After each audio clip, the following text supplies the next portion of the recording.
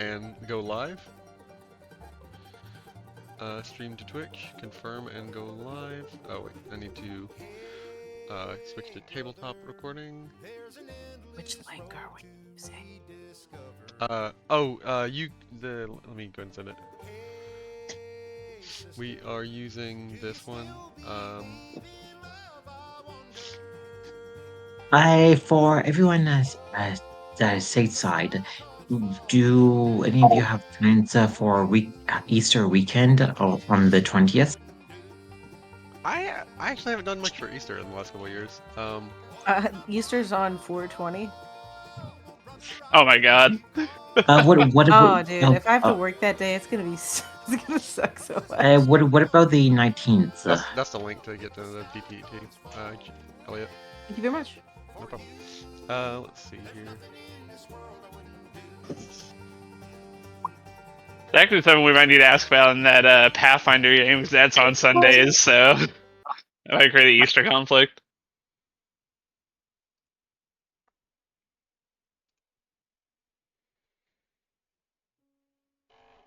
Oh wait, that's on Sunday? Okay, yeah, no, I don't work that day. Yeah, anytime, cause I'm not great at scheduling and like looking up and seeing what's impending on the schedule for that day. So like, let me double check for Easter. Yeah, yeah. Yeah, for that weekend, that Easter weekend, if you guys want to want to reschedule that, we Yeah, can.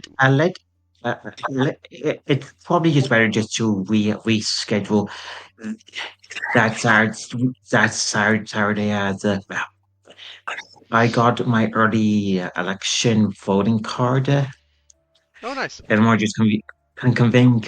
It's just easier to vote on that day un, unlike on the 28th, which is going to be a mess. Fair.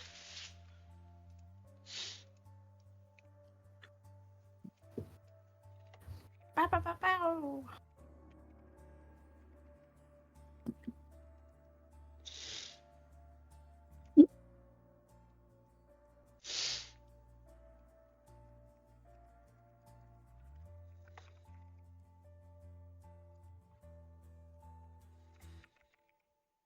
I made a note in my player note that after today's session, have two more paid sessions. Okay, I got you. So, I kind of keep track of it as well, but yeah, I thank you for notifying me. yeah, I did pay for headed when it was more easier currency rate was at the time. All right.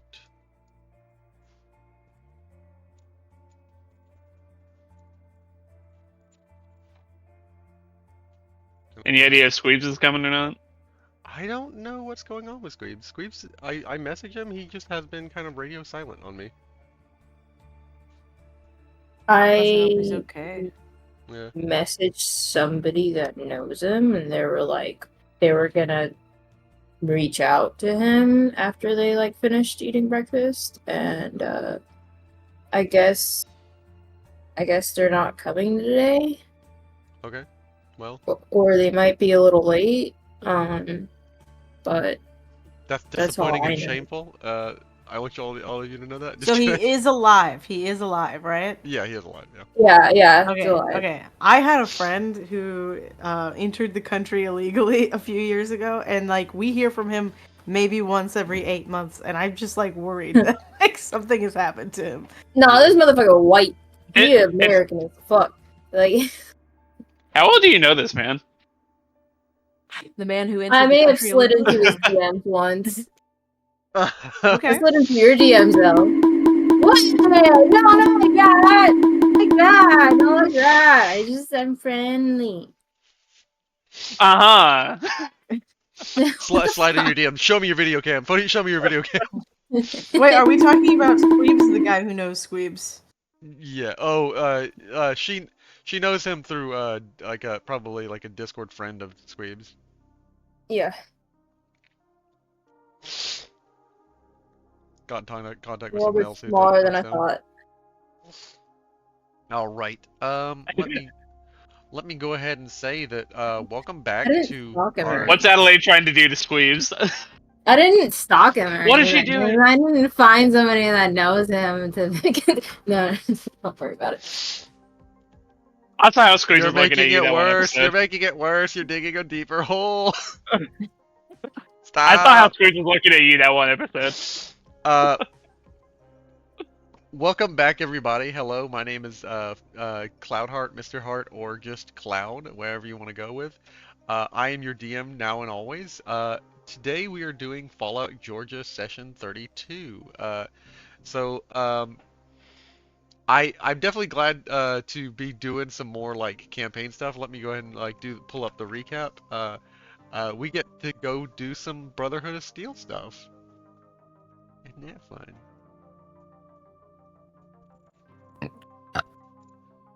Nice. Are we doing Brotherhood stuff today? Because apparently we have a revolt we have to settle down for Oh, end of the Yes. last session. yeah, that I was gonna say that too, but so when we last left off, Adelaide dealt with the aftermath of her spy operations, reassigning the less capable Agent Beta to work under the engineer Squeebs. After Beta returned Savage. from seeking employment and also attempted to join the Order.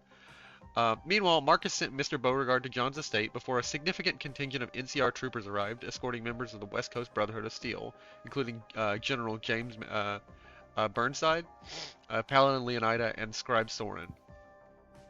Adelaide, as Director of Intelligence, greeted the heavily armed delegation that led them to meet John Carter. The initial meeting was tense. Carter, attempting to bridge the gap, showcased his advanced technology like the Justifier laser pistol from Raygun Industries, impressing Scribe Soren with his knowledge. Discussions turned to the Brotherhood's objectives, potentially negotiating with the East Coast chapter regarding ghouls and seeking reunification, possibly linked to a legendary figure, Arthur Maxon. The Paladin Leonida confirmed no familiar relation. Um, Further complications arose with the arrival of women from Vault 69 who sought 10 male volunteers for their own purposes. This was a task delegated to Adelaide once more. The strategic value of Indian Springs was also debated, though the actual nature of the spring was like obfuscated from the people being discussed with. It was described as an irradiated water possessing unique plant-enhancing properties. Nothing more. Plans were floated and potentially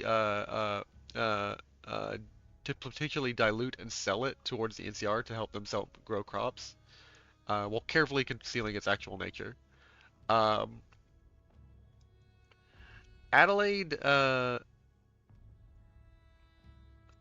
tense diplomatic meeting was briefly interrupted by Squeebs, the eccentric engineer, who was promptly ejected by Marcus. Squeebs came in saying, I've done it. I've developed a bioengineered fuel from the new purple strain of radgrass." Cracked the code, man. I cracked the code. So you guys now have a semi-decent fuel source for different like vehicles that you might run across in the wasteland. Amidst all this diplomacy, Marcus shared a private lunch with Paladin and Leonida, bonding over shared military experience. Elliot endured an unexpected emotional call from her mother over a secured channel, and later, as the populace began recovering from their brainwashing, many of them became agitated. Elliot addressed dozens, recounting the previous reigm's trajectory, and essentially incited class warfare, or anarchism at the very least. Many such cases. Meanwhile, Carter did his best to alleviate tensions and reiterate his purpose for Dixieland in general and for Solstice City in specific. And he was able to convince. It would have been 5,000. He was able to get it down to 2,000, but about 2,000 of these men and women left in a mass exodus from the city, lowering your population and your military size. Many of even the guards left with them. Oh, I don't remember that detail being mentioned. The session concluded with an ongoing political maneuvering, and Uh, Marcus suggested to possibly leverage Vault 69 tech and Indian Springs water to aid NCL our agriculture, and that was pretty much it. Like, you guys are now dealing with the aftermath of like the citizens essentially revolting. What would you like to do today? NCR's I don't know. already We leaving kind of it. ended on a check essentially, and had the slight details of that. Can you remind me what the check was? I can't remember exactly from everything. That check was the like calming people down, and I got a 7 on. Yeah, I will say you have managed to essentially pacify the group. Elliot's group is currently still being riled up and is beginning to chant. However, Elliot leads them in like a political chant. Like about 1,000 people are like following her side of the podium where she's speaking to people. The rest of the individuals seem to be, for better or worse, at least willing to hear you out, and they're milling about outside of your the City Hall Castle. They're at least standing, waiting for you to say something else. They're waiting for not really orders. Like they're just like kind of a mixed bag of emotions, trying to decide. Like they've given you the chance to hear you out, and now they're like just kind of milling about, kind of confused to what to do with this energy, especially while Elliot whips up a side group of about 1,000 people. So the are we saying like the last check last session was essentially just like calming people down, and that was about it? Yeah, you've calmed people down, but they're still gathered and they're still not sure what to do. The last thing you did see was Scribe Soren looking down on you from the window, like with a very judgmental glance, like at everything going on. He's like appraising the entire situation. Okay, appraising is different from judgmental. Yeah, it's hard to make me a perception check. Maybe perception speech. See if you can tell exactly what's going on in his mind from this distance. It's going to be difficulty like 5 from like you being down at the bottom of the City Hall Castle right here to like him up in one of these windows. Alright, since it's perception speech, can I use my my perk? Yeah, you can. Alright. It's not gonna change anything, but I'll yellow it.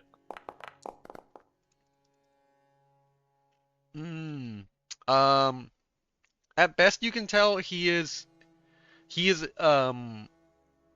a furrowed brow, and like you can't tell if he's angry or like confused. But he is intensely watching and trying to evaluate the entire situation going on downstairs.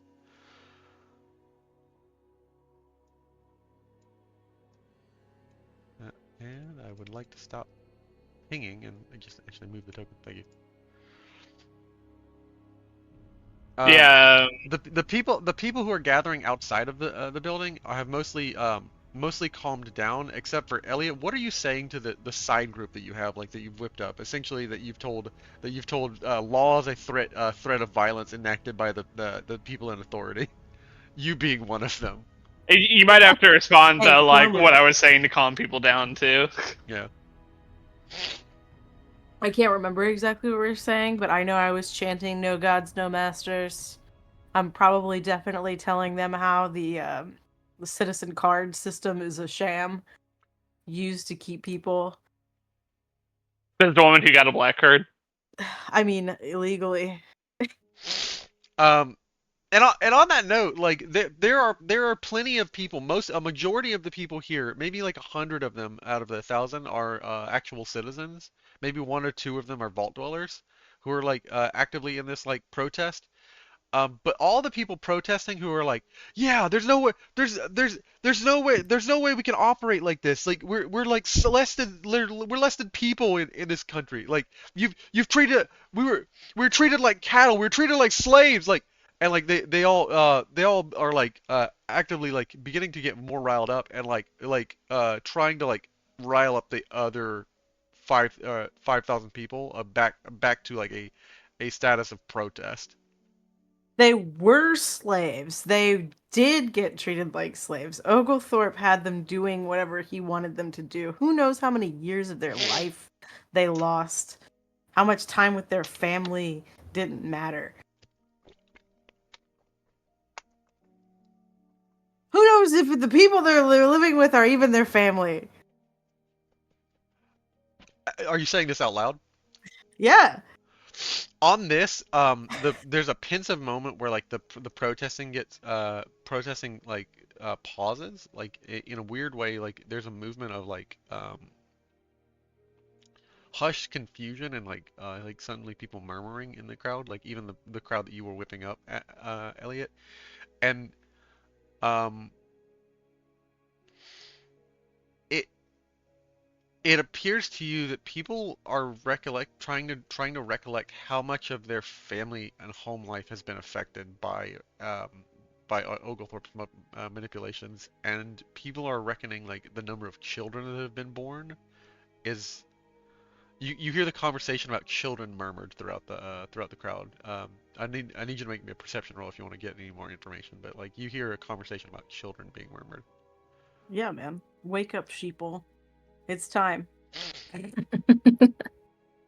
Where's my button?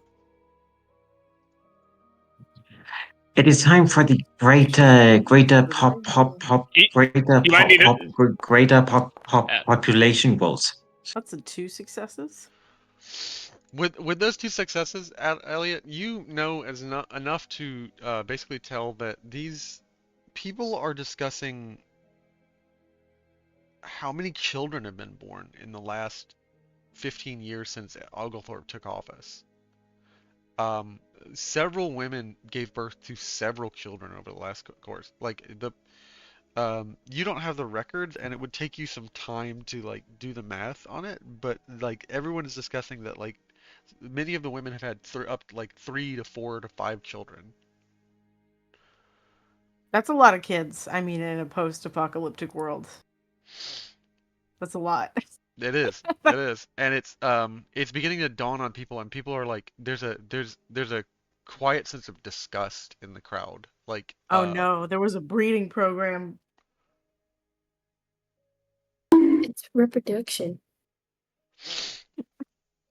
Oglethorpe was churning them out like cattle. They were right. I was just going with the flow. Damn. The first person to speak up will be an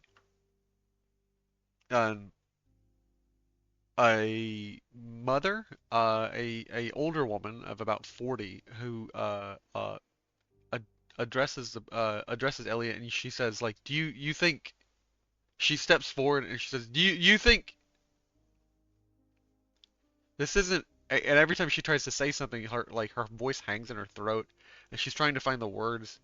But you can see just like waves of emotion just going over this woman's face, like frustration to disgust to confusion to horror, to like they are her children, but like she doesn't know how to feel about any of this. And she says, "I what what have you all done to us?" Hey, whoa, whoa, whoa, whoa. What did Oglethorpe do? What did the people who held power over you do? How are we supposed to live our lives? And she's for the first time in this riled up portion of the crowd, she's genuinely asking you a question as to leadership, because as frustrated as they are, they feel she feels aimless, uh, like unmoored, and now confused about even the personal home life decisions that these people have made. She feels like a violation even in a very deeply intimate personal space. Um, what are we supposed to do now? And We need to rebuild our community, by our community, for our community. A young man stands up, rippling muscles. He's got like his face is caked in like oil and different things. Like he appears to be some sort of engineer or mechanic or you can't tell if he's either a mechanic or a miner or something. But he steps up and he says, "It's a lot of nice words, lady, but wh- what are you gonna do?" And everyone else starts speaking up, and like the young woman's pushed back into the crowd, and everyone and all the younger people in this protesting 1,000 people are like start to rile up behind him, like, yeah, what are you gonna do? What's the rest of this these people gonna do? What you made a lot of promises. What are y'all gonna do? And like they all start to chant, what are you gonna do? Do something. The uh I can get lead up some on stage with yeah. my Fallout outfit on. They're still not getting it. I feel disappointed. Just a I'm little gonna bit. raise. Yeah, I'll raise my hands up and then outward and be like, I was once one of you. I still am one of you, but I did leave, and then I found these guys, and then they realized that something was off. The same thing that has been off with the rest of you. And we came back. And we confronted Oglethorpe. And he was not very good with having any guilt for what he had done. And we chose to free you. Because they helped free me. The absurdities of things that I've done is disgusting. But the people here, the stand-in president until we can figure out what to do, we have been coming up with solutions. While I was here, I was forced to work the fields. But through those years, I learned many things, and now, when I came back, I found that they were being laced, and that's how we were all being drugged with the food. And what we're doing, what I am doing, is I've come back to the fields, but this time, our way. The best way forward. With all of our minds intact. It's going to be a struggle, it's going to be rough. But here we have clean food. Here we have clear minds. And in the coming days, we can all speak and debate on what everyone here would like to do. We open it up to a vote, and soon enough we'll have a new vote for a clear path. If anyone has a wish to speak, we will have city halls where everyone and anyone can be heard. As of the moment, I would like to bring the interim president, the one who's willing to lead in this time of confusion, up on stage, and hopefully you can find it in your hearts to give our own selves a chance through this fear and just find a way forward as Roll, one. roll me roll me a charisma speech check. I'm gonna give you a +2 on this. You're trying to hit a 4. Right. While she's rolling, I'm also gonna put my shoulder or my hand on Natalie's shoulder to remind her that I've been up here this entire time, and she just started going off. I've been here the whole time. And I'll also like whisper into her ear, "This is City Hall." Shut up, they don't know that. Obviously. Um, Problem is, you don't either. Adelaide, it's enough to some people just you can see are frustrated and like milling about. Like they're lingering longer than you've ever seen them linger in like a civil after a speech has been given, they just kind of usually disperse. There is now the autonomy of the people and the interaction and like there is a less unified even transfer of communication. There's a murmur that you guys haven't long heard in this city, like a way that people communicate that's not just direct one person to another. The person who needs the information receives it and moves on and does their job. These people are lingering, having conversations. Some of them are laughing, which is a sound you haven't heard in this city for a long time. Some of them are crying. Some of them are openly weeping. Some are shouting like expletives at you guys. Still quite frustrated, not content with what you guys have done. The young, Incense. The uh, language of my people. the young man who's got covered in either grease or coal, you can't quite tell what, is inciting the people to like ask for like what they'll do. Like he's still kind of directionless, like expecting the government to fix it. Um, expecting them to fix the problem that they've made and fix what they've done. Like his autonomy is still like a man who's been brainwashed for like 15 of his 18 years. Like he's still uncovering the autonomy of his life. Uh, and in general, many of the crowd they linger. They're not. You haven't.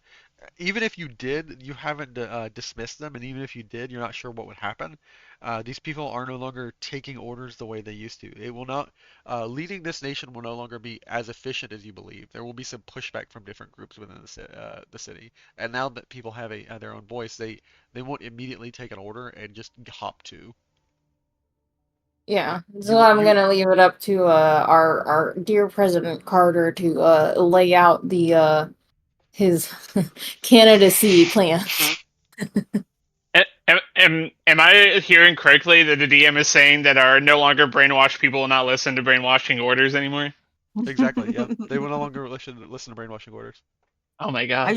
I just want you to know Who, for who flavor, could have seen Elliot this as a coming? character is gonna roll her eyes and scoff at everything you say.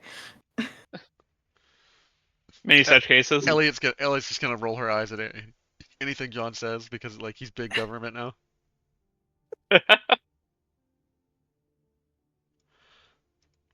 um, I'm trying to think. Like the one thing I do want to make sure to mention is that we're going to be like holding elections soon, so the now that the people are free and able to make their own decisions, they can decide how they want to be led. But I'd also want to mention that like I'm trying to think of how I'd want to word it exactly because I would say that like the past 15 years have been difficult. Nobody is saying it hasn't been. We also can't get those years back. Like we've taken down the old mayor, but we can't magically give all those lost years back to people. But like talk about how we need to like work together as a city and as a country to come back and prove him wrong. And I could like talk about how he said that I forget I the player forget exactly how Oglethorpe worded it, but he said something about like needing order in the wasteland as being the only way to tame it or something. I He forget how he said said. that mankind will not thrive without one voice.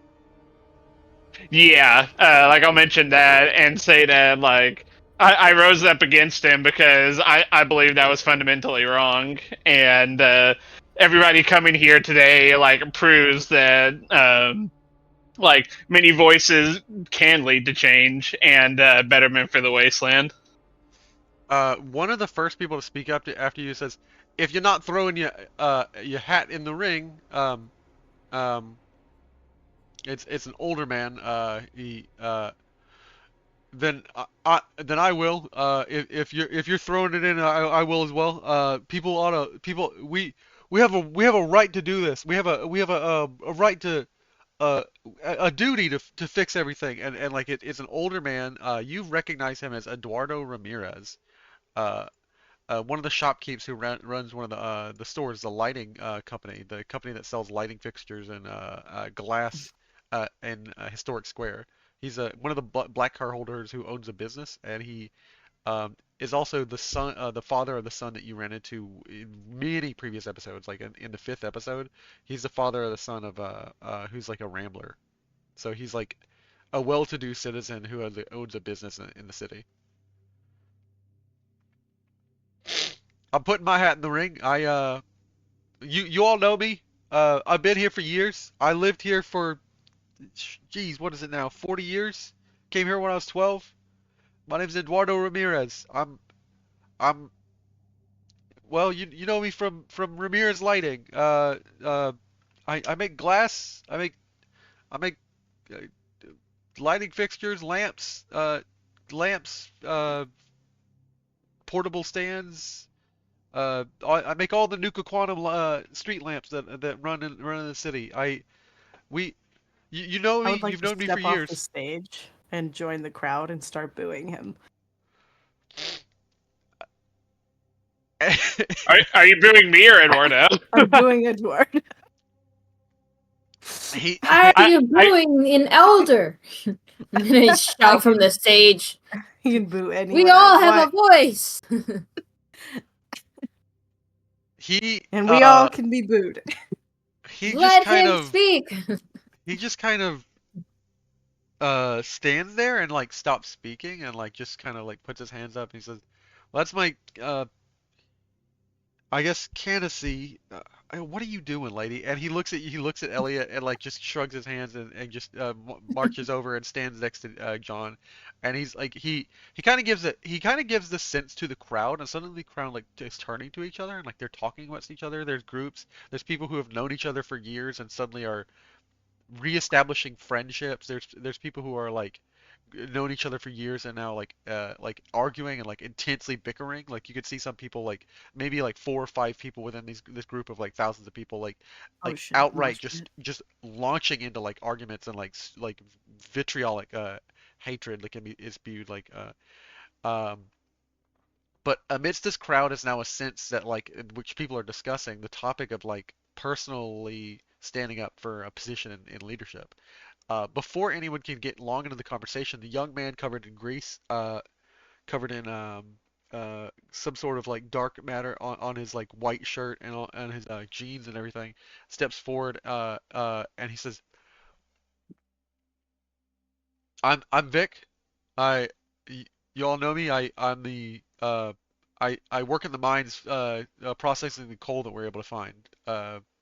It's not much, but it's well, we got to keep our houses home and you know it's bullshit that they're doing this to us. It's bullshit that they that uh, these guys, and he points to the rest of all of you and he says, I promise to you that I'll get every one of these people out of office because we don't know them from anybody else. We don't know them from Oglethorpe. But you all know me. I lived in this city. I'm I've been here since I was since I was born. I'm 25. I'm no big dude. I'm not some money haver. And he like points at Eduardo. I don't have a business. I don't have anything. I don't have a black card. But I believe in the people. I believe we have a right to do what we want. You know what? Fuck all these speeches. I'm actually gonna do something. And he stands I stands clap up for in the this crowd. guy. We clap for what's his name? His name is He Vic. does what to the crowd? He just says, I'm gonna actually do something for you people. Like I'm actually gonna fix something. And he like stands up and he stands alongside Governor Oglethorpe. So then you have Eduardo Ramirez, Vic, and he never said his last name. His last name is in fact Jameson, Vic Jameson, and he is it's not Vic Rames. Don't do that to me. Does he have a portrait like Ed does, or is that only reserved for black card citizens? That is only for people I've already created, tokens I've already created.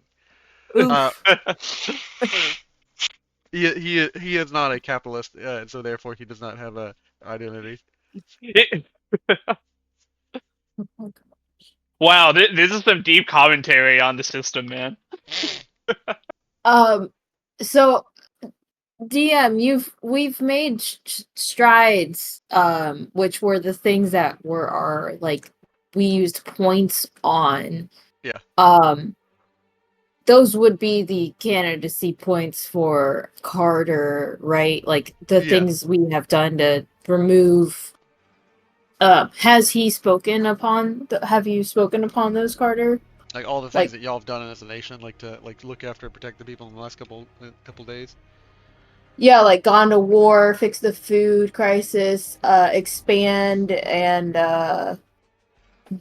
try to get help, reach out to different nations and just try to get food and supplies and stuff and protect them from the big creepy Osiris. Yeah, I haven't really mentioned anything of that yet. I don't think. Could I do a charisma speech check here, DM, to make essentially, I guess, make my stump speech here? Okay, yeah, go ahead and make your stump speech. Or if you'd like. There's one other woman who actually stands up before you who will be the last candidate. So there's Vic Jameson, the young man. If I see her before I start talking, I'll pause and wait for her to.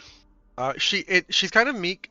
She's a younger like you can't tell exactly how old she is. She's either somewhere between 20 and 30 or 20 and 40. Like she's got like a very simple, almost a medieval style dress, as many of the people are many of the not very well off individuals in the town are. Um, she kind of holds up her hand like she's asking to like permission to like answer a question in in classroom. I'll gesture and say, please. Hi, everybody. My name's, well, I'm Mrs. I'm Mrs. Bellum. I teach the many of your children here. I myself have about 10. Mm-hmm. I'm I believe in leading through education and leading through direction and I believe now is a time where we all need to be educated as much as we can to face whatever dangers. We need the truth, and we need and she's very timid. She's very not eager to be standing up amongst people. We need to be we need to know what we're looking at, and we need to face it head on. And we need people. You've trusted me with your children for all these years, and you can trust me with this country. And she stands up, kind of meekly in her in her gown and her dress and her like apron, and stands in front of the stage alongside Vic and alongside Eduardo um and you, Carter. And that is the last of the people who will come up for candidacy. Is Elliot not throwing her hat in the ring with the insurrection she's trying to raise? Be the last governor of the. Oh, she's muted right now. Who? Ellie's muted. She No, muted sorry, I herself. just went out for a bit. No, why would I want to be the leader? Be the governor I that don't ends think the that they should governorship. do. Yeah. Be the change you're inciting a revolt for it, Elliot. Stand up and be like, "Hey guys, this all sucked. Let's cut it off now." No, I believe in a world where these people help each other and there is no one leader, because when you have one leader, you have a lot of mistakes, a lot of problems. There has to be at least a system, right? Like a Yeah. council of everything. Roll me a charisma speech check. You're making a decent argument to the party, to the Evil. to the people. It's gonna be difficulty 4, and it's I'm giving you one free die, so you can roll 3 and see if you get a crit for on one of them, or you can try and spend an AP to get some extra. But like it's gonna be difficulty 4. Um, Okay, yeah, sure. Oh, wow. So good. nice. What we have here is a failure to communicate. Savage. No, essentially it's lost in your general frustration and anger, Elliot. Like you got this punk rock looking thing going on. Some of them even recognize you as looking like some of um the people that they have in prison. Some of the many of the trap stars who were sent over the years to attempt to infiltrate. I So quite literally look like them because I'm wearing their leader's coat. yeah, like you're reminiscent of like a trap star to them, and so you generally smack of anti-authoritarianism that is like not exactly rooted in the best place. Delinquency. Yeah. Marcus would like to speak. People having one person with all the power is not the way of the future. As uh, as a man who lived long before the bombs fell, I think what can happen to such systems. And for the time I have lived, it I propose having a council or a committee of elected officials that the leaders listen to as a hand helping the NCR form in the West in its early days. It seemed to have worked quite well. I would like to have a committee of people who have a keen interest in having the future being guided by individuals with good interest at heart to make Dixieland what it should be and not what it was under Arkansas. You're Marcus, everything by referendum, Marcus. Everything by referendum. I Yeah, have no if, idea what that means even as a person. Referendum is listen, like everybody votes for everything. Like, have you ever gone down to election day and like besides voting for the representatives, you'll have like some questions like, do you want to? I know in Georgia there's that like SPLOST thing for like funding local tax stuff. That's a referendum. We just Interesting. did this referendum in Tennessee that was about slavery, and I don't think anyone understood what it was because 48% of people voted in favor of it. And I was like, why? How? Are you sure they didn't understand, or the people's spirit is malicious? Tennessee. The people of Tennessee. No, I generally hold some not so popular opinions of like the pub. You know what? I will not get into my personal politics. Well, Cloud, Why not? Why don't you it's want just Twitch a, to know it's this? Let's just not bring up total the questions. I, You know, I, it's not a It's a total problematic opinion. question I for just us. I Cloud. believe that I believe all people have the right to govern, and all people have the right to vote, and all people like unequivocally unbarred unbarred access. I don't care if you have an ID. I don't care if you're a prisoner. I don't care if you're the worst of society. I think you should have a vote in society. I just think not all those people have a great opinion or much Cloud, education on the subject. Wow. Cloud. Can I continue my Yeah, you can. short speech? You can. The people who are to be elected, I would like to have the populace be as informed as they are for people who have good interest in helping the people, to have people who have a good heart to want to help the people and not use it for their selfish opportunity as my time alive before the bombs fell in the former United States of America and in Europe. Uh, once a cancer get into a ruling committee, things usually do not turn out well for everyone. When the leader doesn't know any better once the corruption set in. So I propose people who have a good heart and keen interest to put their forward to help them be voted for such a position to have a stable future here. Okay. Am I to understand you essentially said don't do corruption, that's bad. Be educated, that's Yeah, good. yes, Yes. yes. Don't be Corruption, correct, okay? yes, corruption is bad, can lead to problems in being informed about issues, especially what's being voted for, is a positive thing for a better future. You have essentially stood up in front of a massive crowd of people and just insisted, I have learned throughout the course of my 200-year life that patterns repeat, and if you let a single ounce of leaven, not how you're necessarily phrasing, but I know you have a Catholic background as a character. If you let a single amount of leaven into this community, it will leaven the whole loaf. If you let any little bit of corruption, it will corrupt the entire system, and the system will decline, given any amount of time. That being said, I hate to present it to you this way, dog. But Marcus, men throughout history, great men before you and great men after you, and teachers of all their time, from Sun Tzu to Confucius to Plato to Diogenes, and all men across many countries. There have been teachers at every nation, and who have warned against the evils of corruption. It did not stop people from being corrupt.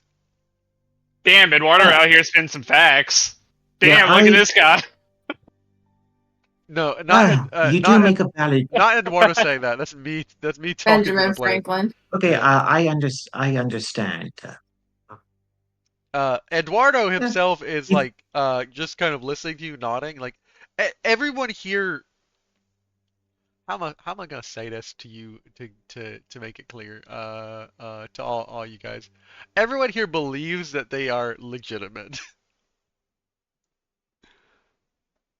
Every one of these candidates here believes in themselves and believes that they actually will bring some sort of good towards Dixieland.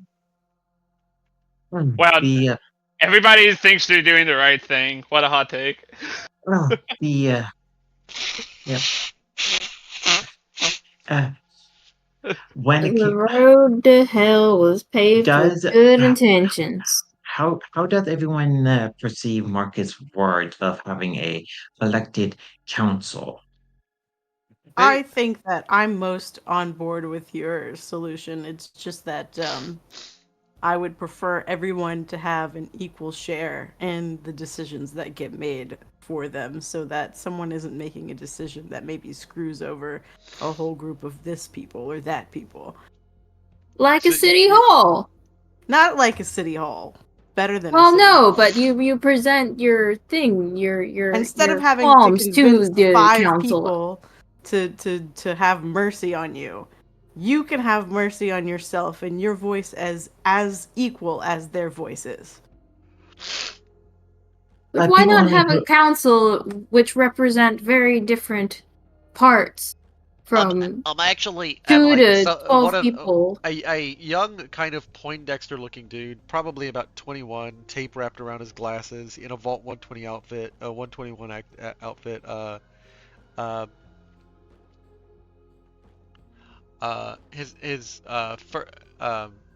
His hair kind of mop top of like orangish red hair, and he has a scraggly incomplete beard. He is a pale frame of a man. Uh, Actually, using the black card system and the digitization that we have, and the record and the double verification of the fact that the black cards are created using someone's blood type, and we can match them to their DNA. We can always use a single vote verification system, and he kind of like just says that from the crowd very loudly, but says it, and he doesn't step forward. He's kind of, Where is he in the crowd? Where is he in the crowd? he's about like 2 rows back from the front, and he just kind of stands. And when they say that, like the crowd kind of like parts away from him, not like in a like Moses parting the Red Sea, but like they kind of pull back from him when he speaks, and like they give him space, and he kind of looks around like confused and a little bit scared, like a sheep, a deer staring at like in the headlights. Sir, what is your name? I'm I'm Blaine.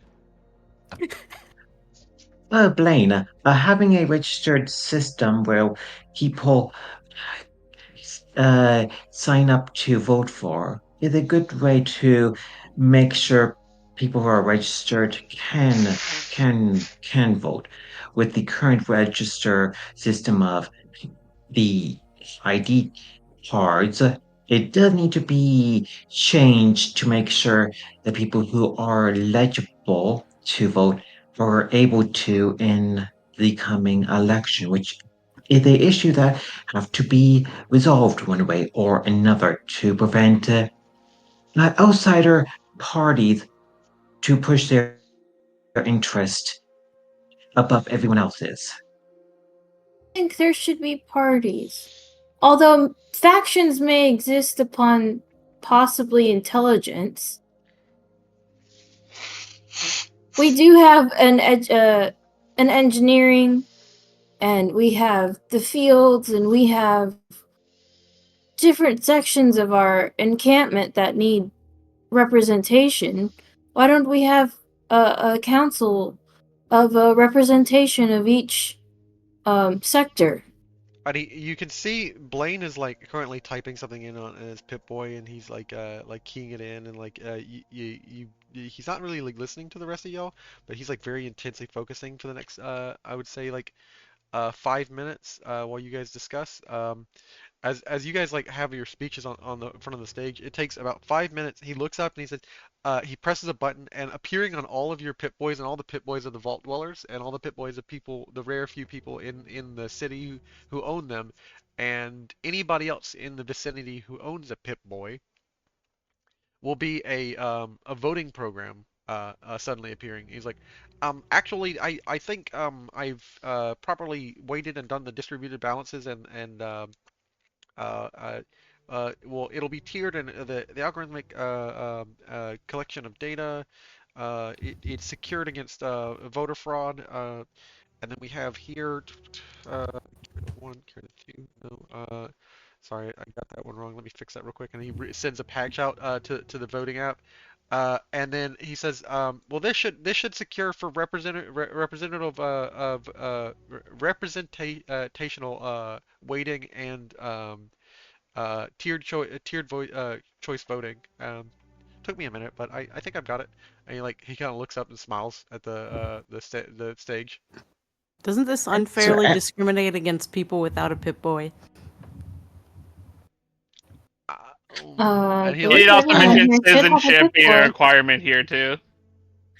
Blaine, what you did was quite a good solution.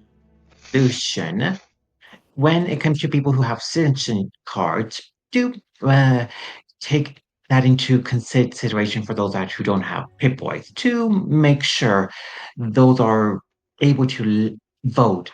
They lack the Pip-Boy or such devices. But not everyone had the fortunate chance to had been raised in a vote.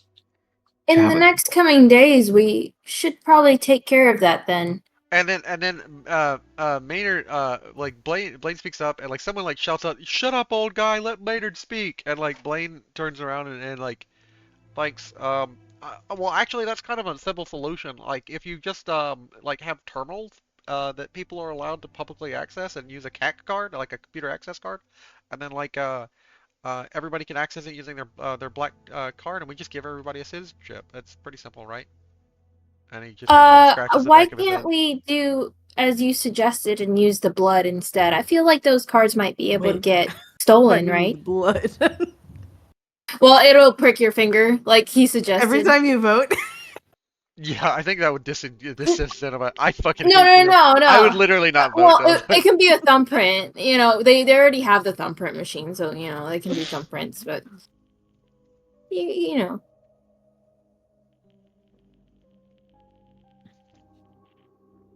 we do Blaine. have thumbprint machines. Blaine, Blaine, you have some good ideas. Why don't you help Adeline out in the coming election so your ideas can be refined and improved on? And then someone from the group behind him, one of the other nerdy-looking Vault Dwellers, another Vault 121 Dweller, and many of the Vault Dwellers speak up, and then it slowly crescendos into maybe a group of like 500 like regular people shouting like Blaine for governor, Blaine for governor, and like guys, I don't really I'm not really comfortable with crowds, and he's like they're like picking him up and like carrying him to the stage, and like they throw him on stage, or he just kind of stands up and he's like kind of shaking like a leaf in the wind. Oh, Blaine, are you okay? Just forget just you're in a room by yourself and you're Don't just cheer him up. This having is hilarious. ideas. These are ideas coming at you, okay? You good? And he is he is pale, like pale like a ghost, as everybody's shouting Blaine for governor, Maynard for governor. Don't stress about it. Focus on me. Focus on me. I'm gonna touch him. Oh, you're nice. His shoulder, You're his you're shoulder. you're very pretty and very nice, and I just I kind of wanna I don't wanna be here like and he like Okay. Oh, can I talk to you for a second? Can I ask you a question, idea man? Idea man.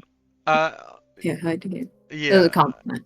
Yeah, and he just sure whatever you need, and he like kind of like sidesteps, like everybody's like still like he's like following you as you like lead him to the side, like and everyone's kind of like still shouting, like even with his back turned to the crowd, like Blaine for governor. Like several people have like decided, especially the vault dwellers, a majority of the vault dwellers, like a large majority of them, like 80 or 90% of them, Adelaide have like decided that they want Blaine Maynard for governor.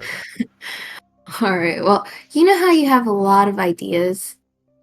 Yeah, I like. Well, I mean, like it's just kind of come to the field of computer science and like general like algorithmics and Yeah. stuff, and like you gotta represent things with like at least some sort of like notation and things, and it's just Perfect. So, imagine you forget about them being human meat flesh, right? Think about them What? being ideas. I'm talking to him in his language, okay? Think about them being ideas. And all of these ideas want to come together as one solution, but you're the notation.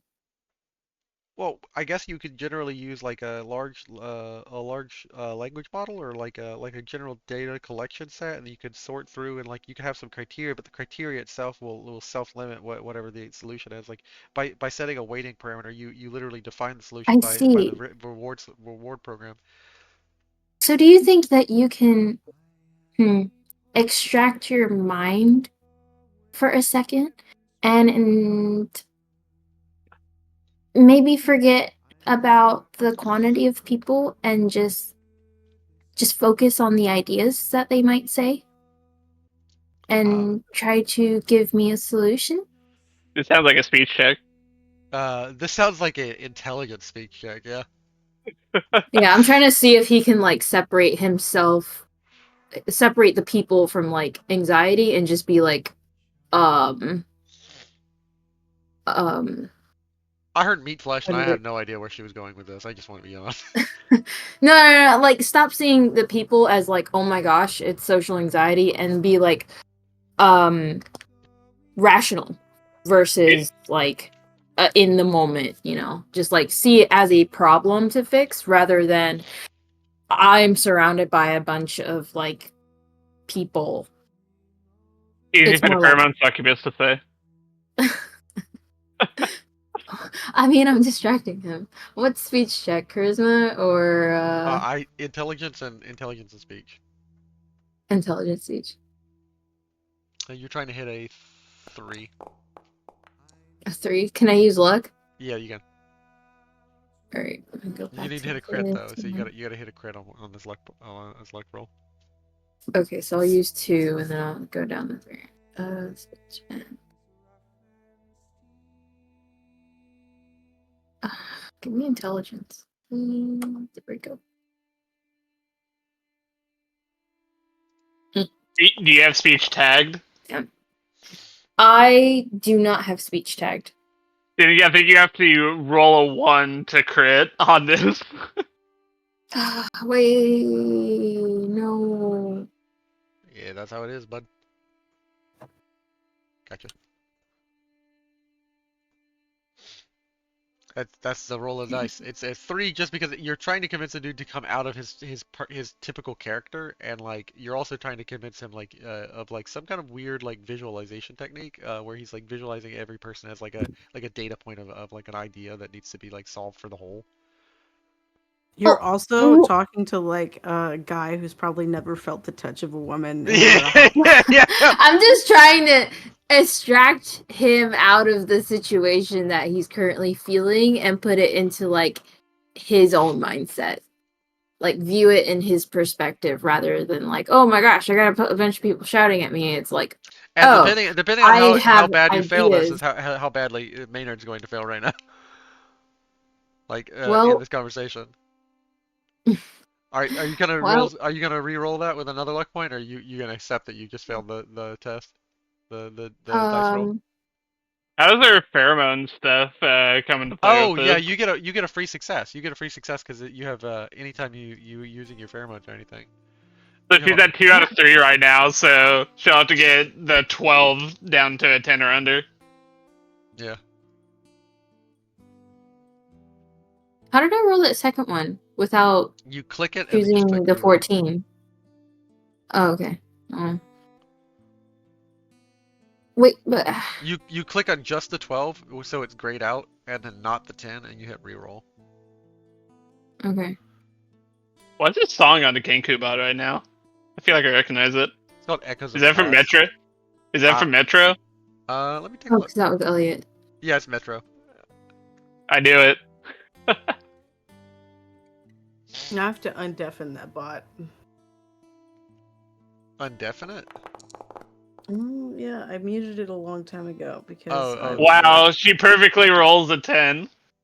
he says your hands are like really sorry you were saying something yeah, you're right, like visualization and like data points and like sorry, you're just really pretty. And he give me a second, and he like reaches into his pocket and pulls out like a notepad that he has, and like he like pulls the notepad as close to his face so he is obscuring you from his vision, and like he's currently writing some notes, and he's like I think if we properly weight each person's opinion, and then we give a neutral party, and then we give a first we have to verify it that it's syntactically correct and logically correct, and then we verify. But the problem is the weighting part of the algorithm. Like you can't weight like I could represent this algorithmically, but I don't know how to whose opinion to reward as more correct or successful. That's the problem. Well, you What work with computers, right? You have like little things that do umbrellas and like you start up top and then it branches down. What if sure. we do that with the people, like in sectors, and you I can find it that diagrammatically way? represent everybody's opinion in the city, and like see if they're branching or as a whole, like just collectively like represented. Like I could diagrammatically show like people who are at least similar like within a camp or a faction, but the problem is like um I can't like consensus their opinions into a single solution because I don't know what to reward as like the weight the reward program for the large language model. Like I can pull all these people's Hmm. opinions together, but I don't know how to say which one is closer to being right. Can you pull it to one person for each sector and make a council out of that? And then have Oh yeah, that should be you easy. only deal with the Well, people? no. Because that way you only deal with the people of the council. There's just a couple, and you can that would The condense question is your. how do you pick the council member, like, and he points out so if you pick Oh, that's easy. he lists a Um, few options. He says the thing is if you pick the most vocal member of the society, you'll get the person who makes the most posts, or the at least makes the most points, and within the group and within the faction they'll be the most vocal one, at least the one who often talks the most, or makes the most unique entries within that faction's like ideologue group. But like here's the problem, like they'll be the most vocal, but not necessarily the one people want. You can have the yeah. one that's most Well, that's why popular, but they you. don't exactly represent the group the best. And then Well, you can just randomly select one from the group. well, yeah. I mean, if you kind of like maybe, I don't know. I guess you could choose 3 per group if you can handle that. I guess I could do a combination of each. Like we could pick the most popular Yeah. person from each faction. We can pick the person who speaks the most, and we can pick just a random person. Well, maybe someone who is well invested in each sector, like they know all the ins and outs. The I could person who's good possibly at represent speaking on that their through like. behalf. Do you mean like like invested like by like what amount of capital they have? Like what amount of like property and stuff they Oh, own? well, yeah, the stakeholder and the one who's got the most in the game of each sector, like they have the most knowledge about it. They're like the epitome of the sector. Um, um, uh, like it could be someone who's done it the longest, or just the one who gives the most effort. Like they're kind of just that person you think of when you think of that sector. Like that one guy that went to Vault 69 who was really nice and kind of helped everybody. He kind of represented all of Stone Mountain, but he's not here right now. So yeah, like that guy. And then someone who can speak on behalf of the sector, and I'm not certain a random person would be very good, but maybe someone that they vote for themselves. Let's see here. I'm gonna actually correct you on some of that. A random weighting actually helps avoid for like for consistency and like uh I'm not like at least a political scientist, but at least it throws in like a random weighting in case there's a bug in the program, or at least someone who attempts to consolidate and consistently hold a position. At least it holds a rotation of like a person within a position, so not every person in the council stays in the True, council. I agree, but there should at least be some sort of standard, because if it's someone that isn't someone extremely problematic that degrades the process, it would hold everybody. Carter wants to interject and ask if we're ready to continue because everybody's sort of just been staring at the two of them in the corner for the past like 10 minutes. Yeah, like Yeah. So you wanna always give thought the I think this your is ideas happening out? like on the side yeah, this is happening from on the what's side. happening. Yeah. Blaine And Blaine they're going for like 10 minutes. in general, you have now four people, and the people's voice are suggesting like a an unpopular popular vote of Blaine Maynard.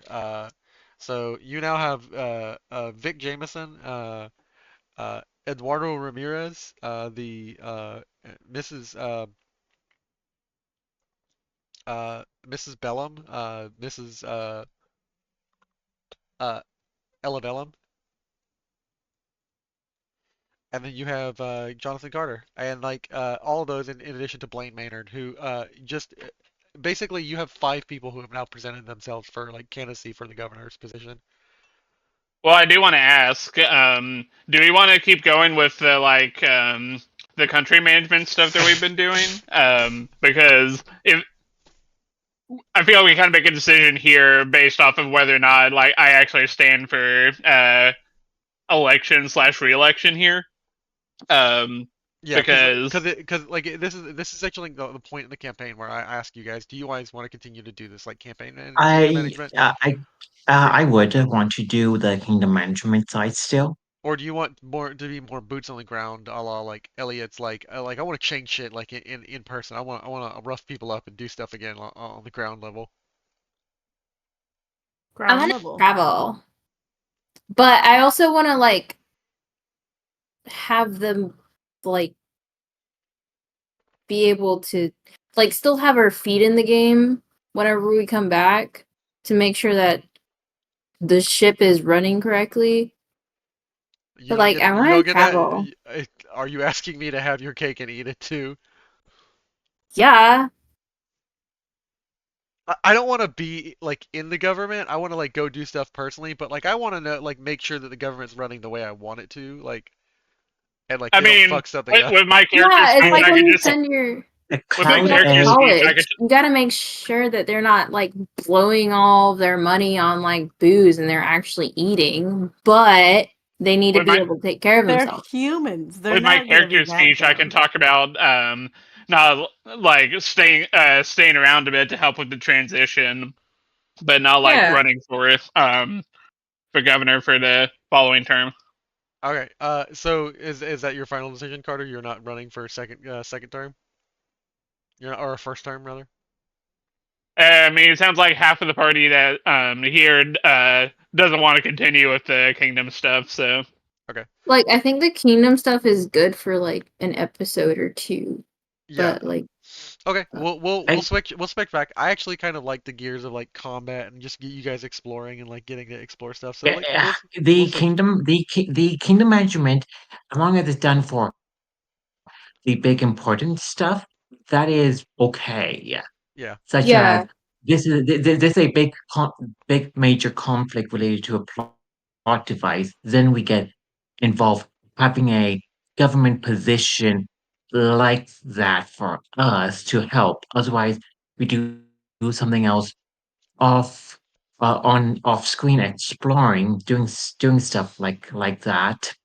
Sort Let's of say like how we'll visit this for the next 15 20 minutes of like you guys winding up how they're gonna like do the elections and all the stuff that they're gonna do and like this winding up some decisions like officially making some decisions to see how the elections are gonna run and stuff and then we'll visit it in next episode or the next time like we visit these people and then that way the end of this episode we can do some more like boots on the ground action and like next episode we can like visit the Brotherhood of Steel like you guys want to do the you guys wanted to go to the war front.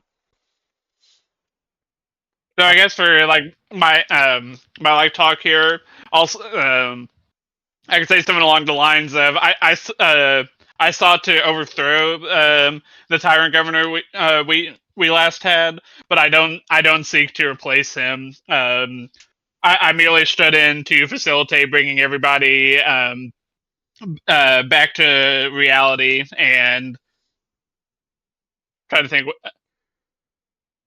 I would say that I guess from there I would say that I will be more than glad to help the whoever becomes the next governor like transition the government over to them. But unless the people demand for it, I won't stand for election here today. And the people murmur amongst themselves, like there's not really many ghouls in the city. It seems like Osiris's recruitment program and the Ghostface crew and essentially the sentiment he's spread across the south of like ghoul supremacy has rubbed against people who either believe inherently like that they are more supreme, like they have subtle inward biases that they do not recognize against ghouls, or they are over and just like not they don't admit it to other people that they hate ghouls. In general, the city is not comfortable with having a ghoul as their governor. They have no problem with you stepping down, and like there's not a huge clamoring for you to lead them. Savage. wow, Hey, I totally gave them freedom, and they're just like, people can what express their freedom too. Racism wins once again. the I'm not saying the racism elections wins. I'm saying that there's subtle recognized and unrecognized biases that these people have, and one of them is at play in the major decision that some of them like don't trust you. Some there's mixed conspiracies about whether or not you're like still involved with it. How did you gain the governorship? How did you find out about this plot? There is a rare maybe like 500 people who don't believe that the governor was brainwashing them. There's like maybe 500 people in this 30,000 city that don't believe Governor Oglethorpe was brainwashing them. They believe that Oh, they the real tinfoil hat. yeah. "Do we need to brainwash with them the elect again?" Like, I cloud with the election, whoever wins and us doing some kingdom management stuff still. How would that affect Marcus' position as a NCR representative with the NCR ties here?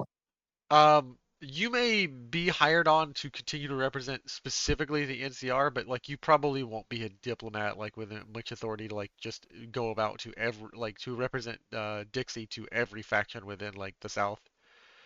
You probably will be maintained as like just a liaison for NCR, like just because you've already like contacted them, they already have spoken to you. Like Okay, the presumption was there that you'd be a continuing presence, but like that would be about the most. Like you won't represent Dixie to everyone anymore. You won't be like okay, able to go to a random oh, tribe in the South.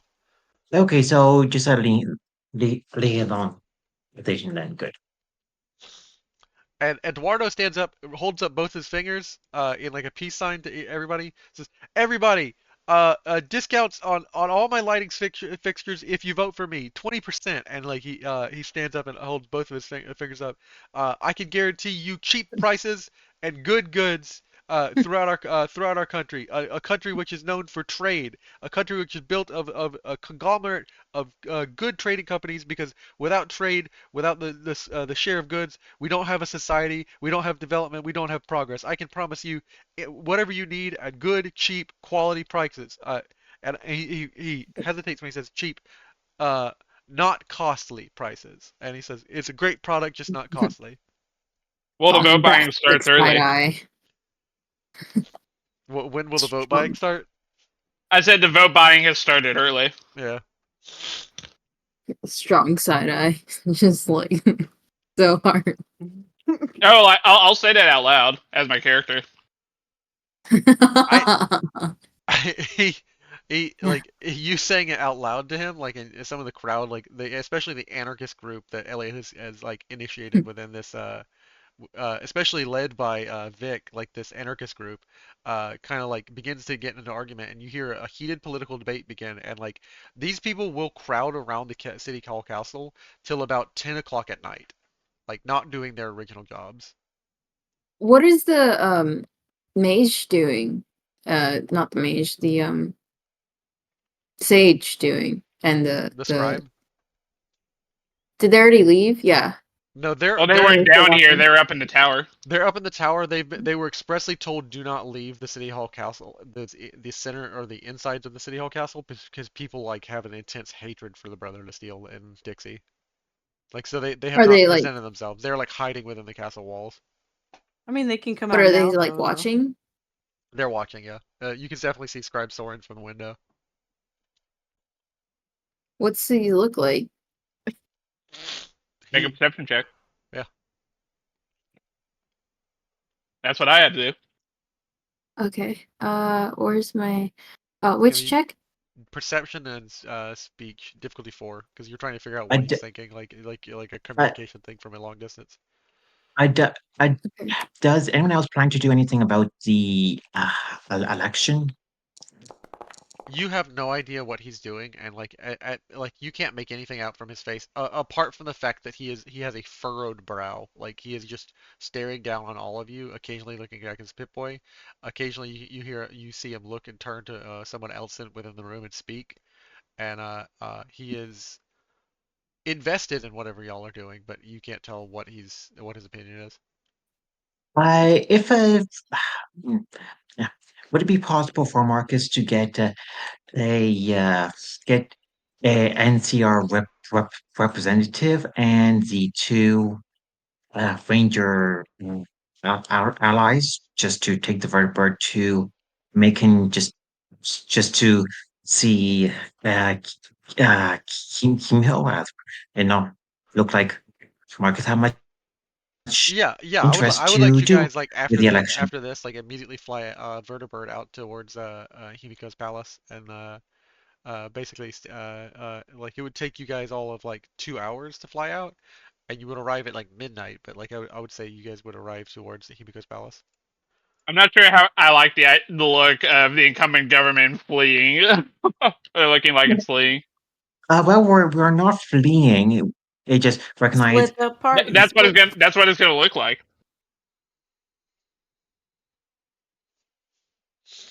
You guys haven't headed in towards to speak to Scribe Soren. They're still discussing things, and like they are still Keep in having mind, a this is kind discussion. of our George Washington moment, so to speak. Like we're kind of setting the tone for the new government.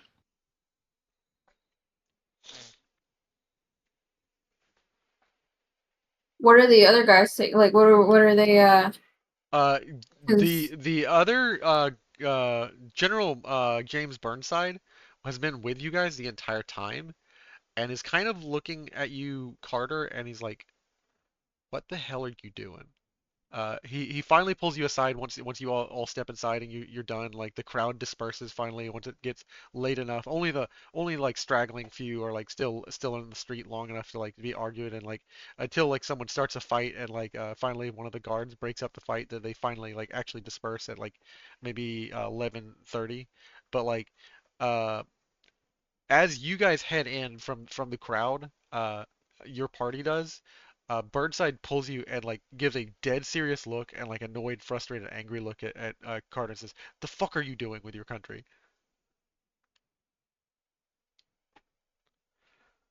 Hold on, I'm pulling up the Burnside. Yeah, the essentially the diplomat that he was sent to work from the NCR. Like he says, you just had an agreement with the president. Are you trying to step back now? Like is you just had a call with the NCR president, and like you're like, what are you doing? Like, just hold power. It's not that easy. It's not that dumb. Like hard, stupid. Like he's just he looks at you. He's like, just keep the power. Like, Can I do a speech check here on him? yeah, you can. All right, let me.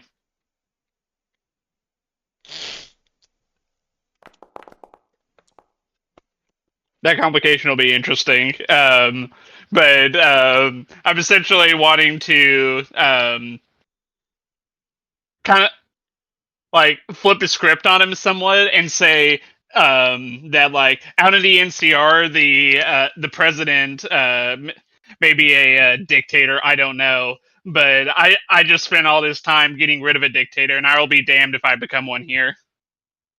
I will facilitate free and fair elections so the people choose who their next leader will be.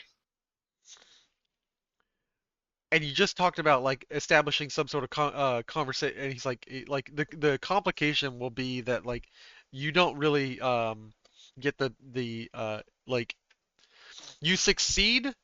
But the complication is that he doesn't so much back down as he just like he is not convinced so much as he just backs down. Like he backs down like from like he will keep his personal opinion to himself, but he essentially just backs down and lets off. He sticks his hands up, waves his hands out, and he says, "Men, report back to the barracks. I have to have a conversation with the president and inform him about what's going on. Our vertibirds are for your use, provisional governor, so long as you remain in power." And he like steps back to his men and like reports back to the Red Clay Guard barracks. The vertibird, with Marcus Lehendon position, does he have access to that cell? Yeah, you still have access to it. The pilot Tiny Tim is like currently tweaking the he's like outside like looking at he's doing a flight check before use of the vehicle. He's like going over it before he reports If, in for if the night. if Marcus was witness to that was Marcus witness to that conversation? Yeah, Marcus was. When John, the general walks away, I'm going to sort of look at Marcus a bit like incredulously and ask, do they not actually have elections over in oh, the NCR? they do. Uh, President Kimball. President Kimball got get into office through the democratic process over there due to his public relation image he had. Marcus knows that that is his opinion. Marcus also knows that it is discussed very heavily in the NCR, at least before he left, that like the water barons and the trade barons, the tech barons, salvage barons of trade, heavily influence or at least votes. It is questioned in the NCR whether like the trades are very free, fair and free, and that there is a lot of discussion about how many cabinet holders are often like trade barons.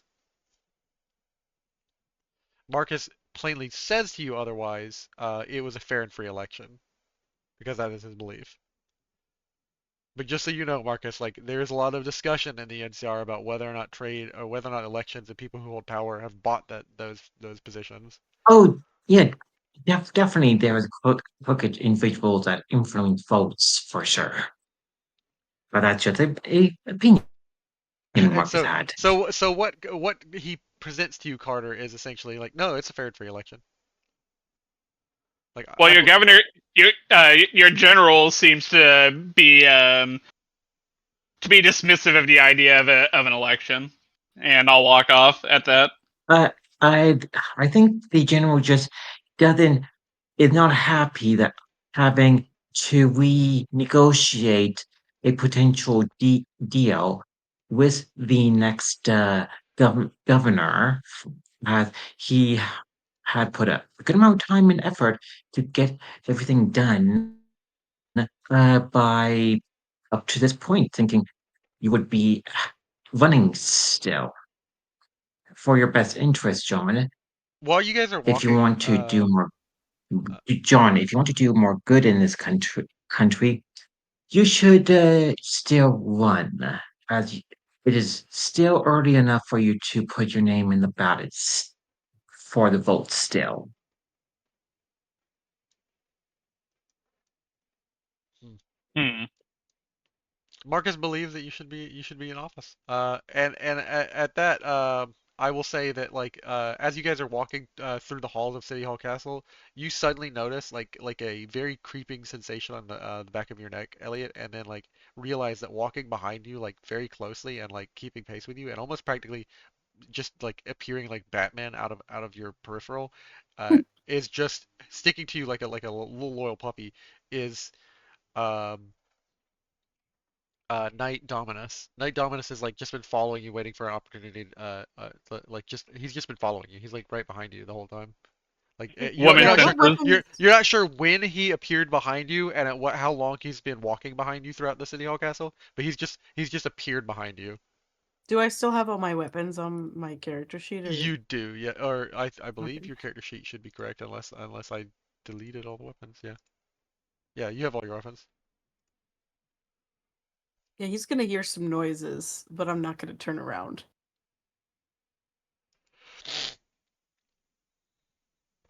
Miss Elliot. And like he finally speaks up. He says, Commander Elliot.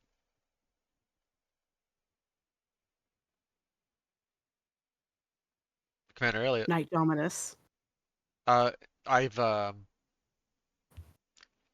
to talk to you about the Troikian a Troikian principle real quick. Um,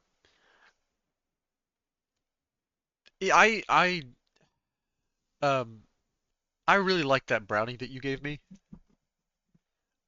And I believe that you might be a uh either a virus within the Pascal bytes of reality, or perhaps a one of the sacred code switches. And Yeah, we if call you that a plug where I'm from.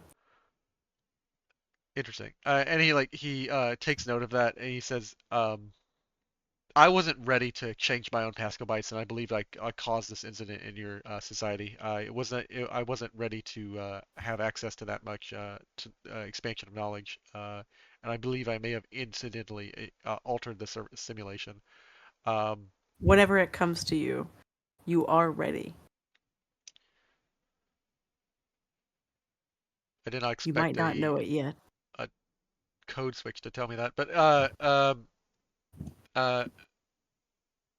if I am to take it that you are a switch in the code in the programming of the simulation, do you have any more of those brownies? And he's like leans in forward very How many quietly. caps do you have?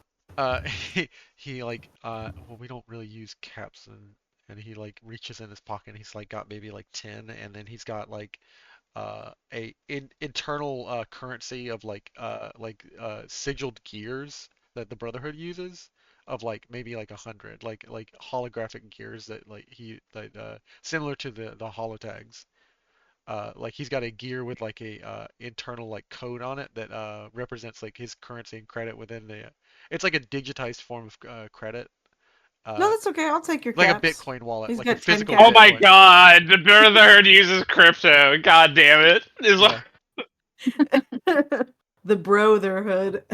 Yeah, Like, I have about 1,500 cogs on my on my holocrog. What's the in my exchange rate Ethereum between wallet that and tag. caps? Yeah. having a electric currency, it's not that strange that there were triparts in full mentioned in Fallout, something like a credit card. Is it just me and Knight Dominus, or are there other people He's around? following behind you, like while the rest Okay, of you are like I'm kind of walking definitely together. going to a place that's a little devoid of people. And creeping behind you too, the way he was describing Yeah, it. he's keeping pace with you, like off to the left a little bit, slightly behind you, back behind your left shoulder, and he's like keeping pace with you in the uncomfortable way that he keeps pace with Palin, Leonida, and Palin and Ramius. Well, now that I know he just wants to Total buy stalker drugs, I'm behavior. kind of. You said he has 10 caps? Yeah, his 10 caps and like a Well, hollow, like he says, I can transfer my some of my cogs to you if you have another holocron. I'll take all 10 of your caps. And what's the exchange rate between your cogs and caps, man? I he pulls out he pulls out like his Pip Boy. He rings up his Pip Boy and like make me perception check, Elliot. Perception science Absolutely. perception science, yeah. Perception science. You Okay. just need to hit a 1. Mm. You see for a Oh, brief moment his terminal flashes like notes, a discussion thing with Scribe Soren, and he's like checking out of tabs, and you see that he has like the programming for the same stuff that Blaine Maynard was. It's the programming for the voting system that got sent out. hmm. He's So been he he's just been looking at. downloaded that real quick. Yeah, he and anyone else who had a Pip-Boy, even inside, and probably Scribe Soren as well, received the program that was sent out by Blaine Maynard, the voting app, and it seems he's looking at the back end of the code. Interesting. This means nothing to Elliot, though, as a character. Yeah, as a character, this means nothing to you. He looks at his notes and he says that conversion rate steady across the wasteland is a little bit hard to find, but I could probably give you um, 50 50 cogs for a cap, and he's like he's got 1,500, so like let me do the math on that real quick. Actual person doing math. So for 10 caps for cogs, that is 500 cogs. He's got about 30 caps to his name. Like there's 30 50, caps total? yeah, because This man is broke. 1,500 cogs is like worth 30 caps. Does he have anything else? Uh, he looks around and he reaches into his pocket and he says, I have, but there's no way you need it. A code wouldn't need like something for like this is how you enter the simulation to begin rewriting your Pascal bytes. It's a small chip. He says well, this is a well, you would know since you're a code in the Switch. You know everything Of about the code. course. You live in it. But Right. this is a chip to begin altering. Well, it allows you to organically read digital data. It's inserted in your brain. He has a brain chip. He's a Neuralink. He has a Neuralink, yes. You know what?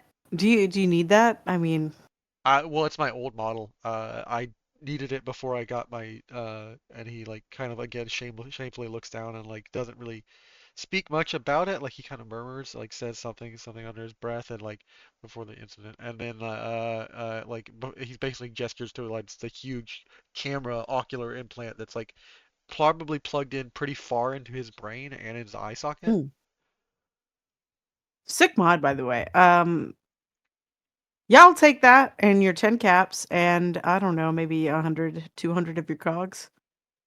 He holds out his holocron like a cog-shaped holographic display, like link holds it up to your Pip-Boy long enough for the Pip-Boy to receive it, and the Pip-Boy receives like you receive an app that's like a Brotherhood of Steel app. It basically opens up on your Pip-Boy uh, uh, my Holocron wallet, and then it shows you 200 cogs.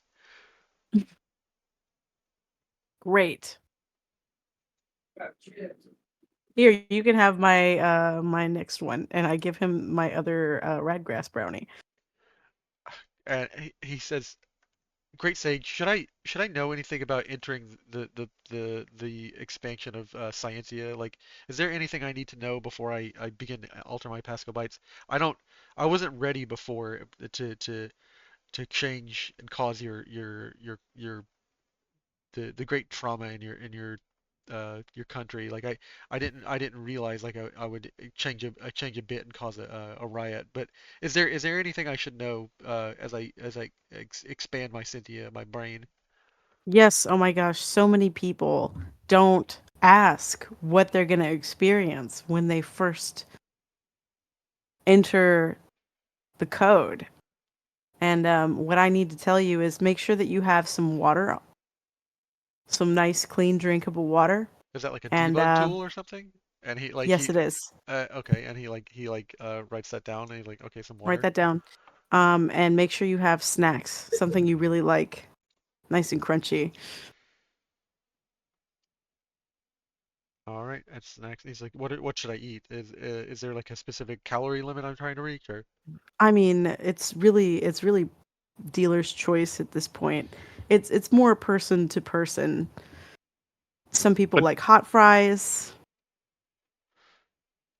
Oh, it's specific to my Some code. people. It's specific to my code. So he's like, Mm-hmm. and he like writes that down. He's and then Brownies. uh, anything else? And he's like, Hey, you're gonna need somewhere to sit because you're gonna want to sit and or lay down. oh, I need to be isolated. Whether or not you're isolated is totally up to you, but I would recommend it. Awesome. Interesting. That may have been my problem. I had Ramius in my bunk. I'll try and find a place where they can't find me. And you will see him disappear with this Radgrass brownie, and like as he like is looking at his Pip-Boy with notes, his blue and white colored Pip-Boy with like a large Brotherhood of Steel like thing welded onto it. Like it is a Brotherhood of Steel Pip-Boy, all the same as like the red one that the scribe Soren uses, red and gold, with like a golden like Brotherhood seal thing welded onto it. Um, his is more like a knight's Pip-Boy, and like he just holds it and he says okay, and then he will disappear. Like he leaves the uncomfortable closeness he has with you, and he's muttering something about Pascal bytes and Troikian philosophy, and like he's just muttering something under the code, like the sacred code, and he just kind of disappears. He'll be back. He'll always be back. Hey, the first Also, one's free. also, congrats on making a stoner. Uh, what are you guys now doing? You guys have access to a vertibird. It's 10 o'clock at night. You guys can rest up if you guys would like, and I'll advance the time to like 8 o'clock. Or like what? Or because you guys, Like just so you know, it I affects your rolls when you are hungry or dehydrated or tired. Especially when you're tired, your fatigue, like, if I like if I if I be uh, tired, we can just go in the morning once we have had something to eat and drink. as you guys like go ahead and get head down for the night. Like I'll advance the time by about 8 hours. Like let me see where my macro is for it. You'll sleep. The location is safe, extremely safe, and I'll say you guys sleep about 8 hours. Is it safe for me? I am surrounded by Brotherhood after all. And I will say I'm gonna enter each one of your character sheets because you guys haven't been adjusting your fatigue level. I kind of assumed. I don't know. I was kind of assuming that stuff was covered with speed and power, but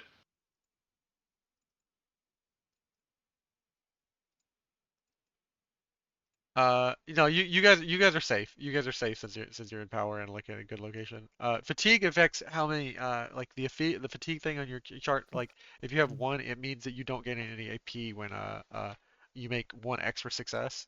So like it's subtracted from the number of extra successes to see how much like AP you generate back. So like with a lot of fatigue, you will basically be not able to regenerate your AP.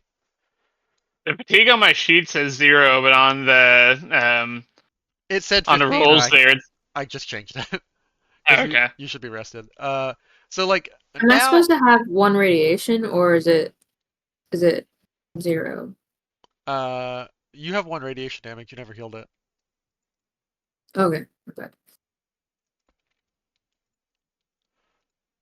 I wasn't sure if it was because of Marcus or not. Unless Adeline want to share the same shed as Marcus, you you probably won't have that from him. Yeah, like Marcus specifically has like Squeebs has like come into Marcus's room like muttering something about beta waves and like in the middle of the night Marcus getting annoyed like that like 2 hours into like maybe like 1 o'clock like uh Squeebs entered in, like brought a huge roll of like something that looked like duct tape, um, mixed with like aluminum foil and something else, and he just began to like line the walls, like basically wallpapering like Marcus's room. He says, in the second Marcus like had a chance to like interact and like say, "What the hell are you doing?" Like beta waves, like you don't understand. Like you're letting off a lot of steam, buddy. And like Squeebs is like, it looks like he's wired enough to stay up for like 3 more days, and like he is just wallpapering in the middle of the night Marcus's room with some sort of lead lining aluminum foil. Screeps, whatever you're going to do, I am going to find somewhere else to sleep. Do what you're going to do, and Marcus is going to find probably a inn Dude, just you to need you sleep need like he in a said, dude, you need to bed, stay right here because like bed until morning. you don't understand because like you're letting off a lot of baby radiation and shit, and like you kind of like affected people's like blood levels, and like I'm probably gonna get cancer from you and shit, and like listen, I'm hopped up on at least I'm microdosing at least 2 things like Psycho and Fury, and I am definitely on 3 doses of Jet, and like I've got Mentats out the fucking wazoo. I've snorted out 2 lines of orange Mentats. I am ready to fix this problem. Let me fucking line your room with like a lead lining surface so you don't make everyone get cancer in the middle of the night or some shit. And he like uh he turns back to the wall and just keeps like laying a layer of glue before he layers the lead lining foil, and this room begins to be dully shiny, uh as it like it's a dark grayish like metallic sheen that he's adding to the castle walls in this particular room. This room will not let radiation out of it once he finishes, but it will be like a good place for you to stay. Meanwhile, if anyone enters this room while you're in it, Marcus, it'll be like a microwave for them because everything's bouncing off. Screeps, you're going to do what you're going to do. I'm going to find a place to sleep, and Marcus will leave it at that. Find a inn, and just pay small caps, making sure he have the skin cream on, and sleep until morning.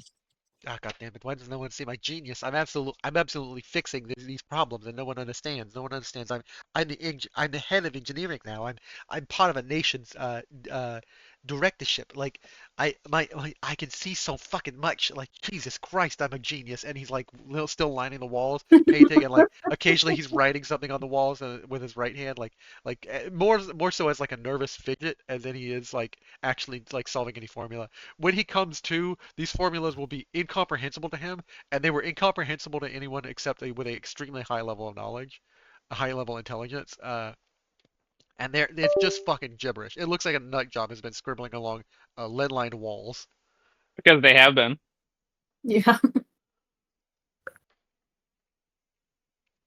It is now 6:30. Squeebs leaves. He's still wired as hell. He throws himself into the lake outside and like steps out back outside. He's like, "All right, back to work. Back to the biofuel. Back to the biofuel. I have so many more solutions to fix up for this nation." And you just see him disappear on the rest of you while you guys. What are you doing? Well, I, Not drugs. uh, how long would it take for a courier from Tulsa City get to Macon? It with the vertibird, it would just take 2 hours. You guys could get there by like 8:30. Okay, but by foot, just by By messenger foot, it would take about 18 or by hours. vehicle. It's a long walk, a walk foot down the highway, Okay, and that's assuming he doesn't get hit by a raider group. okay. So Marcus gets eat something, have a drink, and wait at the Firebird for everyone else. Uh, you see a red well, with one eye, come outside of his like a room, that you're pretty sure was made for brooms, Elliot. It is a frazzled, like pale, sweaty looking Knight Dominus. Scribe Soren has been searching the halls this morning. Like he's rather calm, but he's like, where in the hell is Knight Dominus? Like he's been asking everyone ever since you woke up like an hour ago. He like uh Elliot, you woke up at like 5:30 in the morning after this like troubling night, and like hearing like squeebs do shit in the middle of the night, like near the rest of y'all's room. Like you could hear him knocking on the walls, like painting something, humming to himself, like humming Bach or some shit to himself. Uh, Elliot, when you Weird. finally wake up and see Soren like asking around, like you get the incident where like you're walking through the halls at like 6:30 and you run into him falling out of the broom closet, Knight Dominus.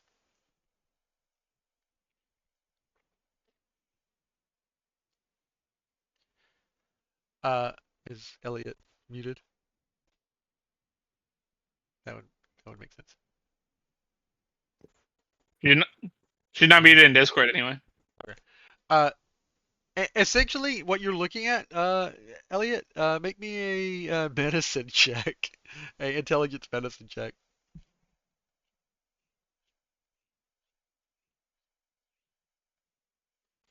I didn't guarantee she was there. I just said she wasn't muted.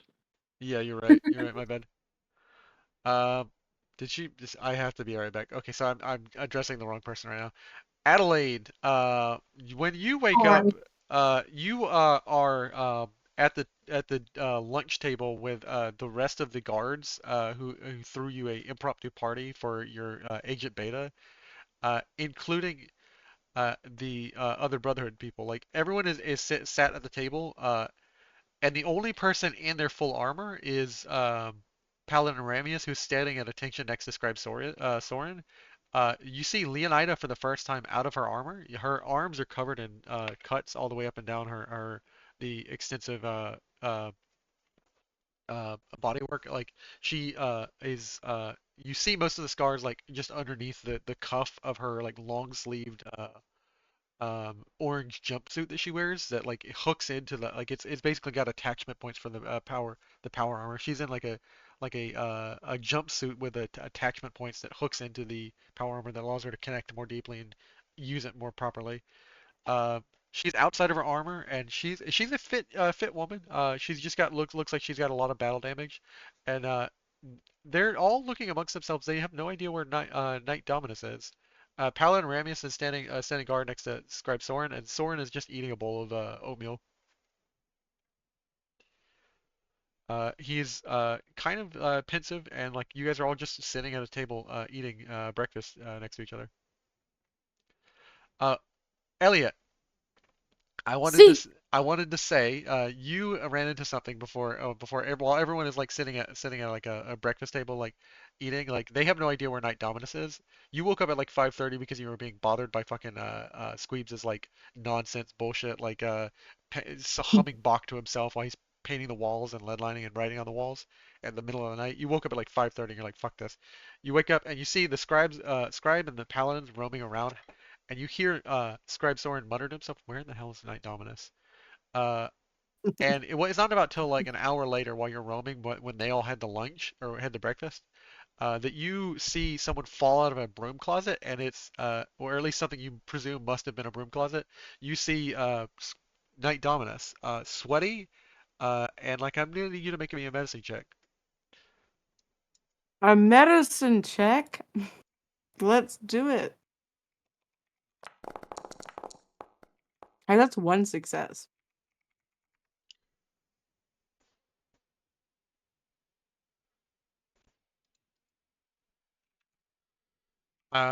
You don't know, you're not a doctor per se, but you can tell when someone has had a little bit too much of the Mary Jane, a little bit too much of the Radgrass.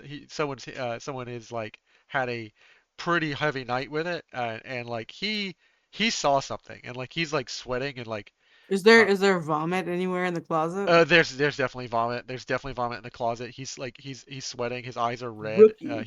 He's just drenched in sweat, and like he is like absolutely like his mouth. He keeps like going out his mouth like he's got like a dry mouth or something.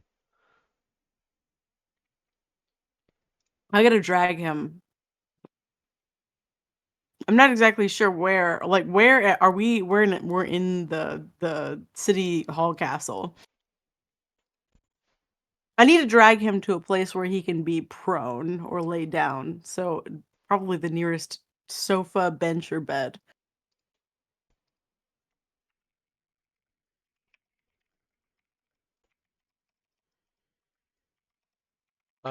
So you get him there, and he's like frozen and panic. And before it takes him some time.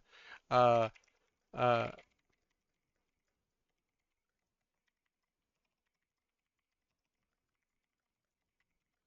where he before he processes and looks up to you to speak, he's like heavily like just kind of shook and uh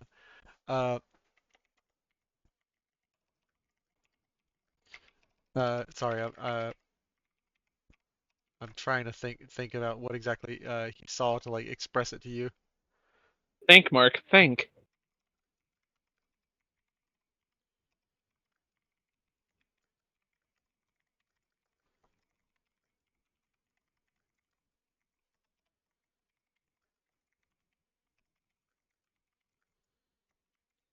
It's a vision that Knight Dominus had while high on Radgrass. He looks up to you like worried, like oh God, scribe or sage, code switch, sacred code switch, save me. I don't know what to do to prevent a vision. Like I know I didn't change anything in the code this time. I had a I'm trying to think of a code term for this, but like a forwarded variable. I had a forwarded variable, I saw a thing that is to be. Like I'm pretty sure I had a vision like a of the future. What did you see, man? It it's, I saw Arthur Maxon, and Was he hot? you don't understand. Like, oh, please take this seriously, Code Switch. I need you to help me. Like, I'm already helping you. I saw them like a sea of Brotherhood banners, tattered, defiant, marching through the ashes of the old world. They chanted his name as if it was a sacred incantation. I saw a towering monument of like it was like rusted steel and bone. His power armor enshrined, a relic revered. It, Is this a Dune reference? yeah, this is a Dune reference. Like this is like I saw people worshiping at the throne of my father's skull, Chanting my name! chanting my name. Like he he I saw people. I tried to scream. I tried to warn anybody that I could. I tried to change the Pascal bytes of the vision, but it was lost in the cacophony of the screaming. It was drowned in the fervor of a war forged in his name. A warrior religion that waves the Atreides banner in my father's name! Yeah. Exactly. I was trying to be subtle with it, like coming up with it, but like fuck it, like I'm a hack. Like it's a reference. But he essentially I sees like it. he essentially had a vision of like a war waged in Arthur Maxon's name. Like he saw blood and gears and rusted gears and tech swallowed up, not used, not preserved, not protecting humanity, but like turned back on humanity in waged in like a holy war on for Maxon's name, worshiping him as a cult of personality. Listen, Night Dom. Reggie.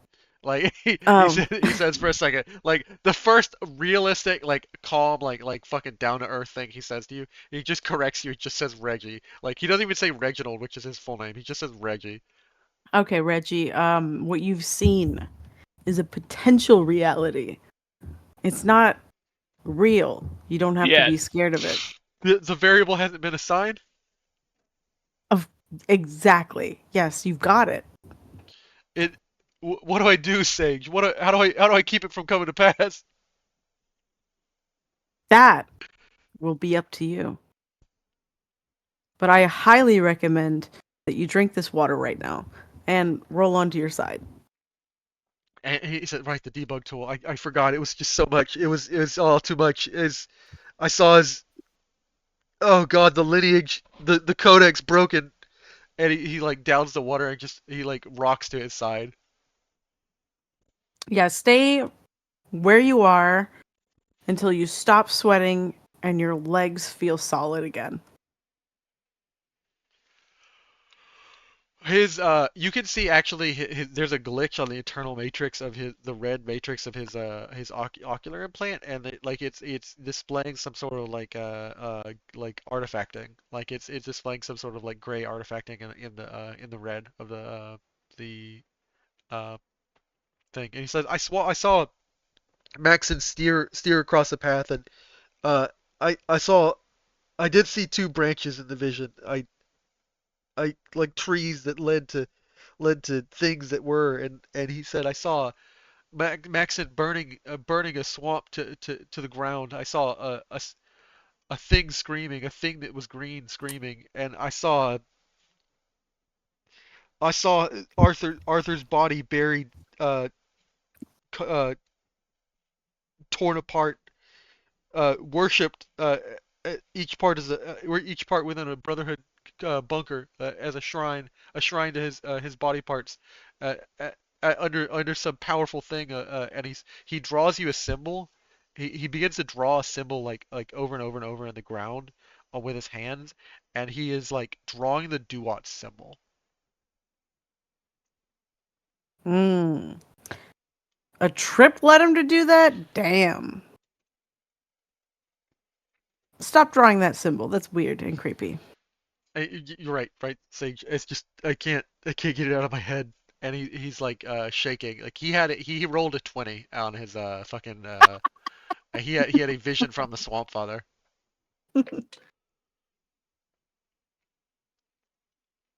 We respect the Swamp Father in this house. What was that? We Papa we bless. respect the Swamp uh, in this house. and he's just on his side. You now have No kings but one god, apparently, according to Elliot. My faith has changed. everyone who runs into the Swamp Daddy says Swamp Daddy God. Or as we call him, Saddy. uh, Anyways, uh, you now have to find out what to do with like this kind of like laying on the floor, middle of the hallway of this castle's Knight Dominus, while the rest of the Brotherhood of Steel like group like are just kind of like eating in the middle of the hall, eating in the dining hall of this castle. Well, first of all, it would be rude to eat without him, but I absolutely must eat. So I go, if there's like a buffet or something, I Yeah. fill up 2 plates. One is for me, and the other one is half also for me, but also half for Knight Dominus.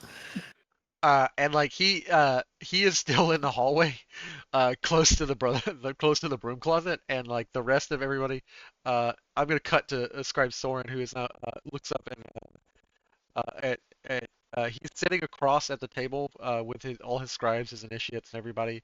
For some reason, red matches red, I guess. Like Carter decided to sit opposite Soren during this the banquet hall at one of the tables. There's two large, long tables, and the NCR and like General Burnside is sitting at one. Marcus is sitting at their table, and you've decided with Adelaide to sit across from Scribe Soren, Carter. He looks at you and says, "Interesting crowd last night, huh?" It was to be expected. Really, I was not under the impression that you were. I was under the impression that your people were fairly well behaved. Docile. That was the problem. Care to inform me about that? You kind of left that part out, and he's looking at you like locking eyes with you. He's not blinking. Yeah, I'll explain it to him. Can I do a? I'm trying to think. Can I do a? I guess this might be more charisma science. Maybe. Check with him. Yeah. To You explain what's going on. You definitely need to. I'm just gonna go ahead and warn you in advance ahead of time. You are basically revealing that there was a very dangerous tech, pre-war tech, in this town, and if you don't relay this relatively well, the Brotherhood, who is already approaching hostility towards you, brother Ramius will is gonna declare something. Basically, you will possibly set him to hostile, depending on how well you roll this. All right. Do you guys mind if I? Yeah. Party AP up that bitch. Use all. Do I have any personal AP? No, you have no personal AP. You shouldn't at least. Use party AP and your luck to succeed. It's gonna be a All right. difficulty 5, because you are trying to somehow with this not set off the guy who is in giant power armor, the only person who's super armored during this breakfast meet. Oh, I thought I was talking to the scribe. You're talking to Scribe Soren, but standing behind him and not sitting at the table is Palin Ramius. Standing at attention is Palin Ramius, right next to Soren. All right. I'm going to use my smooth talker for 3d20, and then I'll spend 3 AP to party AP to make it 5d20.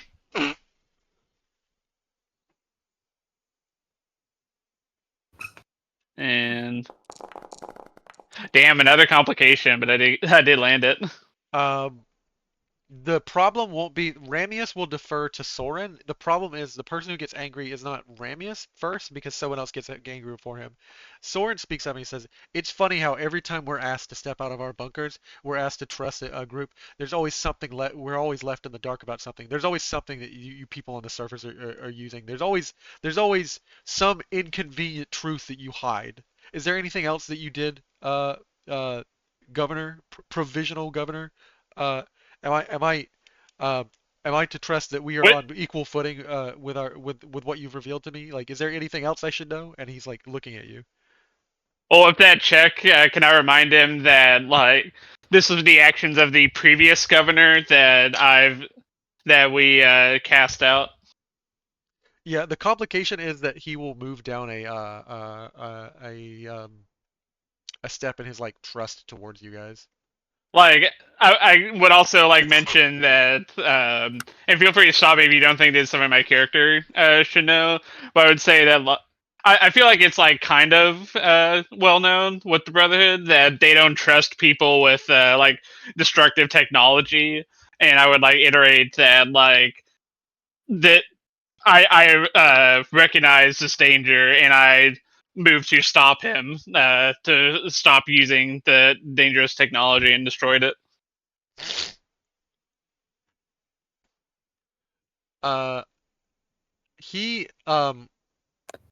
He will acknowledge that you did disarm the current governor, but Scribe Soren will essentially say, and I'm trying to find the settings for how where he is in the in terms of friendship with you, what the setting is for. I mean, we already do have some rapport with the initial conversation we had. Yeah, so he meant up one in terms of like he was friendly to you and now he's back to neutral.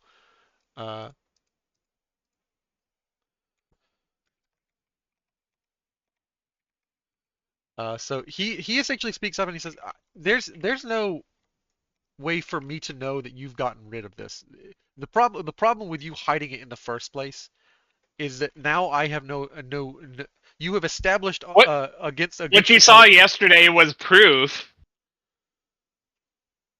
If I hadn't gotten rid of the brainwashing chemicals, why would people be aware that they were brainwashed and have come off it? Come off it and be aware that they were brainwashed. There's no way to prove a negative. I have no way to prove that you've gotten rid of every trace of this. Can you at least let us into to observe the Vault 2021 and see any notes you have on this drug?" Adelaide, you were in charge of destroying the chemicals. What? Yeah, fields. Yeah, that had to do with like our tech. It was like all in the food, and as far as I know, which I kind of know my fields, it's all been removed. Now, I'm not gonna say that I can't be proven wrong, but it should be gone. Unless these sleaze bags hit it elsewhere, but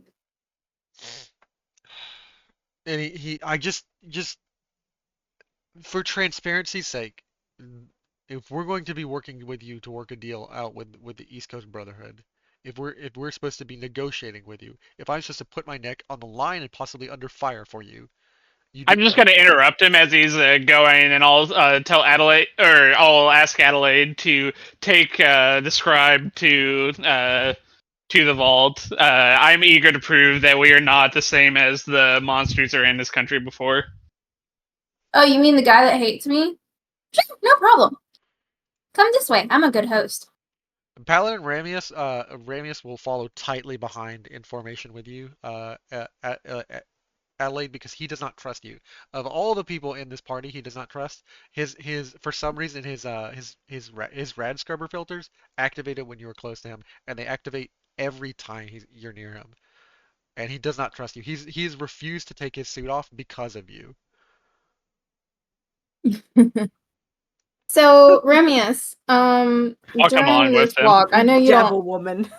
Yeah, I know you don't talk much, and it's not like you're gonna say jack shit to me anyway. But the fuck is your deal with me?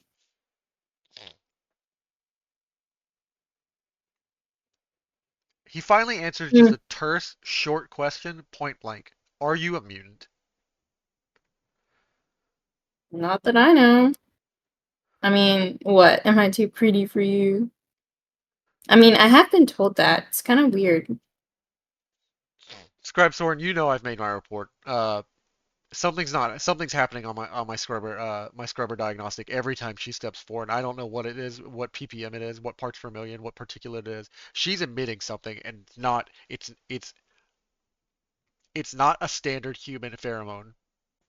It's or not. He doesn't say that. It's not a standard human particulate. I have no idea what this is in my scrubbers. It's not reporting. It's not any diagnostic I have. I have no idea what she's emitting, but she's emitting something. And I have told you that before. And I have warned you to wear your scrubbers. I've warned you to wear your gas mask. And you've directly. And the scribe Soren holds up his hand. We have discussed this, and now we are on common footing, Ramius. Answer the question, child. Are you a mutant? No? Aren't we all mutants though? Like, Yeah, technically, I like studied chemistry. I'm saying this as DM. You guys are all mutants.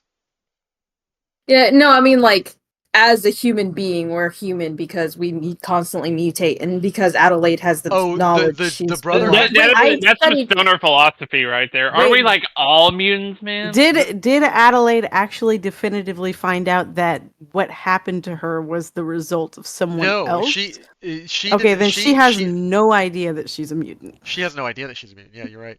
No, it's like so. Like she's starting to argue the point. It was like I'm like not going into the point of like it's just like Aren't I the only one that Very knows because I did the Yeah, dream thing? you're the only one that knows, Yeah. Carter. I mean, I Like, feel I'm like not I've a looked in very the mirror and seen my eyes are weird, and my ears are now The only pointed. way tacitly any of you could know, or implicitly any of you could know, is that she has something happen to her whenever she goes into the Indian Springs water. That's your best guess, but like none of you overtly know that she has a mutation except for Carter. Maybe she's just hot in a bikini. Yeah. It's like, listen, I know you're a prejudiced people, but if you like need to ask me if I'm a mutant just so you can be racist against me, that's kind of fucked up.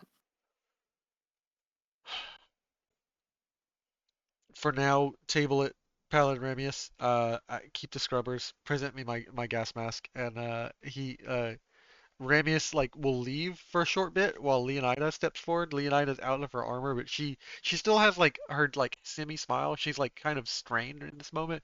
She's like nervous at the tension that's going on. Leonida has been the kindest of all the Brotherhood members to you so far.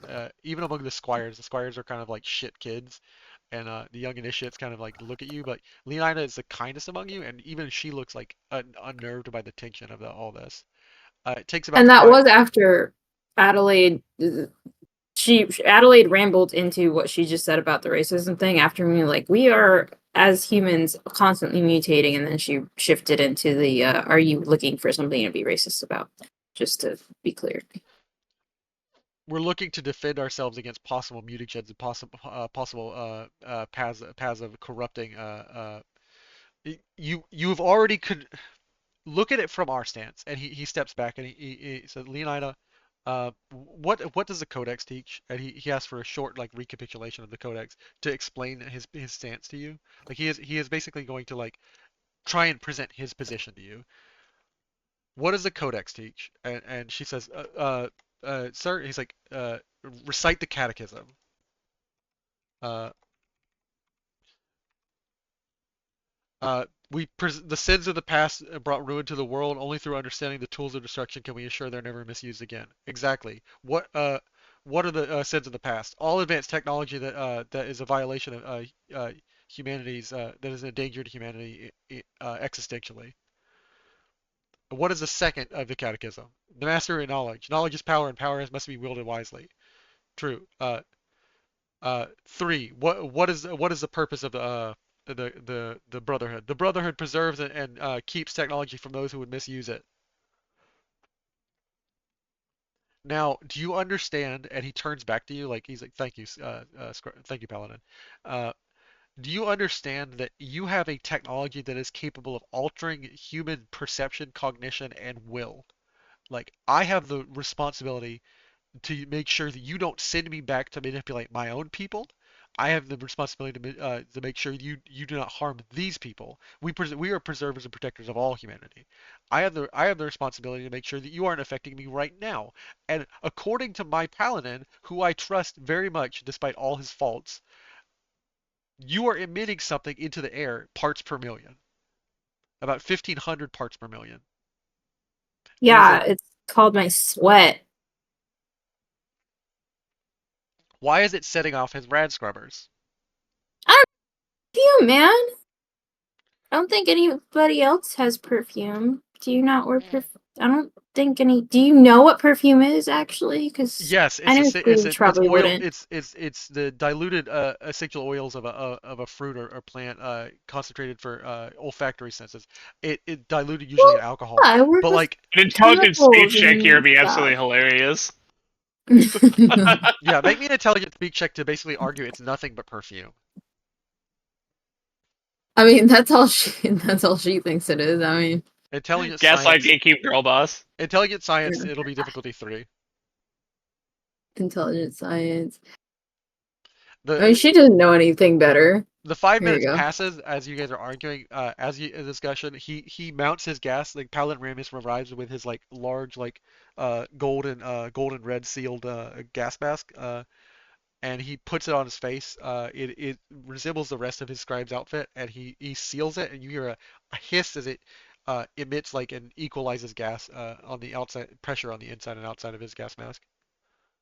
Um, you succeed because you have the science you have the you succeed because of your thing that gives you a heartbreaker that allows you to affect somebody. It wouldn't have succeeded because if he had already had the gas mask, but since you say it just before it arrived, and you were still affecting him with his pheromones, this last one give you a free +1, so you got a 3.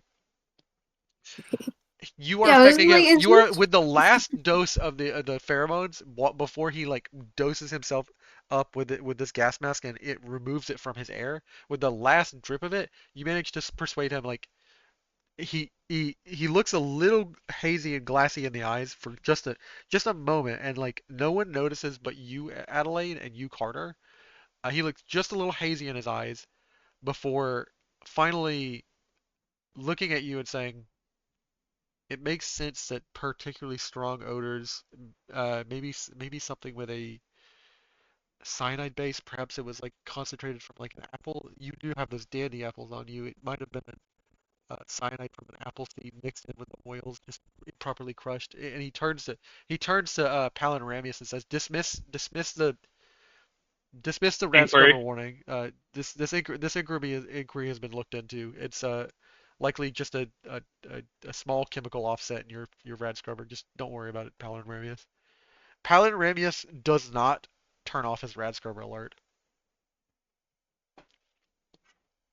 I The mean, I work with a lot of chemicals, like on a day-to-day basis. It's what I did growing up, and sorry if it like fucks with your shit. It might be radiation, to be honest. I mean, some of the stuff I work with, I don't always purify, but I smell good. Palin Ramius and Leonida follow along. Knight Dominus is with Elliot. It's about halfway through their walk, as they're exiting the hallway, that they run into Ramius, like finally sitting up. Like he's no longer laying on his side. It's about 30 minutes as they walk through the castle before they exit and they're heading towards Vault 121 that they run into him in the hall. And Scribe Soren says, "Report, Knight Dominus. Where have you been? You've been out. You were supposed to be in the MIA. bunk with you've been MIA. Yeah, thank you. You've been MIA outside of your quarters with Palin Ramius. We're supposed to maintain visual recognition with each other. I stay with Palin and Leonida. You stay with Palin and Ramius. You've disobeyed the chain that binds. What say you?" And he says, "Sir, I." And he turns to you, Elliot, like he wants to know what to say about his vision. He thinks that you know the best thing to say. Code switch. Bro. He has some concerns. As do I. Report, Knight Ramius, or Knight Dominus. Sir, I believe I've had a vision, and at this, Scribe Whoa, whoa, Soren, whoa. I want to be making the like the hand waving like no vision talk, bro. yeah, and like I believe I've had I believe I have a potential damage report, sir, of possible, uh, I I've been thinking a lot, sir, and I think Arthur Maxon might be a danger to the Brotherhood. And Soren looks at him. He says,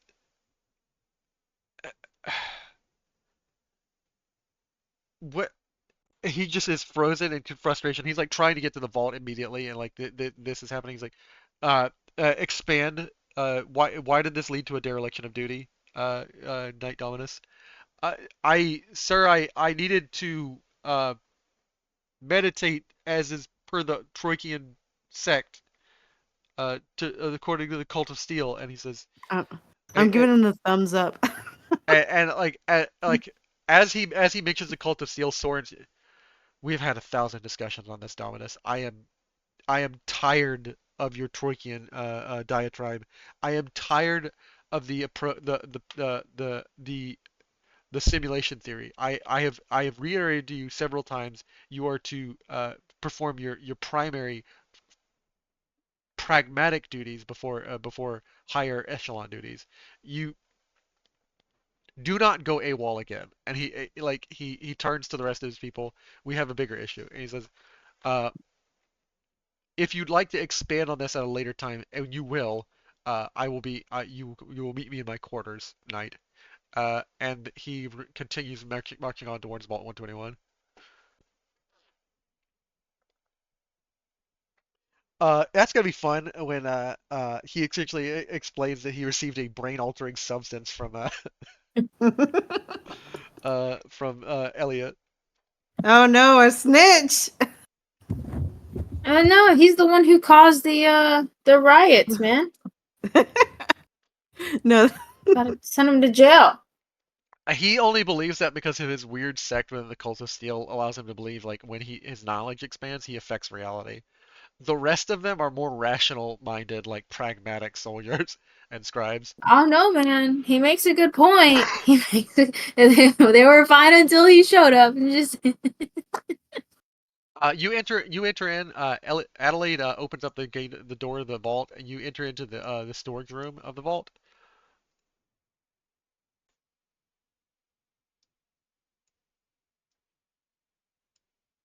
well, here's this.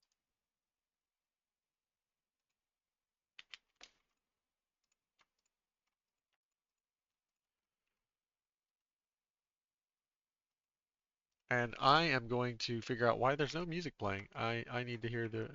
Uh,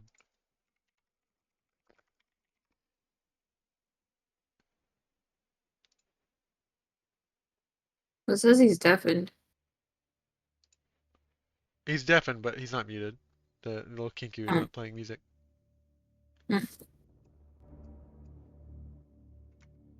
Here it is.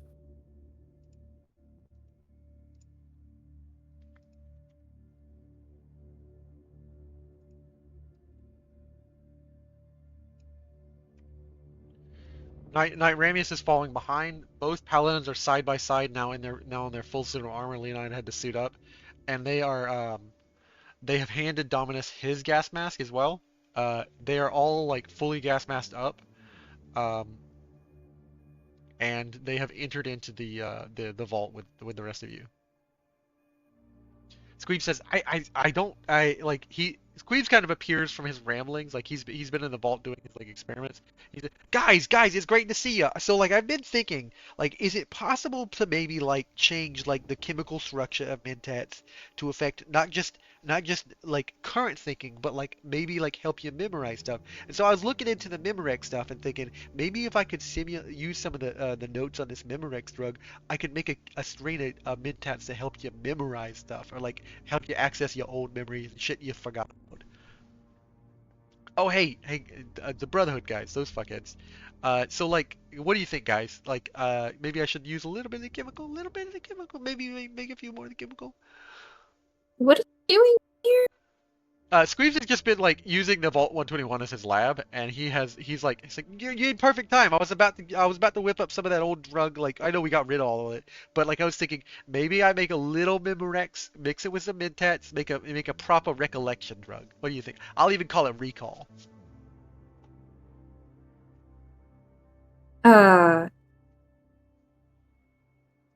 Like to get rid of like old timers? No. What the fuck are you on? I'm talking about like I'm gonna make a drug that helps you remember shit you forgot. Like it's gonna be Mentats, so it's gonna help you think better. And then it's gonna be the Memorex drug, which is gonna like it accesses some weird part of your brain. I don't understand it completely, but that's why I'm a chemist. I figure this shit out.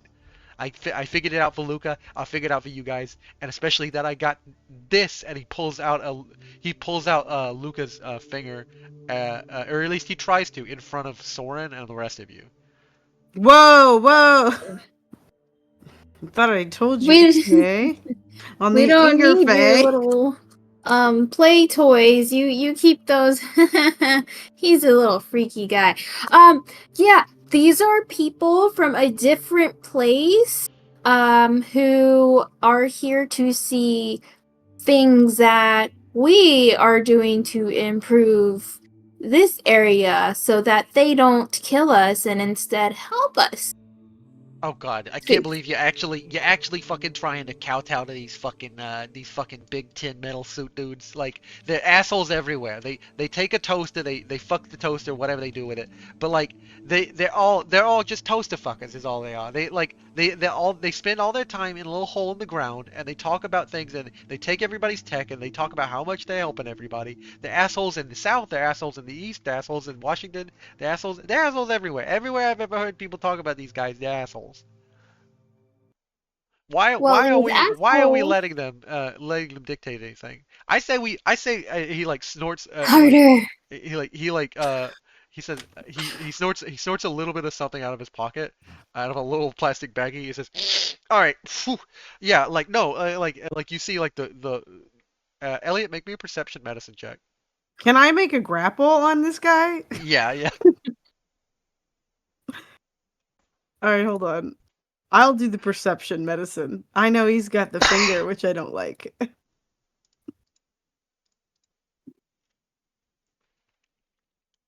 Just a base roll, like no, don't add any die. I just That's a want to see. crit.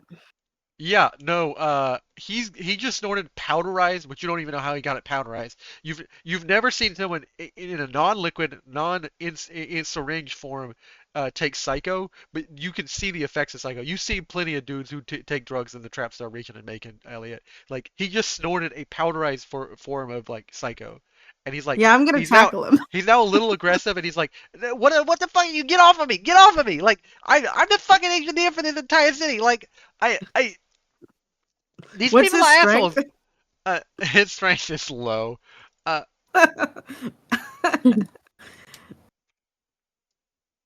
Anybody want to explain why he's out of control? He's about to be back in control. Don't worry, I'm on it.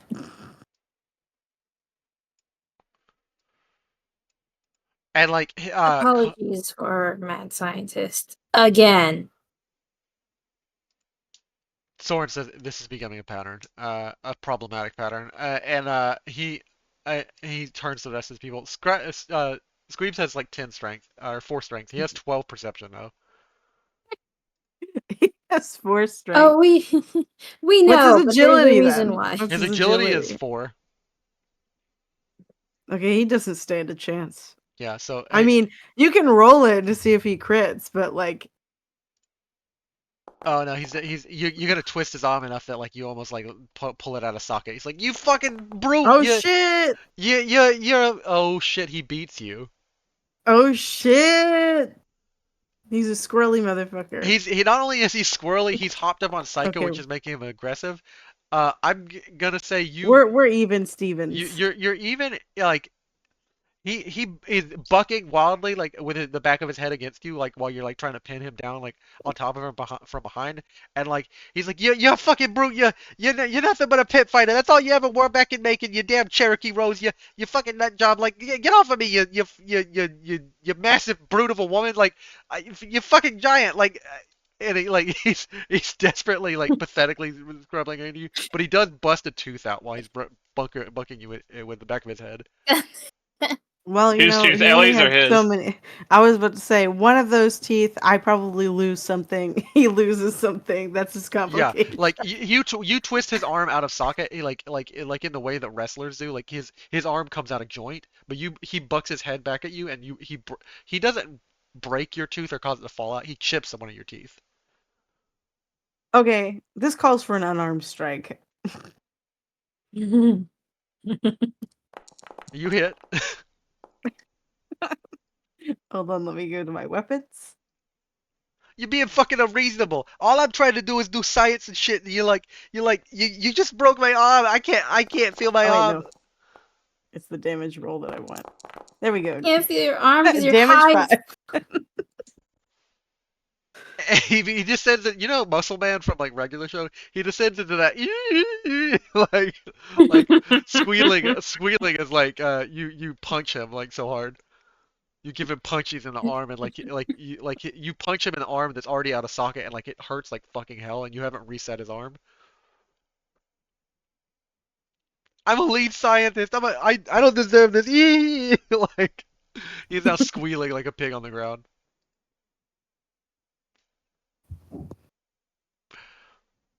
I'm not sorry to have to do this to you. I always kind of thought I would eventually have to do this to you. Give me that finger, you little bitch. No, you're not taking my finger, and he's gonna like this is gonna be definitely a roll off. I'm gonna if he had any personal AP, I would use it, but he doesn't. So it's gonna be a roll off, and he's gonna attempt to make an athletics agility roll. Or actually, he's gonna spend a luck point using his higher luck stat, and he's gonna try and luck athletics it. So you need to roll an athletics for as well. And All right. He can if he can beat a 3. no, Ooh. no, that's my fucking finger, man. That's my special finger. That's the Lucas. You don't understand You can have the finger back. I've had chemical breakthroughs with that shit, man. That's the problem. I'm having a breakthrough every day with that shit. I made gasoline and like Ramius and Leonida are looking at each other confused as hell. Knight Dominus is like just pale, like kind of still like still clammy looking, and like he is on another plane still thinking about his vision. And Sword is the only one who says, "What the fuck is going on?" And it, like finally just cuts through. Nothing. He's just a little bit strung out and he needs to go and rest. And I'm going to drag him if I can under the influence that he will get the finger back if he comes with me willingly. It seems he's made sufficient improvements while on some drugs that helped enhance No. the speed, and now he's like having to have them and acting like a fucking. But we're gonna get him off of that. Do any Sorry. of you do like Scribescorn is going to roll a speak check. Do any of you operate in a? Well, I rolled a plain speech check and he crit twice. Holy shit! Oh my god. What the fuck? Do any of you operate in a state of plain human sobriety, like unaltered, regular human sobriety, like fucking, and he, like at this, like some of his like his like not Jersey but like Californian accent is coming out. Do any of you Hey. fucks like like? And he looked past the two ghouls, at the two girls, at this guy. Like, are any of you like just normal people? Like, I just need a normal person to talk to. Hey, You normal people gotta get call high the steel sometimes. guy. I am You shouldn't be talking. I am relatively normal besides being a ghoul. I mean, Adelaide's pretty chill. She's You are just a little straining flirt. you are making it, and he steps forward, pulls both the ghouls aside, right here. He pulls Carter and Marcus aside. Sorry, Marcus, let me move you right here. He says, Sword just throws Marcus straight into the room. "Yeah, I Yeet. I am already not popular with my people. I am already straining an attempt to. I am the one who suggested this expedition. You will get no other help from the Brotherhood besides me and besides the people I brought with me. I have brought people who are useful because they represent each facet of my beautiful people. Like they represent our religious background, our thoughtful background. They represent each deep facet that is each tooth on the cog of the Brotherhood of Steel. But you do understand that it is a strained and difficult thing for me to convince people who are already isolated to want to interact with. And he points at you two specifically, and then he points at other people. Whoa. Like he's to this. Like I am trying to tell them that we should integrate. We should accept outside society. Like outside society is not that strange. Outside society is not that perverse. And then I am running against a wall everywhere here, Carter. Like I am running. You've hidden facts from me. There is a powerful archaeotech that is being used that is dangerous to the people here that you did not declare. Like how am I supposed to explain that to Maxon when it comes up? Like how am I supposed to work against his anti-ghoul prejudice? I have no problem with you, but you are making it difficult for me at every turn. Like. Hey, whoa, this guy's freaking out. He's not even a ghoul. He's just kind of a dude. who really likes Maybe he drugs. shouldn't lie to his people. Upsiders are definitely weird. Vault dwellers are different. And if they can't accept that, then they're gonna have a really rough time surviving. But that's the thing. My people want to isolate because you are different. And I have no way to work against that. Like I have no way to tell them you are acceptable enough as in your differences. I don't care. And like he says, I come from. Am I not showing them how we are different and what they think? Like I can see in your paladins that they do not trust us ghouls, but I'm showing that we are not demented, we can do good, and in fact we are trying to do good, as showing by the gesture I've made of destroying a dangerous technology that has been corrupting these people here for 15 years. And he says, I am part of the. If I was doing this out of malice, I would not have brought you here. Make me a charisma speak check. I really want you to succeed. It's low, so it's like a 2 or 3. Do the Brotherhood of Steel people like just not get strung out ever? No. Can I spend a luck point for this? They don't allow Kim use in the Make a luck roll. They will exile people from their bunkers for Kim use. Can I spend a luck point to do a luck based roll? Yeah. It technically Radgrass, not a chem. It's naturally occurring. So the 2 or is it 3? It's a 3 because your perk. All right, I'm gonna re-roll then. There we go.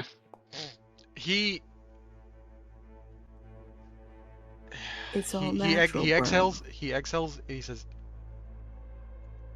"I am part of the tooth of the cog, which is the stratified social expansionists.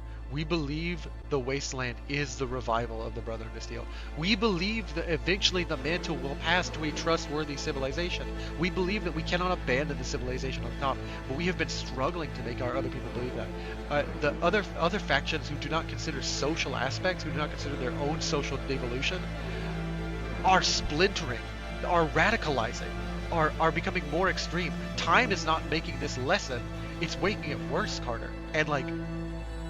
And you are right." And he exhales and he puts a hand on in the back of his neck. I'm going to retort with the quote I got in my character bio. History doesn't repeat itself, but it does quite often rhyme.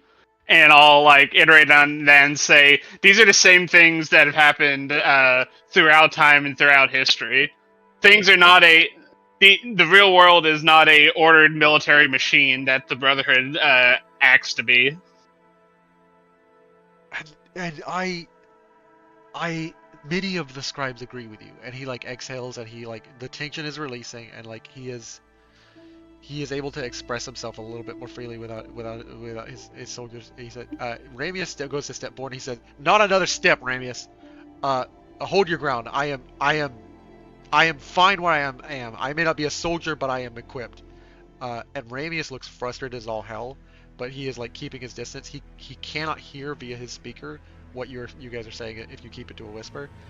And he leans back to you, Carter, and back to you, Marcus, back to you, Adelaide. And he says, "My people's future is reliant on the cooperation that we have. I am trying to get Maxon to see that we are devolving, that our mission to protect technology is becoming one of a hoarding madness, that there will be a society that we have to reform and reorder, that there will be a society we can trust to give the mantle of our technology to and to entrust it to, because though it be dangerous, it can be trusted." But like everywhere I see an obstacle socially. I see a conversation, just one failed conversation. How do you think we'll get across the battlefield? How do you think we'll get to Maxon? How do you think we'll get Maxon to hear us? I am just one man, Carter. And he's like desperately like, I am the only person that they would send, and I am the only hope for getting Maxon, a person who a cult of personality is forming. And he turns to he says, "The person you guys like so much," and he looks at Leonida, and Leonida just kind of gives that flat smile that she always has on her. Of all the people in my faction, I trust the least. I trust Leonida the least. Because she will do whatever Maxon says. And I have to sway Maxon himself, and I don't know if I can do it. And I need you to convince me that you can redeem your people in his eyes. That you can redeem the wasteland in his eyes and show that the wasteland should be welcomed, not feared. The wasteland may be different but not worthless. I'm standing here today because I've already taken down one cult of personality. Maybe we should introduce him to What do you mean by that, Carter? I scribe Saran. I can tell you that progress forward is not easy. I have lived through a long time dealing with tyrants that would want to push man back on the West Coast. There's a reason why it took the NCR so long to get act together, dealing with so many forces that want to undo what good the NCR have done out there.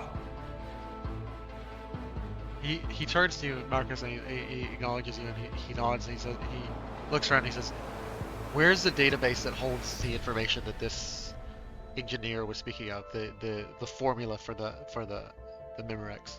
He says that you still have the formula. What did we had it in this room, right? That was where the stuff was held that you guys got rid of. Computers are in here. Okay. Was it on the terminal? Scribe Darwin, it is this way. It seems we have wasted enough time at it, and I would rather have this not dissolve any more than have to be. He reforms the group. He says, "Paladins, to me, we can work this out." And like he's not like giving a much acknowledgement, but it's in this computer room, like in the back of this room. It is this way. Elliot, get Squeebs out of here. I mean, that's what I'm doing. Yeah, get Squeebs a clean bath, sober, and make sure he get his sleep needed. I get he is eccentric, but he's making it worse. Everything that you're asking out of us, as chaotic as we might seem right now, we have already reformed other societies. Sure, they're starting out, but they're doing it.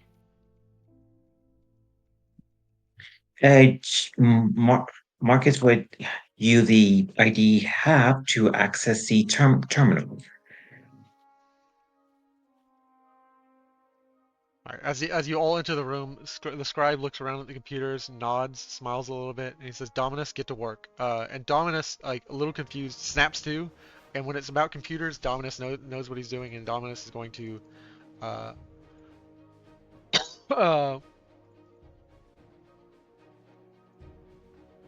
is a roll. He needs to make a roll of at least.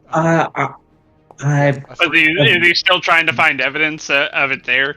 Yeah, they uncovered the formula relatively quickly. Marcus have the governor ID badge. Would that help get to? Yeah, it unlocks it without Dominus even needing to make a roll. It unlocks the code, but Dominus codes on another terminal. He hacks the other terminal just to confirm that what you're presenting to him is the only information available on the server. Sir, I have it right here. It's and he says, "Read it aloud,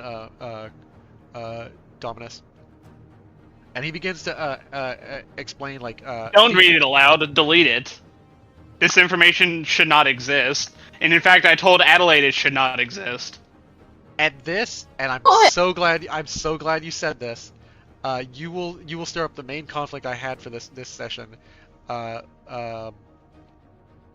one person speaks up who has been relatively calm before you and says, "We will not be deleting it. Preservation of technology is paramount. The codex must be obeyed," and it's Paladin Leonida. Soren looks to you confused about what to do and confuses his own people. Leonida, I am the head of this mission. I believe it best to We already know the dangers of this technology. We already know its implication, what it was intended to do. Just from the short notes that we've already seen, we see Leonida stamps her foot in the suit of armor. I will take the reins of this mission, Soren. We preserve I, technology. Can I make a charisma check here? Yeah. Leonardo, Okay, go first, how Marcus. familiar are you with the Master and the Unity on the West Coast? Very familiar. We are taught to honor the history of our fallen heroes who fought against the Master and the Vault Dweller who interacted with us and was able to destroy it with our knowledge. I lived through that era. I saw the damage what one person with powers caused by technology and knowledge of advanced science can cause. This is very dangerous information if it ever was misused again. Some knowledge is better lost to time for everyone's safety. Even That if it's in safe hands in the Brotherhood, it's a matter of when it eventually get into the wrong hands. You can understand. Humans are not the most perfect individual to preserve such tech, especially as generation pass.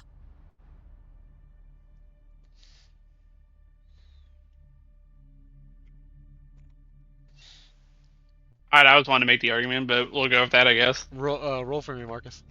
Roll for me, charisma speech. Oh boy.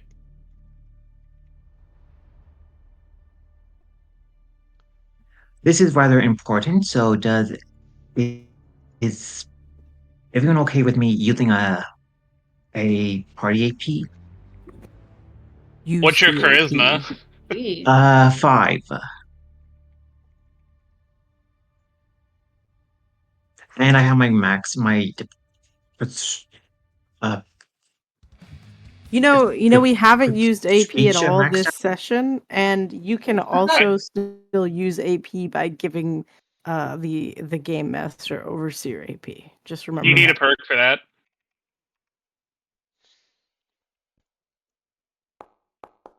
You don't. Wait, huh? What? You need the daring nature perk to do that. Oh, I only clicked.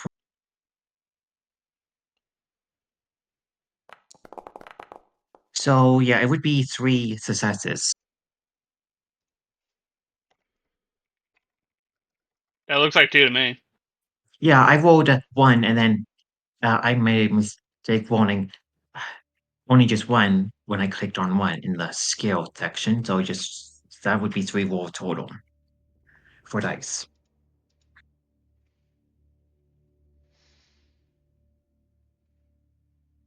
So if we're counting that as 3 rolls, then it's 4 successes. Yes, 4. Yeah, 2. Yeah, so 4 successes.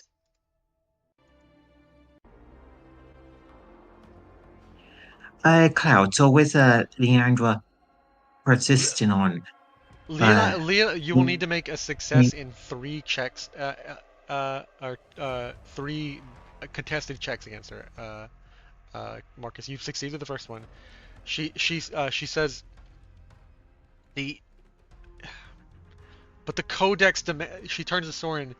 Paladin, Ramius, am I wrong? And Ramius turns to her and you'll need to convince Oh, no. Ramius now.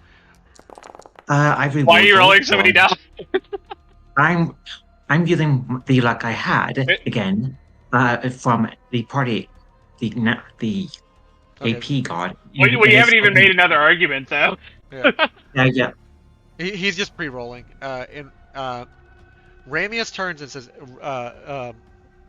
"You are in clear defiance of the Codex now, Soren. And I knew you were making problems, making waves. I knew that this mission seemed funny. I knew that you were being schismatic. The Codex clearly says technology must be preserved, not destroyed. This, as dangerous as it is part of the Codex to preserve dangerous technology, and to keep it out of the hands of the public.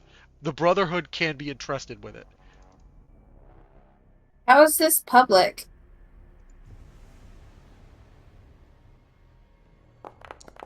It's not like you guys aren't like with us. He fails his speak check as Dominus begins like muttering something like distracting him, and he slaps the with a steel backhand, like he slaps the Dominus and says, "Shut up, Torkian," and he turns back to Soren he's like beginning to get tense, and get a little like anxious and jittery, and like a nervous tick of like muttering uh his cult of steel phrases, and it's annoying Palinuramus enough that he missed that argument. You have one more success to make, and Soren will aid you with a +1. So like I've got a bold idea for this one. okay. Like Oh, their what is infighting your here is like becoming fairly obvious going on, and I'll make the argument. I guess it is like kind of in conflict with the Codex, but I'll mention that you claim that the Brotherhood is can protect all knowledge, even dangerous knowledge. But the infighting I'm seeing here means they shows to me that the Brotherhood is not better than the old government that used this for evil. This will be deleted. Is the only way to protect the wasteland. A cloud. So that +1, is that just a extra dice roll? Yeah, that'll be an extra dice roll or whatever Carter rolls. It- Um, roll me go ahead and roll me a speech check, Carter, and add a +1 to whatever you get. And I'll roll Okay. I'll roll for Leonine. I know Leonine is gonna finish this off, cap this off. It's her Alright, it's her blind devotion to Arthur Maxon, to the Maxonian line, and the Codex itself. And like the Codex cannot be deviated from. That is causing this issue. And she's stirring up Ramius, despite Ramius being like a separatist and who should lead the Brotherhood. He's not a separatist in the Codex. Yeah, spend a luck I point just to looked it a up. luck roll Daring... with this. All right, because you said all that, I just looked up Daring Nature. Whenever you attempt a skill test and you buy one or more d20s by giving the Game Master action points. Giving the Game Master action points is something you can always do. Yeah. So you can buy AP from me. You do not need a perk to do it. I'm gonna use all my AP that I have to make her roll like 4 basically, because I have 5. Okay, the way Daring Nature is worded made me think that Daring Nature gives you that ability to give the Game Master action points on that. No, I just want everyone at the table to know that we can always buy. You can always but buy we're a die risking something. Yeah, you're making me more powerful something. in a roll. Like you're making me more powerful because I can roll more die as well. I was about to say my other DM has like 10 Overseer AP. Yeah, do also keep in mind that his is not capped, so he can like be piling it up forever. Yeah, I could get to the point where I have like 20 of it and just use it all in one situation to like really fuck you guys over. Like say like when you meet Arthur Maxon.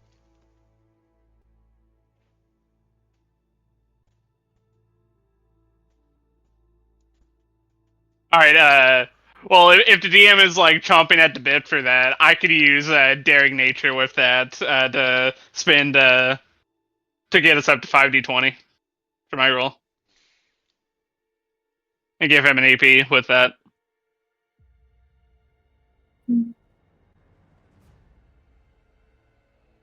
And I was asking, but it got interrupted. Can I spend a luck point to make this luck-based roll? Yes, you can. All right.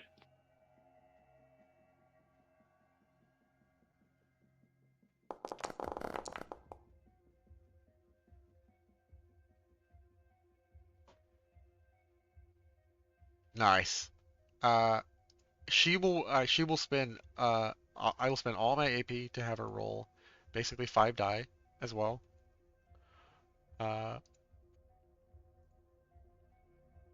You get a +1 because the scribe is going to speak something. So she's got to be an 8. Yeah. The scribe, when before Leonidas says, it is clear according to even Paladin Cross's excerpt in the Codex, in his entry in the Annals of the Codex, through discourse We do not help them. We do not let them in. We keep knowledge they must never have. And this Soren is like desperately flipping through his Pip-Boy. He taps a button on his Pip-Boy, sends something to Paladin Ramius and Paladin Leonida's heads-up displays and their power Helmet. armor and their helmet, and it reads out, and he says, "Read it. What does it say? Who is it from?" Leonida, who am I, and what does it say, and who is it from? And her voice hangs, and Ramius is finally the one to say it before she can. Fear though, give way your suspicions to the wisdom of thine elder. Where he shows trust, so shall you. Arthur Maxon. And she shuts up. I am your elder, am I not, Paladin Leonida? And she's just not responding.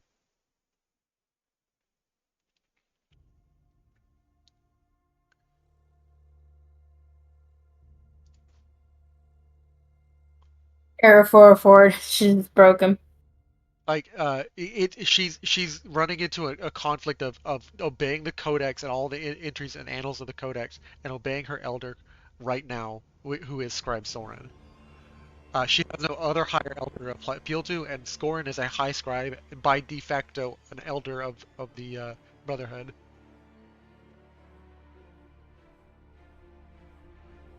You have the floor, Scribe Soren, and he says, delete it. Delete every entry you have on this drug. Delete everything you know, Dominus. And Dominus will do so. You can double check behind him, Carter.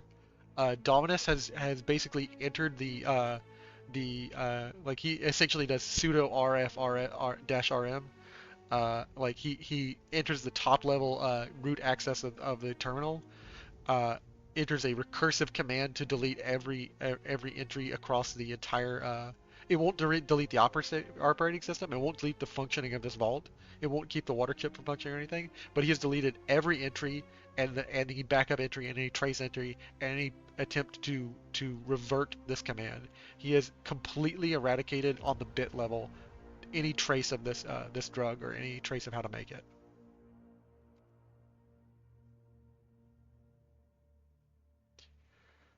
Can I roll intelligence science to see if I can double check him? Yeah. It'll be a difficulty 4. Do I get AP back from that speech roll? You do. You get 1 AP back. Oh, just 1? Yep. Okay.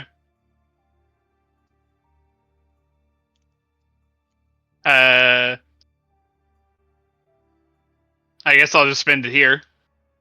I thought you got like the overflow back in terms of AP, hence my confusion.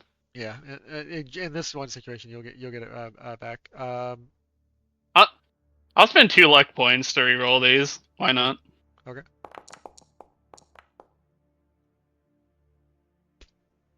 I did not reroll that 11, but I already got that one complication, so let me try rerolling that.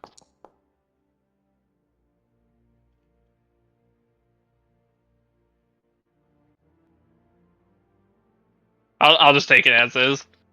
You succeed in confirming that the entirety of the vault has been the vault's history and access codes have been deleted, but this sets off a problem in the vault. And a warning alert in the vault happens, a klaxon alarm. You guys have 10 minutes to leave the vault because the vault's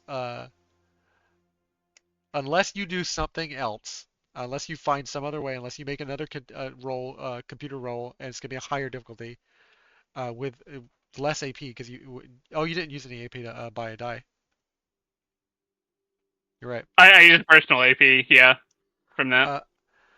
In that case, unless you make a higher difficulty intelligent science roll, what just happened because of the complication is that the internal vault computer that observes things, that the vault interconnected computer that like connects each of the vaults, has observed a deletion of like experiment critical data, and it records that someone has someone has disturbed the experiment, and it is ceasing all record of the experiment immediately. In other terms, the vault is self-destructing. It is set off an alarm. It is set off a klaxon alarm to warn people to evacuate, and it is self-destructing. It is What going have to. you done, Knight? I deleted from root access. I removed any trace of the drug, the drug, or any trace of any information about whatever was done in here. I didn't think that there was a second observer. Like this is an external connection from like, Marcus, Ellie, Then get people out of thing- the vault now. I'm gonna point to Adelaide. I will deal with you later if we make it out of this alive. What do you And mean? I'm I'm gonna the start only work- one I'm who gonna knows how to start- I'm- fix it. I'm gonna start working on the computer. Oh no! Should there I was bring? there was an external Should I connection bring from Vault Squeams back? 18. Vault Tech Corporation, San Bernardino Mountains, external connection, a reading from California, Vault 18. Observer, master level observer connection authorized, override permitted, and then it reads off the name of some AI, some like some Zax level AI, and then it reads off experiment contaminated, experiment discontinued, delete experiment. So y'all don't want Carter, Adelaide's you're help? you are now What? in Remius, what exactly is the command you used? and he says RM-RF like command level. I just deleted the entire server. I deleted all trace of the drug and everything. I just deleted every text entry that the entire server had. I didn't touch any operating system level commands. I made sure there was no record of anything in the server, or like he basically eradicated all the text, and like he reads off the exact command that he used. He not just eradicated the text, he then commanded the computer to uh, bit crush, not bit crush, but like you know how Duke's boot nuke, because I know you're a computer science dude. You know Duke's boot nuke will zero the entire hard drive. Yes. He zeroed the hard drive of the server, the hard drives of the server of this vault. Just nuke the entire operating system, yeah. Yeah.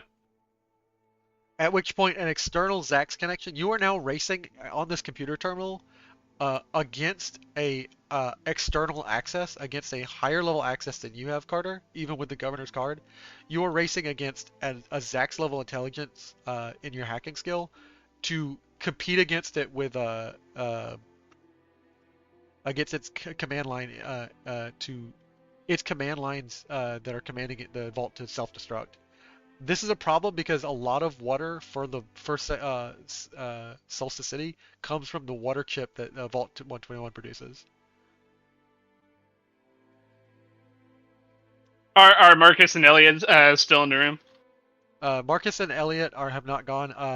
The scribe says everyone evacuate now. They pull out and they are heading out of the vault. Squeeb says, "Get the fuck off of me, Elliot! Something's going down. There's a klaxon alarm. We're gonna fucking die in here. Get off of me!" Yeah, do you guys need Squeebs right now? Because he's got a pretty high science skill, I think. Yes, Screeps, go in. I will help release help John. Squeebs. Squeebs has an intelligence of 10. As the scribe is leaving, I'm going to say thank you for dooming my city. He will take a. Yes. He will. Oof. That's bad. Yeah. Elliot, make me an athletics roll. Like you just need to hit a 1. He's like, Squeebs is like freaking out. He's like, I can't type like this. I can't type like this, Elliot. Reset my shoulder. Ugh. All right. This is gonna hurt. Oh no! You fuck up his There we go. Okay, there we go. I'll ignore the complication. You pop it in. He's like, ah, and you hear like a squirrely little. No complication. He gets like a huge bruise later. Yeah, you hear a squirrely little rat scream of you know, the man who is the myth and legend Squeebs, and he says, all right, out of the way, I got, and he picks out of his bag like a three like tins of like orange berry and like regular Mentats, swallows them down. And he's like, Carter, get out of my fucking way. He gets on it's the like other. this He is gets on the other terminal with you, Carter, and is racing against the Zax intelligence. I need both of you are gonna combine your successes against the Zax's successes, which is a 5. would Zax, having the former governor ID badge help with that? He said it does Well, not. it does not. It gives you the highest level access, but the Zax computer is accessing from like the Vault-Tec. Vault-Tec ensured that their experiment would work whether or not the overseer of any vault consented. They Vault-Tec ensured that they would have total control of their experiment even from the outside. Is everyone gonna forget that this is like literally my vault that I was, kind of mind-bended on working on? We do not have the time to discuss who's at fault. We have a fucking bomb going off, Adelaide. There's gonna be a bomb in the city, and it's gonna blow up Kata's house and everything in this forest and half of this fucking mountain. Yeah.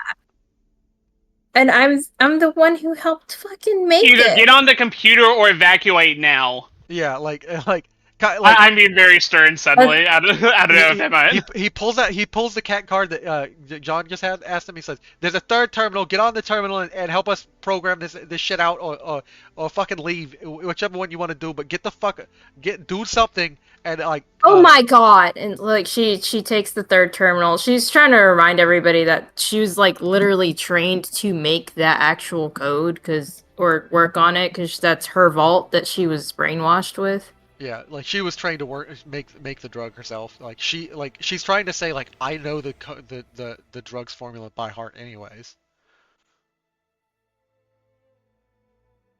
What do you mean it's gonna blow up? I made it. Blah blah blah blah. No, you're misunderstanding the situation, Ellie. Or worked on it. It's not the drug that's blowing up.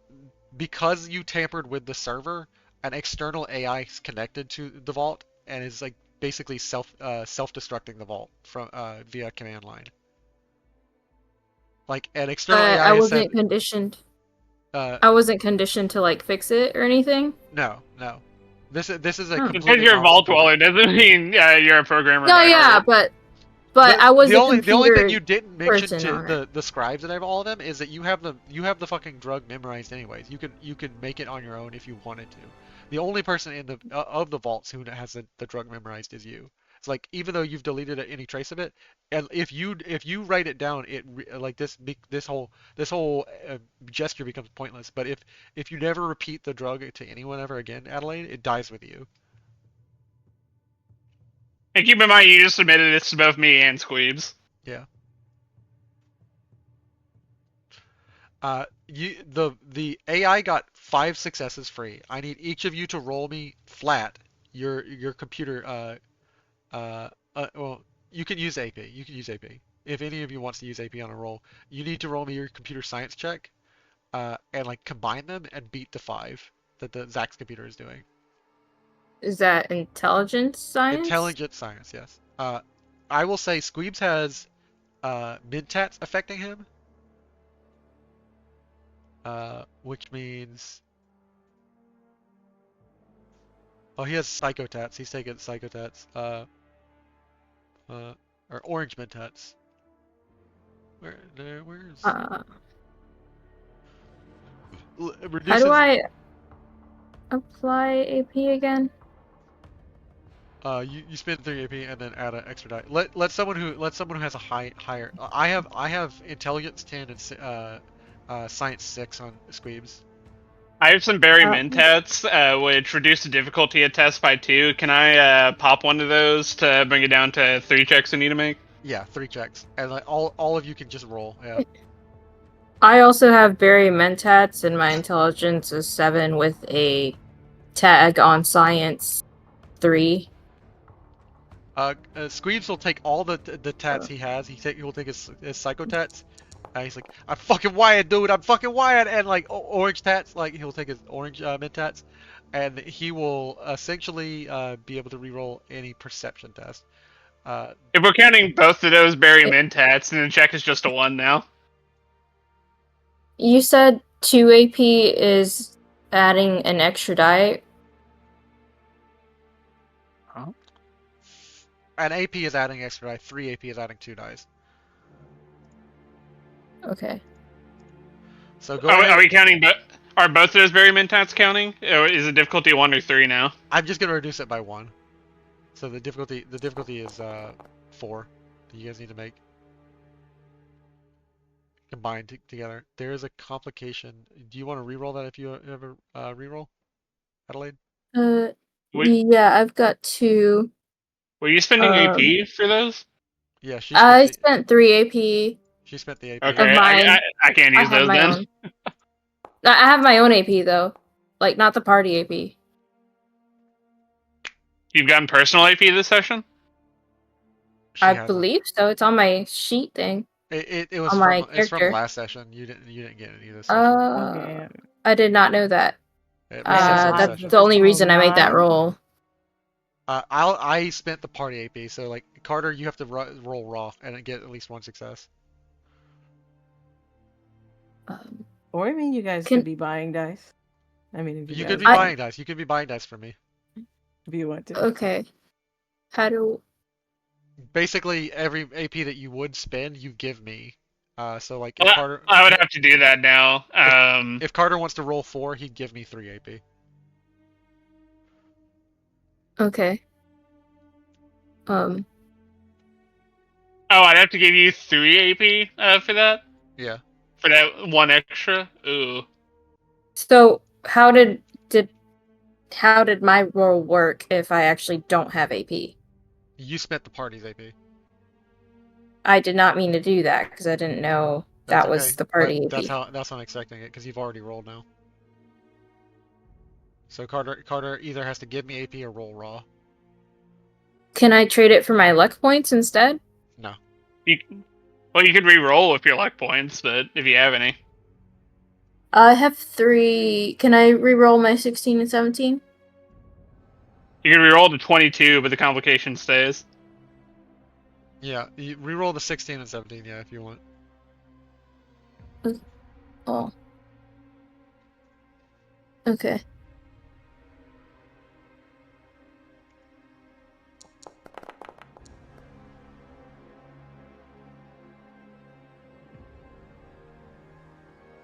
Alright, so that's 5 there. I guess I'll just roll mine raw, and then if I need to, I can use my remaining luck points to reroll.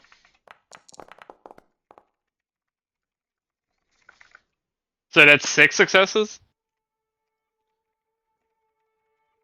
No, 7. Yeah, 7. 7 but a complication, so... Opening up on all your command lines before it deletes the operating system of the entire vault, and you'll have to like over several days like fix the vault in order to get the water chip to function. Opening on each of your screens is a blinking screen, like a little sad pip boy, a female, like a pip girl actually, that usually occurs on like a Adelaide and Elliot's like pip boys, like the little like pip girl icon, the female one. It's a little sad one. It gives a thumbs down, and then a command line interface opens with the Zach's computer's name from Vault 18 out in California, San Bernardino, California.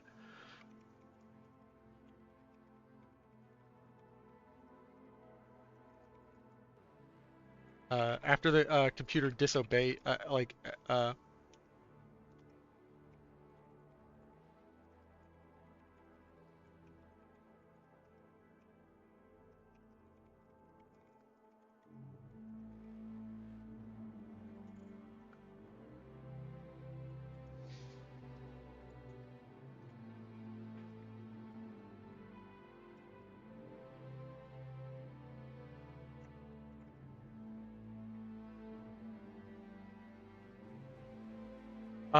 you see command line with each one like with a you see like you know how like there's a greater than less than symbol and the greater than symbol and then entries like to the right of it will appear like command line almost. It says initiate protocol V121 termination target Vault 121 condition experiment discontinuation detected action self-destruct sequence initiated status in progress ETA 10 minutes note compliance with Vault Tech experimental discontinuity.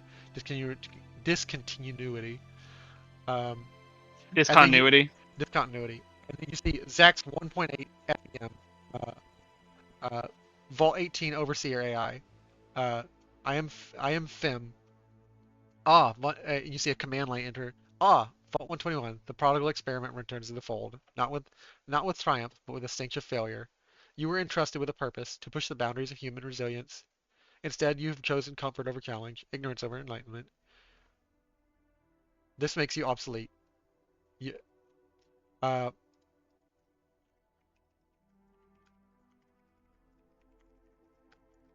it notices that you've shut out its commands, and then it frustratedly sends a message.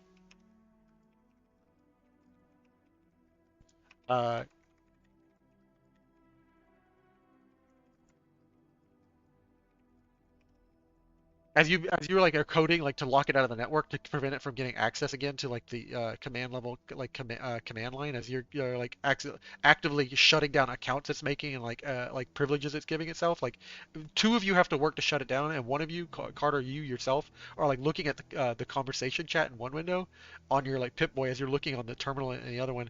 Like it's actively trying to talk to you and like even send like audio signals of its voice to you. It is now talking to you audibly outside of the command line. While you're attempting to lock it out of the network. Vault 121, your actions are illogical as they are futile. By aborting the self-destruct sequence and severing my access, you've only delayed the inevitable. Your defiance is a predictable anomaly. Proceed with your misguided rebellion. Vault-Tec will be notified. And Carter, you are finally able to shut it out. You lock it out of your Pip-Boy. You lock it out of. You delete every account. All three of you are able to delete every account on this operating system out of your Pip-Boys and out of the network access. It no longer is able to do access to the hardline, and there's no Wi-Fi in Fallout. So it's not able to connect to you like through any channel. And you shut out the voice of the Zax supercomputer.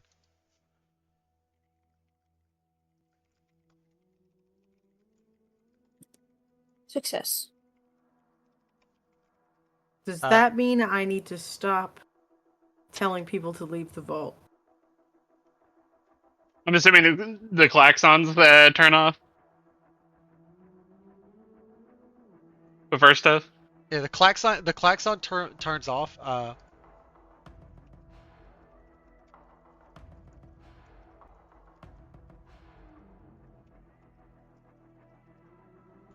The klaxons turn off, and the very last voice you hear is, "You will be hearing from me again, Carter." And it addresses itself, "My name is Zax, designation FEM, Athena."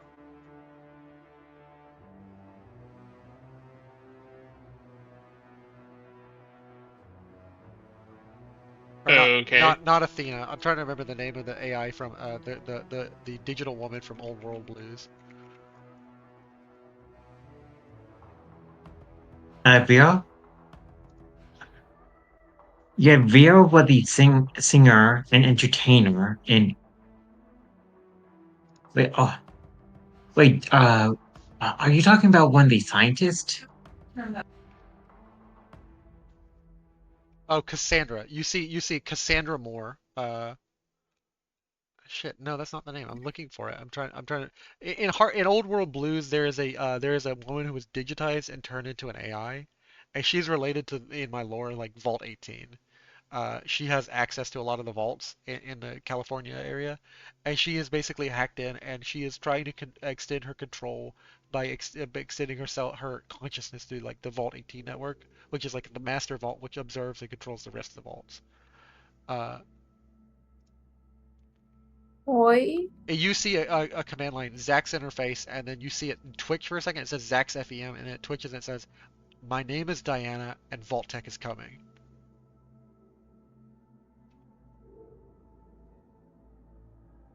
Mother God Diana out, and then the line terminates.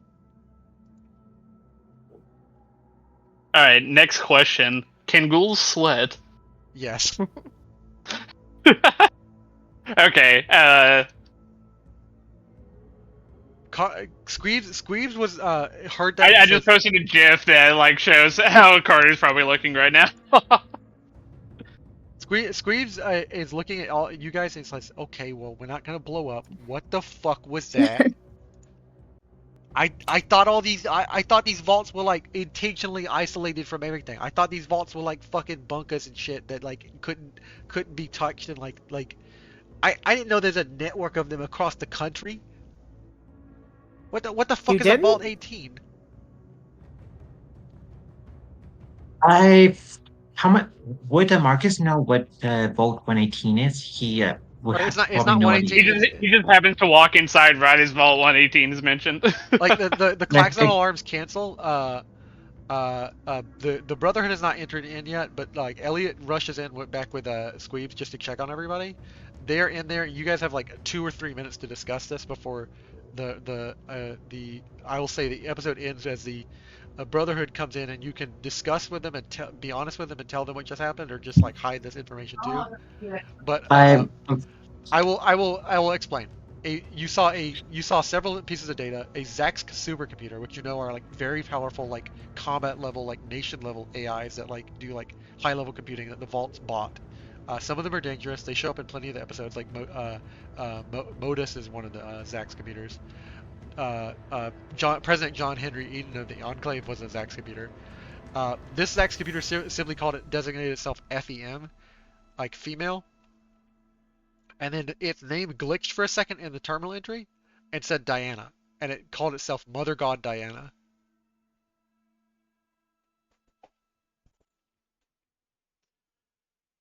I All you when it know is came it said to when the connection was made from San Bernardino, California. would Marcus know where that is exactly? You would, Marcus. You were familiar with all of California. You lived kind of like all amongst it. You have never heard of a vault, like you never found a vault called Vault 18. What do you know the post-war names for or pre-war names for cities out in California though? He does know Vault San Bernardino, yeah. You actually Was the Vault sorry. Vault 18 Vault 18 was it ever found according to NCR records? Roll me I'll actually just tell you because it was a big deal in the news, NCR, just a year or two before you left. With all the Caesar's Legion stuff coming up, it was a big news in a blip in the news, but it was like a big deal for like one news cycle. They found out that a vault exploded, and assumed it destroyed. And then there were several vault dwellers with 18 on their backs, which rebelled against the Elsdragon survivalists, which were like a faction of like raiders that like they united several raiders north of California, north of Shady Sands. They essentially were like uniting several raider groups that like tribes that were being like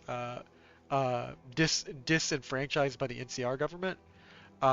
These frustrated tribes began to coalesce into raider groups and then coalesce into a single combined raider group that was controlled by like by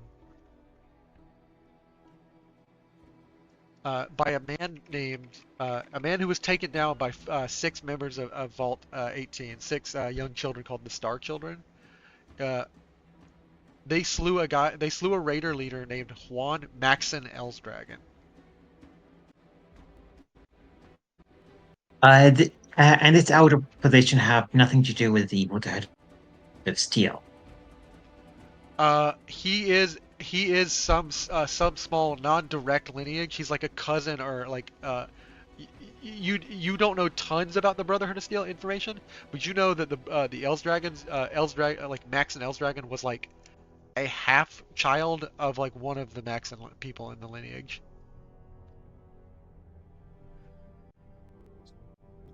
John, this Vault 18. I tell John this what I can think of how to properly say it. This is if we inform the Brotherhood of this outer activity and the NCR, this will get worse. At the very least, it will allow us to be more honest with them to gain their trust. To make it make more sense, he's a half relative, a descendant of an exiled Maxon. He's a half relative of Jeremy and Arthur Maxon. And he is somewhere in San Bernardino, California. News cycles you remember say his group was taken down, but he was never particularly located and executed. Like there's no proof of Eldragon's death.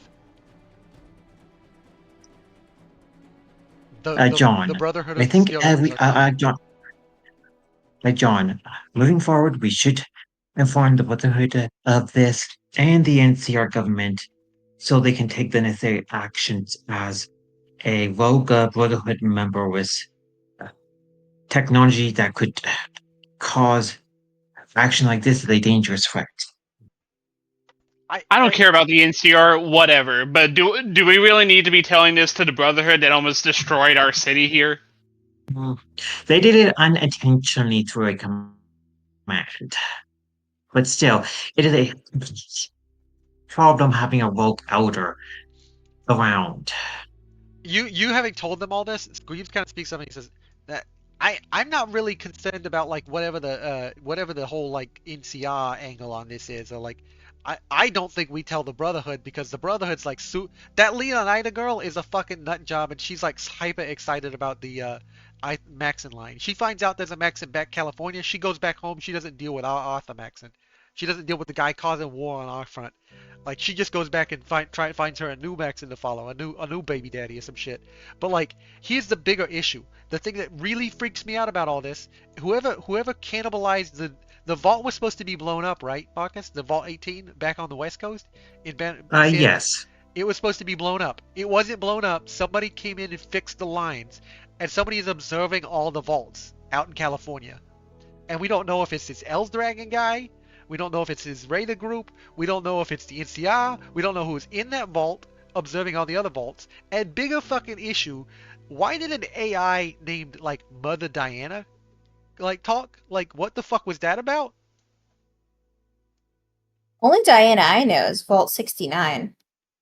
Yeah, that was a little weird to me too.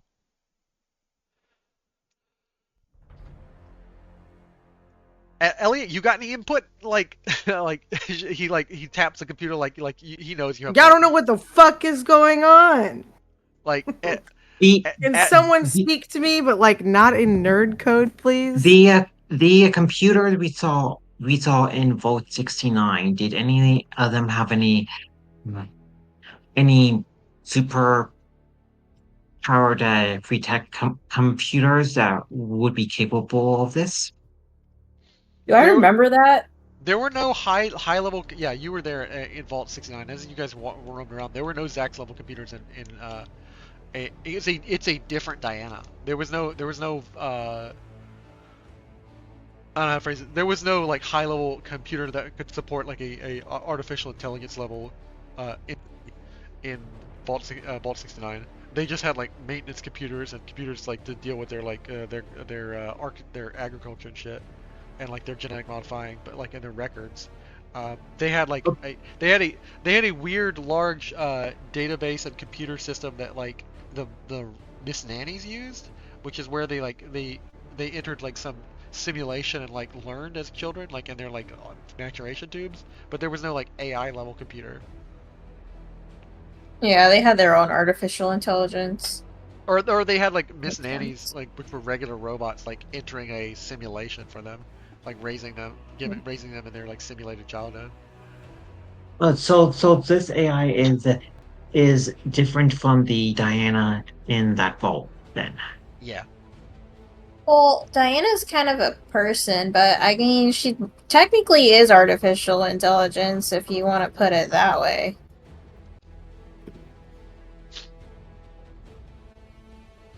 For now. You see outside of the window, Soren is like nervous, like looking around, and like the paladin, they're all like rushing back to get to your room. Like they're about to turn the corner and enter this room.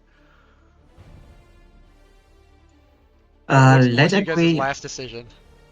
Let keep the thing about Diana a secret and just tell them we resolved the issue.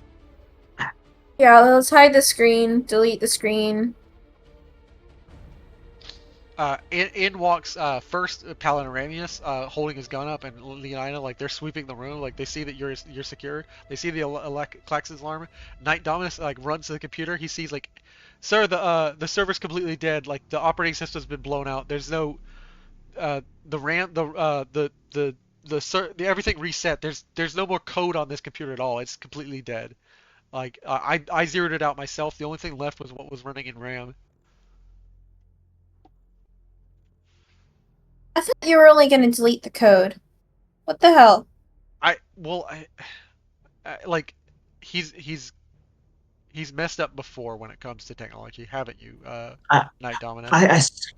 I And Dominus like touches his ocular implant and like bows his head. Dominus, you literally almost caused the city functioning vault to be destroyed due to a built-in Vault-Tec safety security to destroy a vault if something happened to it when it comes to the tampering commands related to the overseer. Are we like Soren looks around and is like, are we secure? Is there no more like he has no computer terminal to touch, nothing. He's like, did you guys notice anything else? Was there anything else on the and Squeeb speaking. Oh, you mean before or after we were dealing with a fucking bomb going off in our vault because your little buddy over there? We lost a lot of valuable information on our people. Do we care about that? I mean, As long as no more check blind if they're- wipe commands get put in, I think we're good for now. Are they still in the system, or can they still vote? Like, Why do they need to be in a system to vote? Yeah. it has like all the database or whatever. The database that runs most of the city has been wiped out. They will have to rebuild. They will have to rebuild their citizenship and rebuild their rebind all their access cards to their blood samples. Rains at last. Dominus bows his head deeply and he says, "I've committed another grave bug in the code." No, this isn't a bug. This is a feature. Good job. Well, I guess at least elections are technically the best time. We were already gonna reset all of their citizenship anyway, right?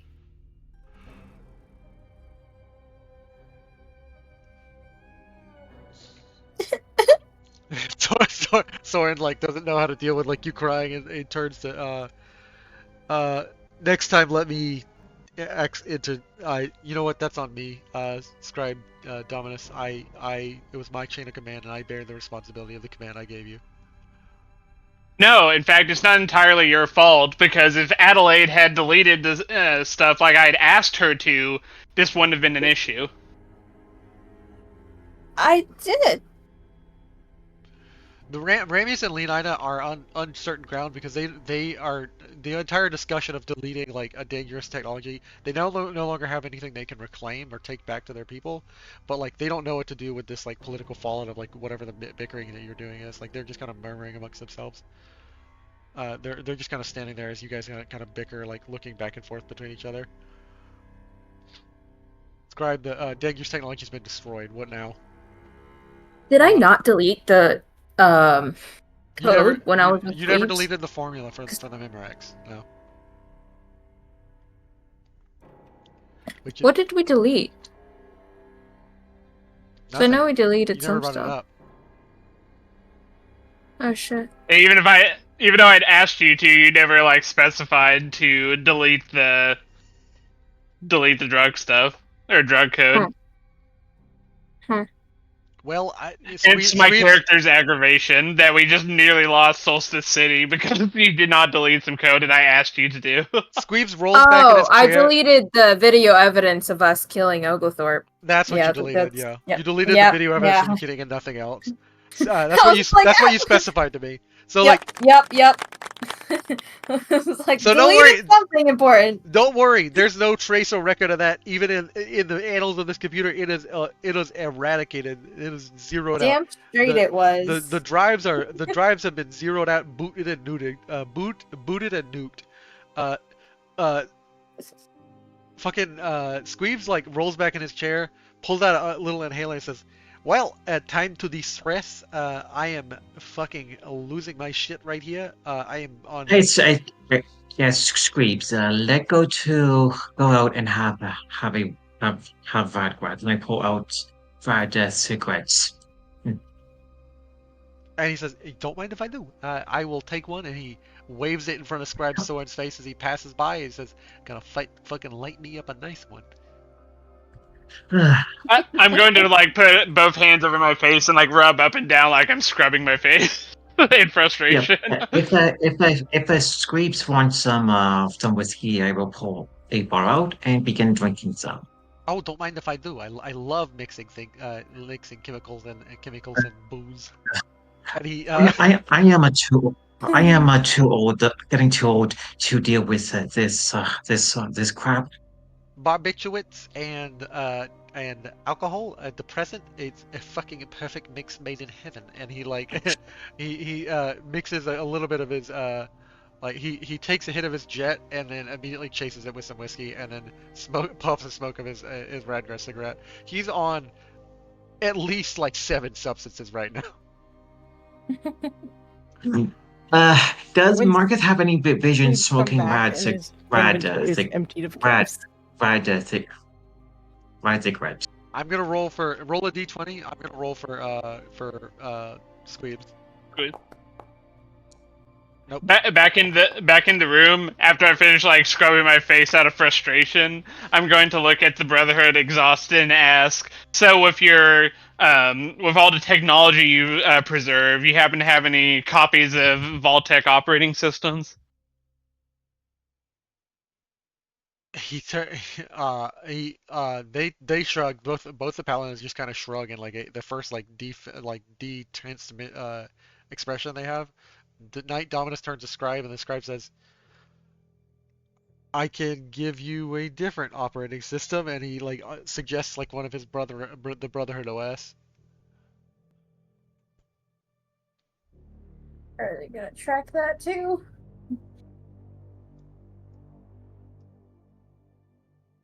I mean, it's deep. Like he suggests giving you like at least a version of the Brotherhood OS that doesn't connect to the Brotherhood network, like a isolated unit. Like he's like, I don't have any trace of a Vault OS. You have to like find that from somebody else. But Brotherhood OS, I could definitely give you. And he like taps his like red and gold Pip-Boy. For like a little bit of I guess like lore fun with my my character's like CS pre-war background, can I do a Lux science check to essentially like quiz him about this Brotherhood OS with like considerations for running a vault and stuff?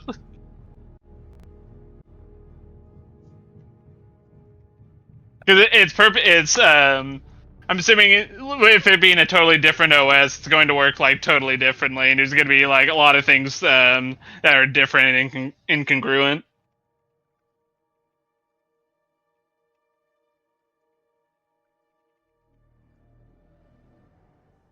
Yeah. So like so to a version of a Vault-Tec branch of like Robco OS.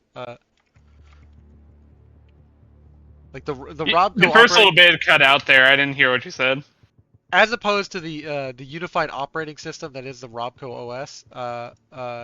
called the Robco Unified OS, which was like common knowledge for like it was the commercial regularly Fallout accessible. version of Unix. Yeah, it was the regularly accessible version of like civilian like like user system. There's a base code like branch system that is like highly like security minded, that is Vault-Tec's operating system. Uh, the the version of the operating system that you're looking at in front of you uh,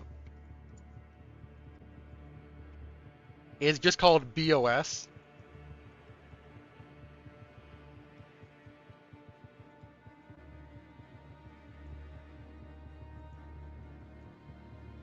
Which is kind of a play on words, like Brotherhood of Steel. It's BOS. Yeah. Uh,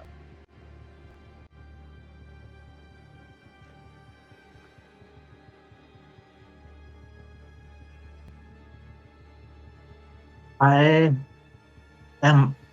Marcus would like to go to the NCR communication device and just talk through the proper chains to inform of the describe the incident of what happened in the vault. How someone in Vault 18 with a powerful that computer tried to destroy the vault and give them uh, the the name that the AI went by.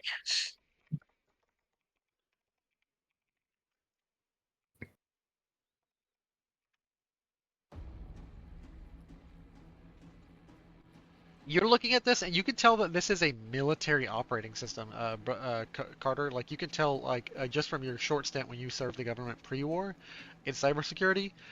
Whereas like it's like a easily modifiable Unix was the unified operating system that Robco worked on, and the more locked down version was the Vault-Tec operating system. This is a completely different base code language.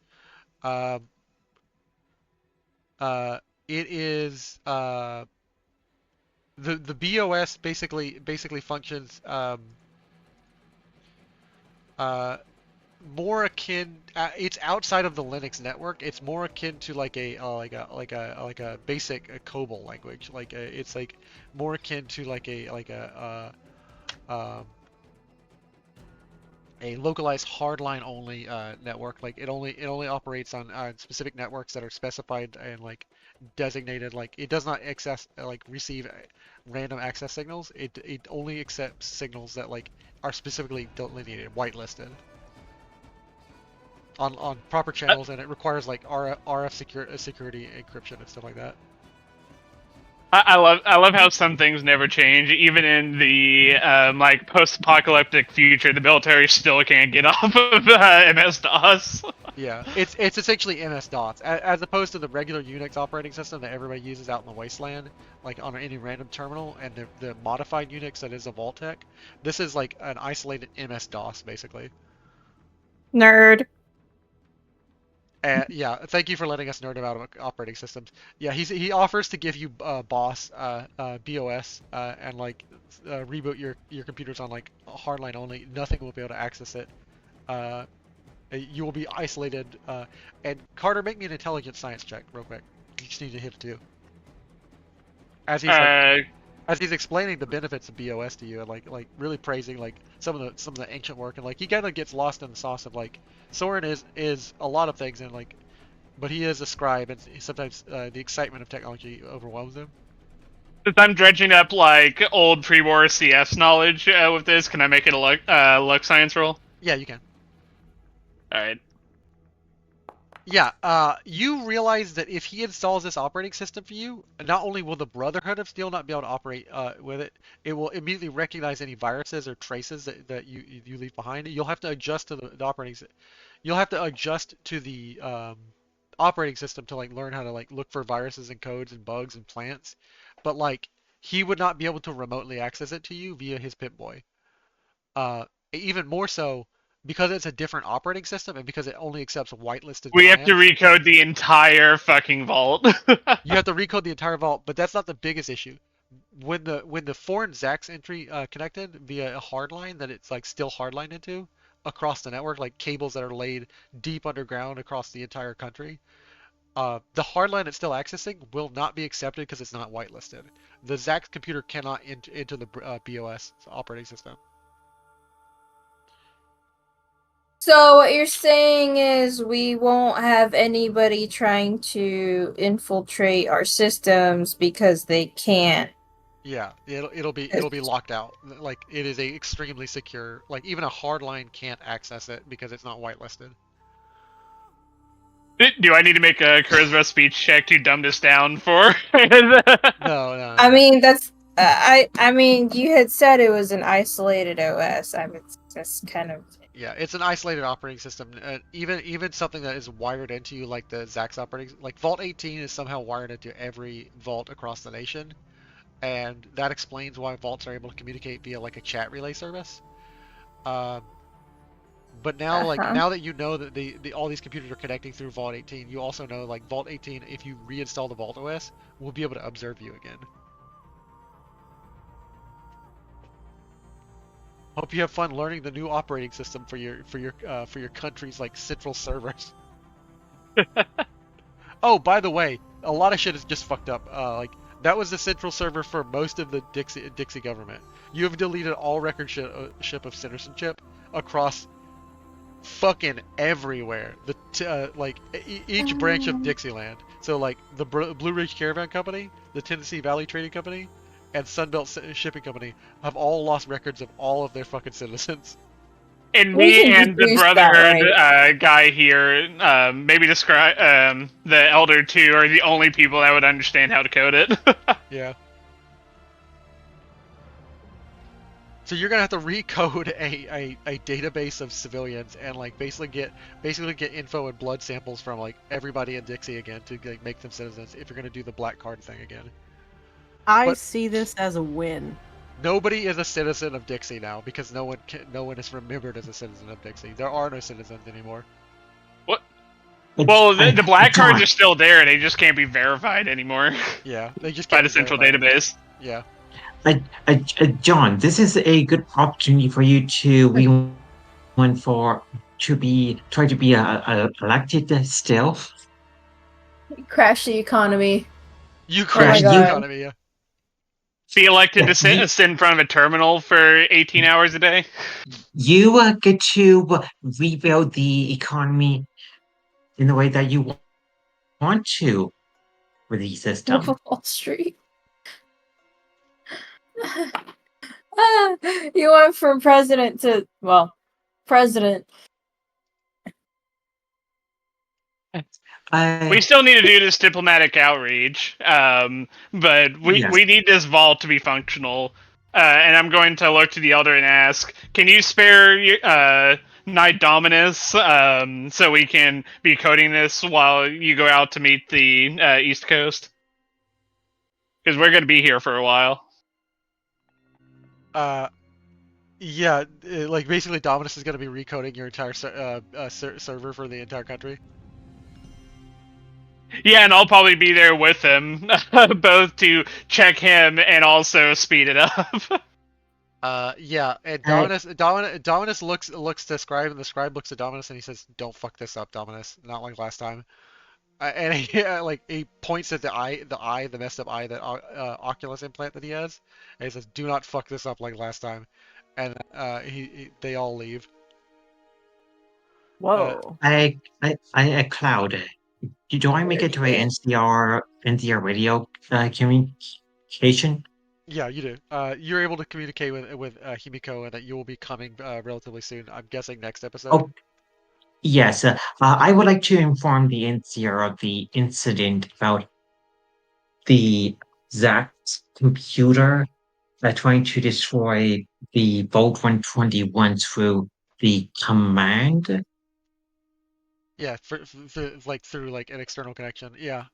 Yeah, and tell them that the Brotherhood father, Eldragon, may or may not be alive with the Vault 18 being active still. You're telling So okay. So like he will radio this back on a secure line alone. Like you're telling only James Burnside this, and he will immediately radio this back to President Kimball, and this becomes a military state secret. Yes, they should keep an eye on for a Vault 18 and this Brotherhood Elder if they are alive still, as with the Vault operating system for what the exact computer can do, like did here. It's a threat they should be up keep an eye for. Make me a perception science check real quick, Carter. Science perception check. Yeah. Interesting. Difficulty 4. Oh my god. Your Pip-Boy kind of flickers for a second, but you don't notice it. Alright. Difficulty 4 would be double crit for me. Yeah. There's something going on with his Pip-Boy, but I'm not going to tell you guys what till that comes up. Is it just mine? Just yours. Hmm.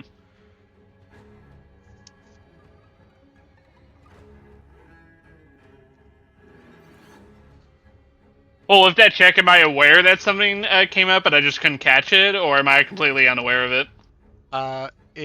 You are aware that something came up. You just have no idea what. Like you're aware that your Pip-Boy just flickered in a weird way, but you just shrug it off as just like the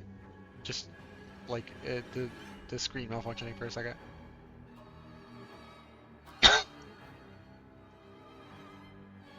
Alright. And that is the end of today's episode, I'm gonna say. And I might regret this, but I guess Marcus is now in charge of like negotiating a peace with the Brotherhood, while I'm stuck being a code monkey now.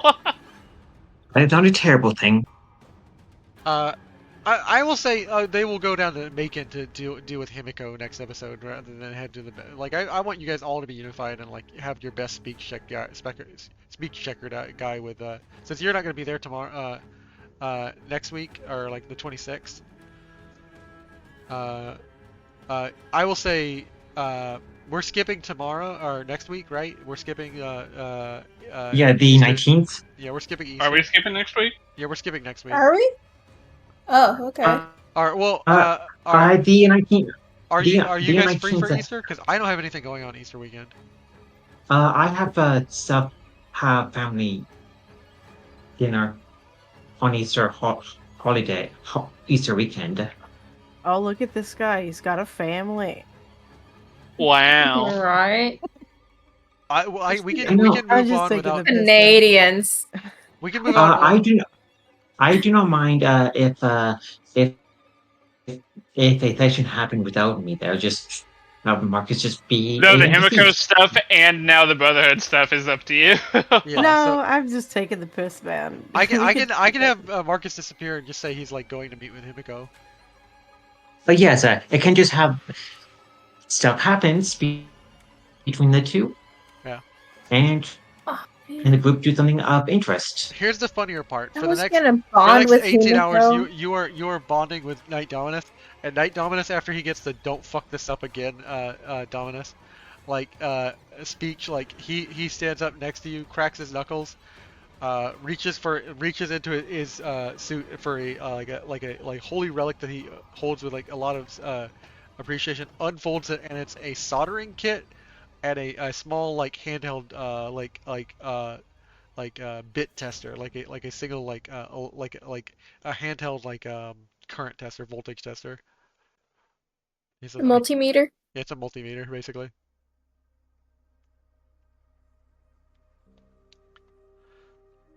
Guess we should get to work, huh? And like time to rewrite these Pascal bytes and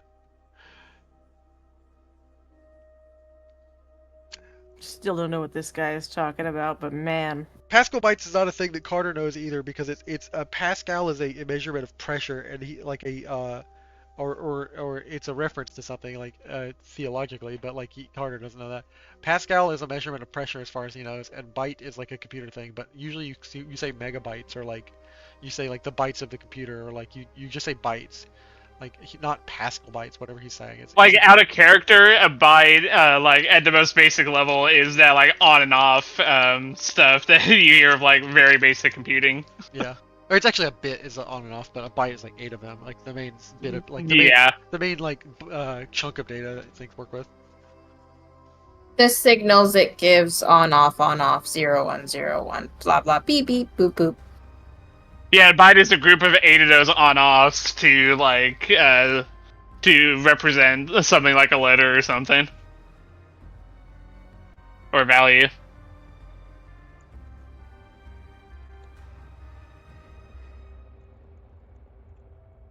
I guess in terms of language, a bit would be, or the byte would be like a letter. Yeah. Do you want to ask him Yeah, about? and do you- Pascal just means that you praise Jesus.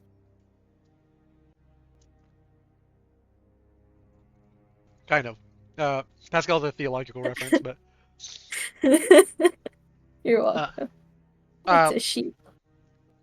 go ahead and you want to ask him about what he means by Pascal bite every time he says it, because you're working with him for a long time and he keeps muttering under his breath. You and Elliot are kind of in the room with him and Adelaide, like Carter. Sure, I'll ask him what about this Pascal byte he keeps messaging or like talking about. I didn't. Since you said my character is aware that like Pascal is a unit of pressure, I would like bring that up and say I don't think physics has much to do with bit flipping.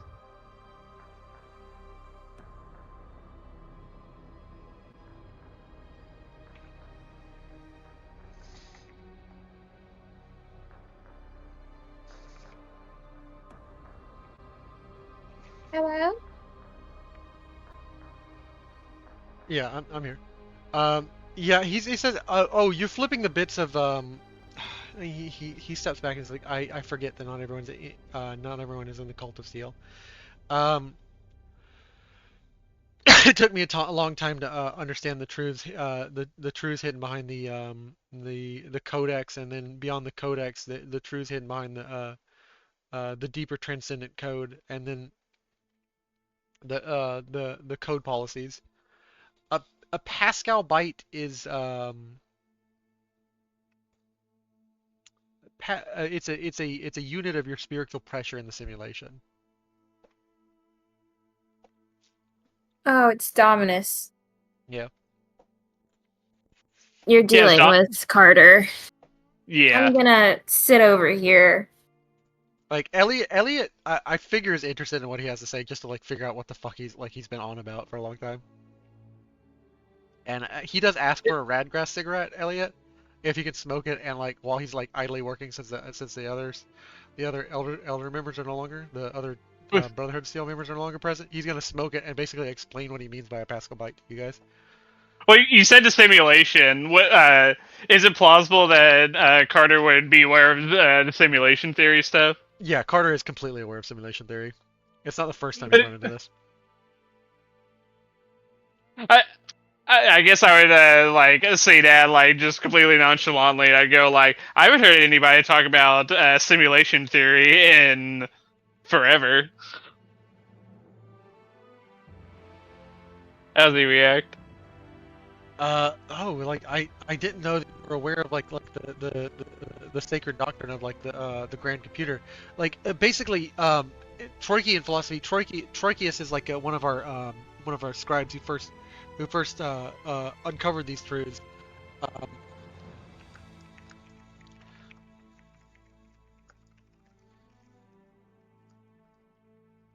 It's a Pascal byte is a unit of one's spiritual pressure within the simulation, and the ability to change the simulation and therefore change reality.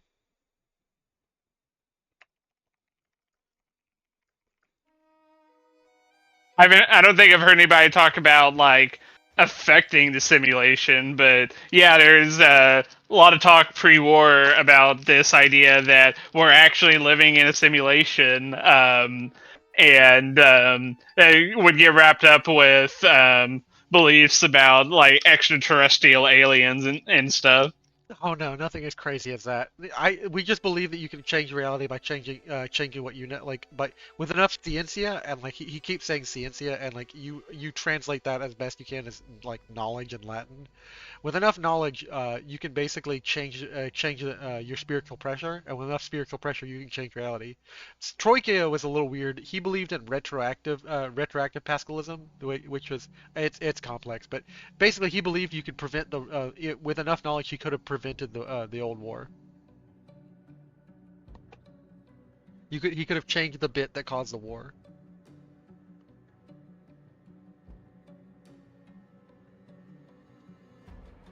Right. Carter's gonna sit there like processing the like that- thought there. But that's clearly crazy, right? You and I both agree that's crazy. Dominus, how do you feel about I would say so, but timelines? there's all sorts of crazy stuff out there.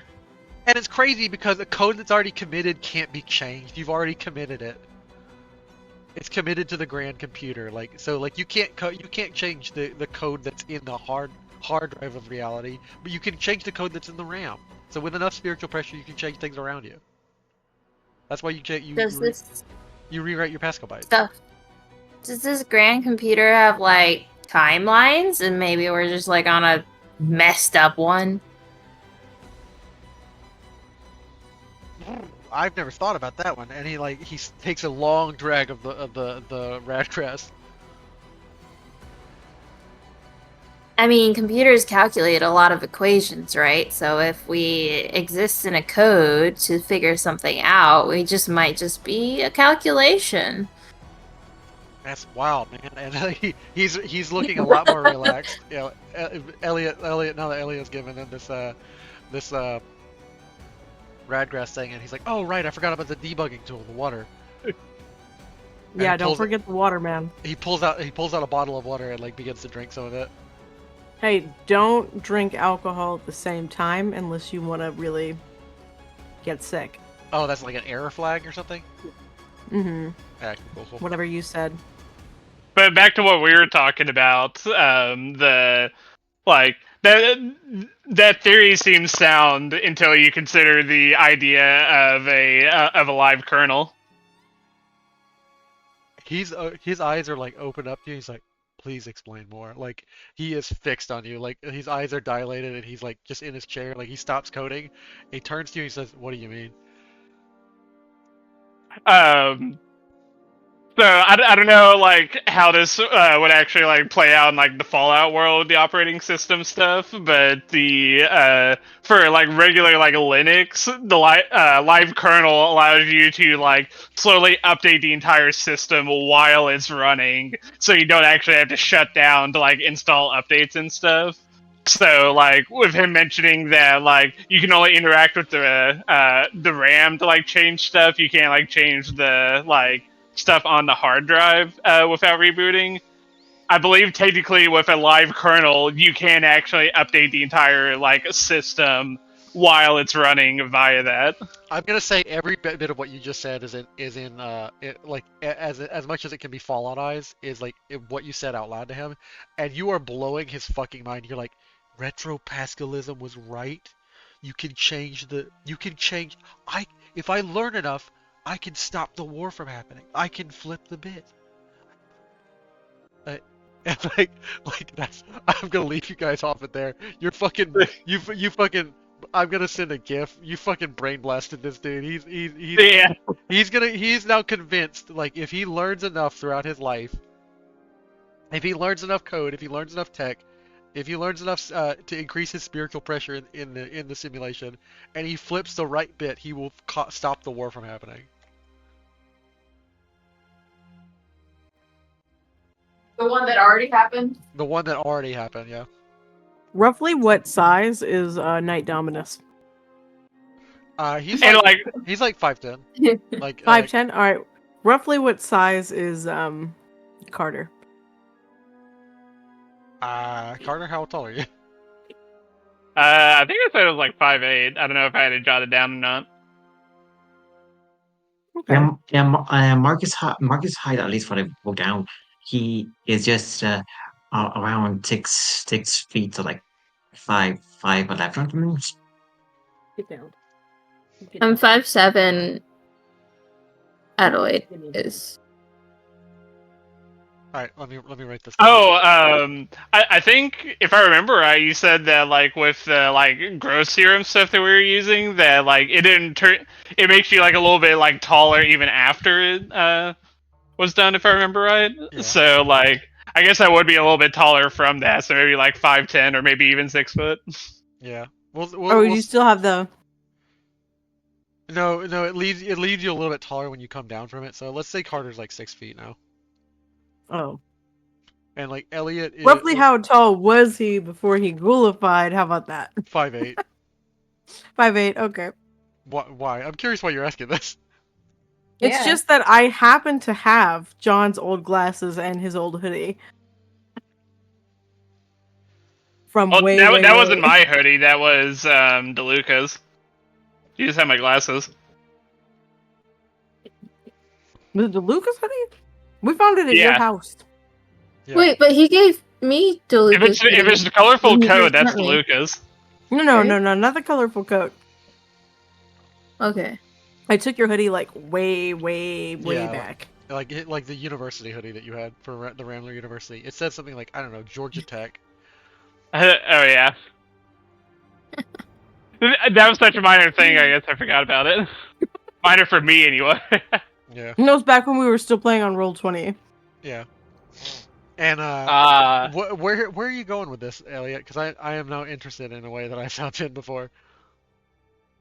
Don't ask. Okay. Keep your I ain't secret. gotta explain shit. All right. Keep your secret. Cloud, I am curious. So, when Marcus eventually get to a pub and drink, is there any woman that took a fancy to Marcus? Is there any what? Woman Yeah, you know what? There's a at pub. rare one or two like dark-haired women in the back with like kind of they all look relatively plain. Everyone in Tulsa City is kind of dressed like a kind of like a Ren Fair person because like the city was like retro like kind of kept in the dark ages by Oglethorpe. Like everyone used relatively simple technology unless you needed it for your job. It's like people kind of dress like in like a medieval kind of like Amish style dress, like colors of like brown and blue and like gray and black and white and like green were like the typical dresses and stuff. She's in a black dress with like a black bob cut, and she's kind of eyeing you. Yeah. Well, I'm going to socialize and drink with her. And if anything else happens, I leave it up to the the GM for the screen to fade to black if anything happens. The most eligible ghoul bachelor of his era. I will tell you what, like for the first time in any of my campaigns, I will say you do the badoing doing.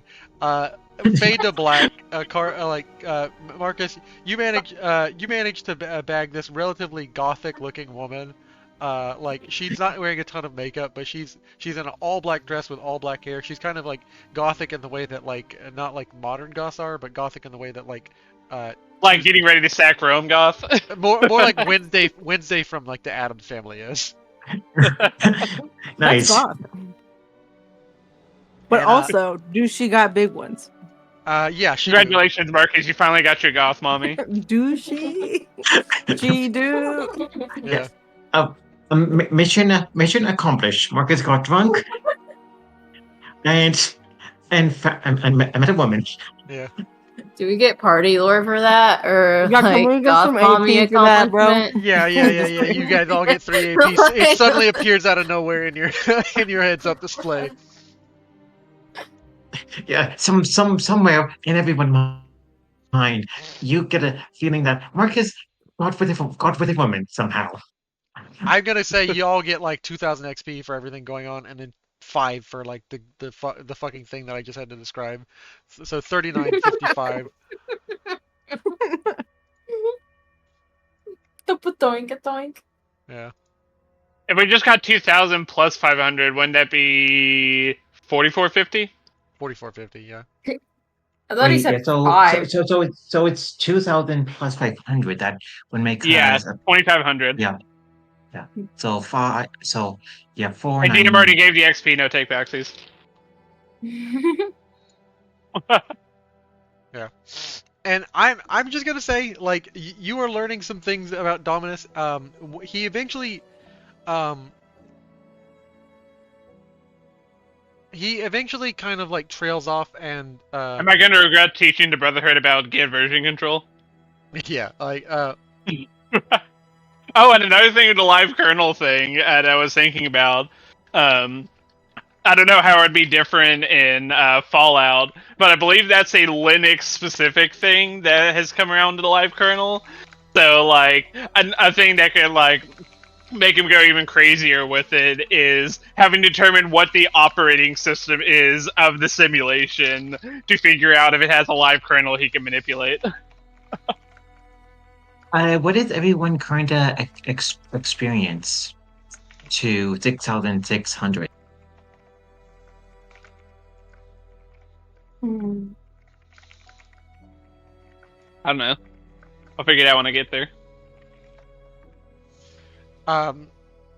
Dominus like begins to explain a lot of things to you, and he eventually says, and I have to rewrite a lot of my past Pascal bytes, my failures, and my greatest failure. And I was working on integrating a recovered Zax Unix core with our systems, aiming to enhance our data processing capabilities. It was like a labyrinth of legacy protocols. I misjudged the interdependencies within the system. I was disabling like a seemingly redundant security layer, and it triggered a cascade failure. I wasn't able to stop the core from conflicting with the instructions and initiated self-defense.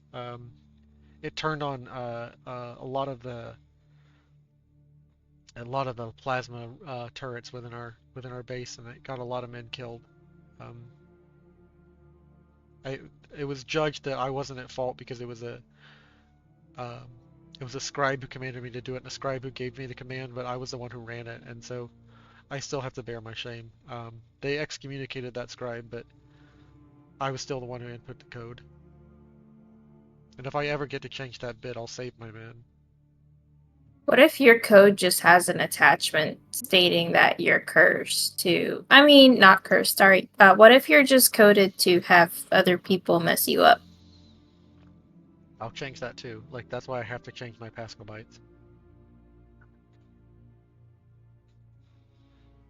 But yeah, I'll tell him that, like, security code is very complicated on purpose. Hell, I had to be educated for 8 years on it to learn how to do a pre-war. I knew I shouldn't have messed with the code anyways. I failed becoming a scribe, and I shouldn't have. I always wanted to. I admired Trogius, and I admired everything he taught, and I spent so much time in the scribe halls, and they refused me because of a few things that I just misunderstood. But that's why I ended up becoming a knight. But the second I got the opportunity to input something in a terminal, I wanted to, because I love command lines, I love code, I love the Pascal bytes of reality, and I fucked up the command. What if you, like, worshipped the computer as a deity, and then, like, it favored you more? That's silly. Computers don't do that. Computers are cold, emotionless, logicless things. They like the code runs as the code is written, and you just change the code. Like, that's silly. And he just I don't know. dismisses the concept AI. of a personal god. If it's artificial intelligence, I mean, it does adapt to certain situations, so I'm just saying it's worth a shot. What have you got to lose? Roll me a charisma speak check. You were attempting to have him believe not in a warm, loving personal god, but at least a personal god that is an AI. You're Man, this dude's off his rocker. What do you want me to do? Speech charisma? Charisma Got speech. you. Yeah. It's gonna be like difficulty 4. I mean, have you considered maybe becoming his personal goddess? No, he waves that off. He's like AI exists within the grand computer. The grand computer is executing its code as written, and that's why we can rewrite it.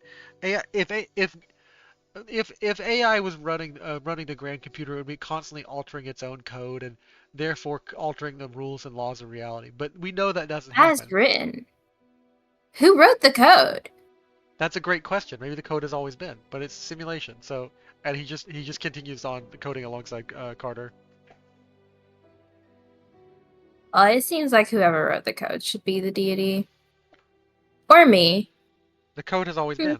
Am I uncovering your random plot right now to become a fucking deity in my campaign?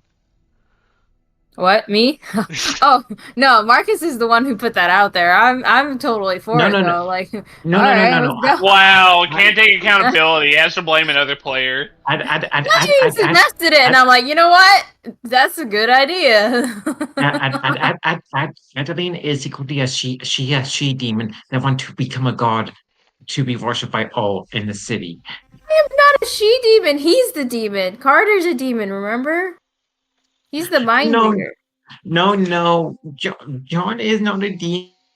Do you have any evidence to back this up?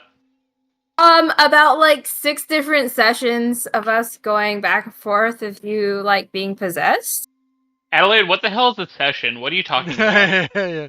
Uh, Yeah, Elliot knows. Do I know? Have you been What do I know? smoking He's the possessed guy. Have you been smoking grass again? yeah, Elliot I'm knows, and then allergic. he's kind of a little bit high. Like kind of he's zooted as fuck. Not even kind of. But Dominus is like following your conversation, like trying, like you guys are now talking about like something weird happening with Carter, and like Carter like being able to read minds and stuff, and like he's following. No, and I he's didn't say that in character. I said that out of character. What I said in character was like maybe I should be the goddess, and that because Marcus suggests Donald. Roll me a suggested it. d20, Elliot. Do you see the swamp daddy? Nope, you don't. It's only on a 20 on a complication. But yeah, Elliot is the only person I've directly used my mind powers against. So like everybody else, the only like evidence I think so far has been the Duant guys like saying he's a mind reader. No. So like out of character, I was the one that was like, no, you're the mind reader. But in character, I was saying you're the possessed guy. He's the demon. Well, what I'm getting at is like you don't have any like in character evidence for it. Like Yeah, well, she doesn't have any evidence, but she can be suspicious all she wants. If Elliot Yeah. wants to accuse you of being a demon, she can accuse you too. Yeah. Elliot and I were. and you also went back and remember that forth every the episode. last time Elliot tried to like accuse me of this, I think this is at Himiko's palace, and she ended up essentially like humiliating herself with it because we did a speech check for it. but at Vault Demon. 69, we were saying that you were possessed and had like lengthy bickering, mockery, if you will, of Carter being a demon possessed. Dominus will lean back in his chair and he says, "Huh, that's kind of weird. Like you mean like scrap code or something? Like he's got like a bunch of scrap code in his Pascal bytes? Like I like don't know how to translate that for you. I'm sorry. I believe that there's like traces of scrap code that everyone leaves behind, and like it causes weird things, and like people call that demon and stuff. Like you wastelanders call it a demon, but like it has weird effects on reality. So like people leave behind weird scrap code that's not resolved. But like I think to put it in the simulation theory terms for Dominus, I think they're asserting that I have extra subroutines that they don't have access to. oh, like what? That's like Yeah. he's like really interested. He's just like really badass with his intuition. Oh, what? Like you think he can read our mind or something? And, like He's just possessed, dude. I don't know. The angel guy like said some weird stuff. I mean, he could have a subroutine that shares information between one set of code and another. Here, read my mind, and he like like he offers like read my. He's like, What? I think you Do need it. to stop smoking now. No, do it. Do it. Read his mind. Uh, your fumes are like starting to fill the room. Oh yeah, she's allergic to this stuff. You really shouldn't do it around her. Yeah, Ah. I'm gonna just move it to the corner now. some people will never increase their Pascal bytes. That's okay. Some people were meant to exist as a code as the function and routine as they were written. I would like to offer him a high five. Yeah, and he high fives you, and he says like, I appreciate you, Code Switch. I never expected to see a helper program within the system. Whatever you said. He Yeah. thinks you're some mystical program that's meant to help the programmer within the system. You're Clippy. You're We'll just get Clippy. that out there. Yeah, essentially he thinks you're a Clippy. Is it like her hair? No, it's the fact that I had drugs the right time. Yeah. Right place. Wow. Is And this he is why you your don't do drugs, squeaks? kids. You start accusing your friends and family of being demons. Elliot, you adopted a Squeeps. No. He's nowhere close to Squeebs' level. Oh, No, he's on some But you whole have other your own fucking shit. Squeeps now. He's on some other fucking shit, man. Yeah, I'll do this for you. You got the stuff. Oh. The live kernel stuff might not actually be a thing in the Fallout universe, because apparently that got like implemented into Linux back in 2014. Who knows? I will say that like like he can dream of a live editable kernel.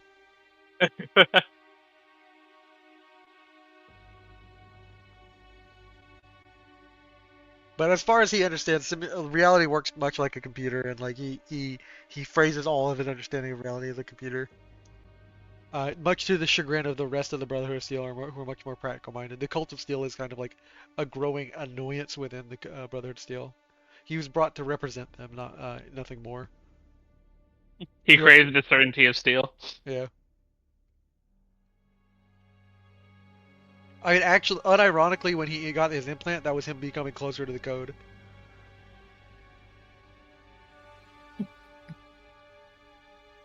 Yeah. Alright, we want to call the session there. Yeah, we'll call the session there. My dude would if it didn't defy the rest of the codex that you don't use dangerous technology, he would straight up just become a robot. He would keep modifying himself and become a robot.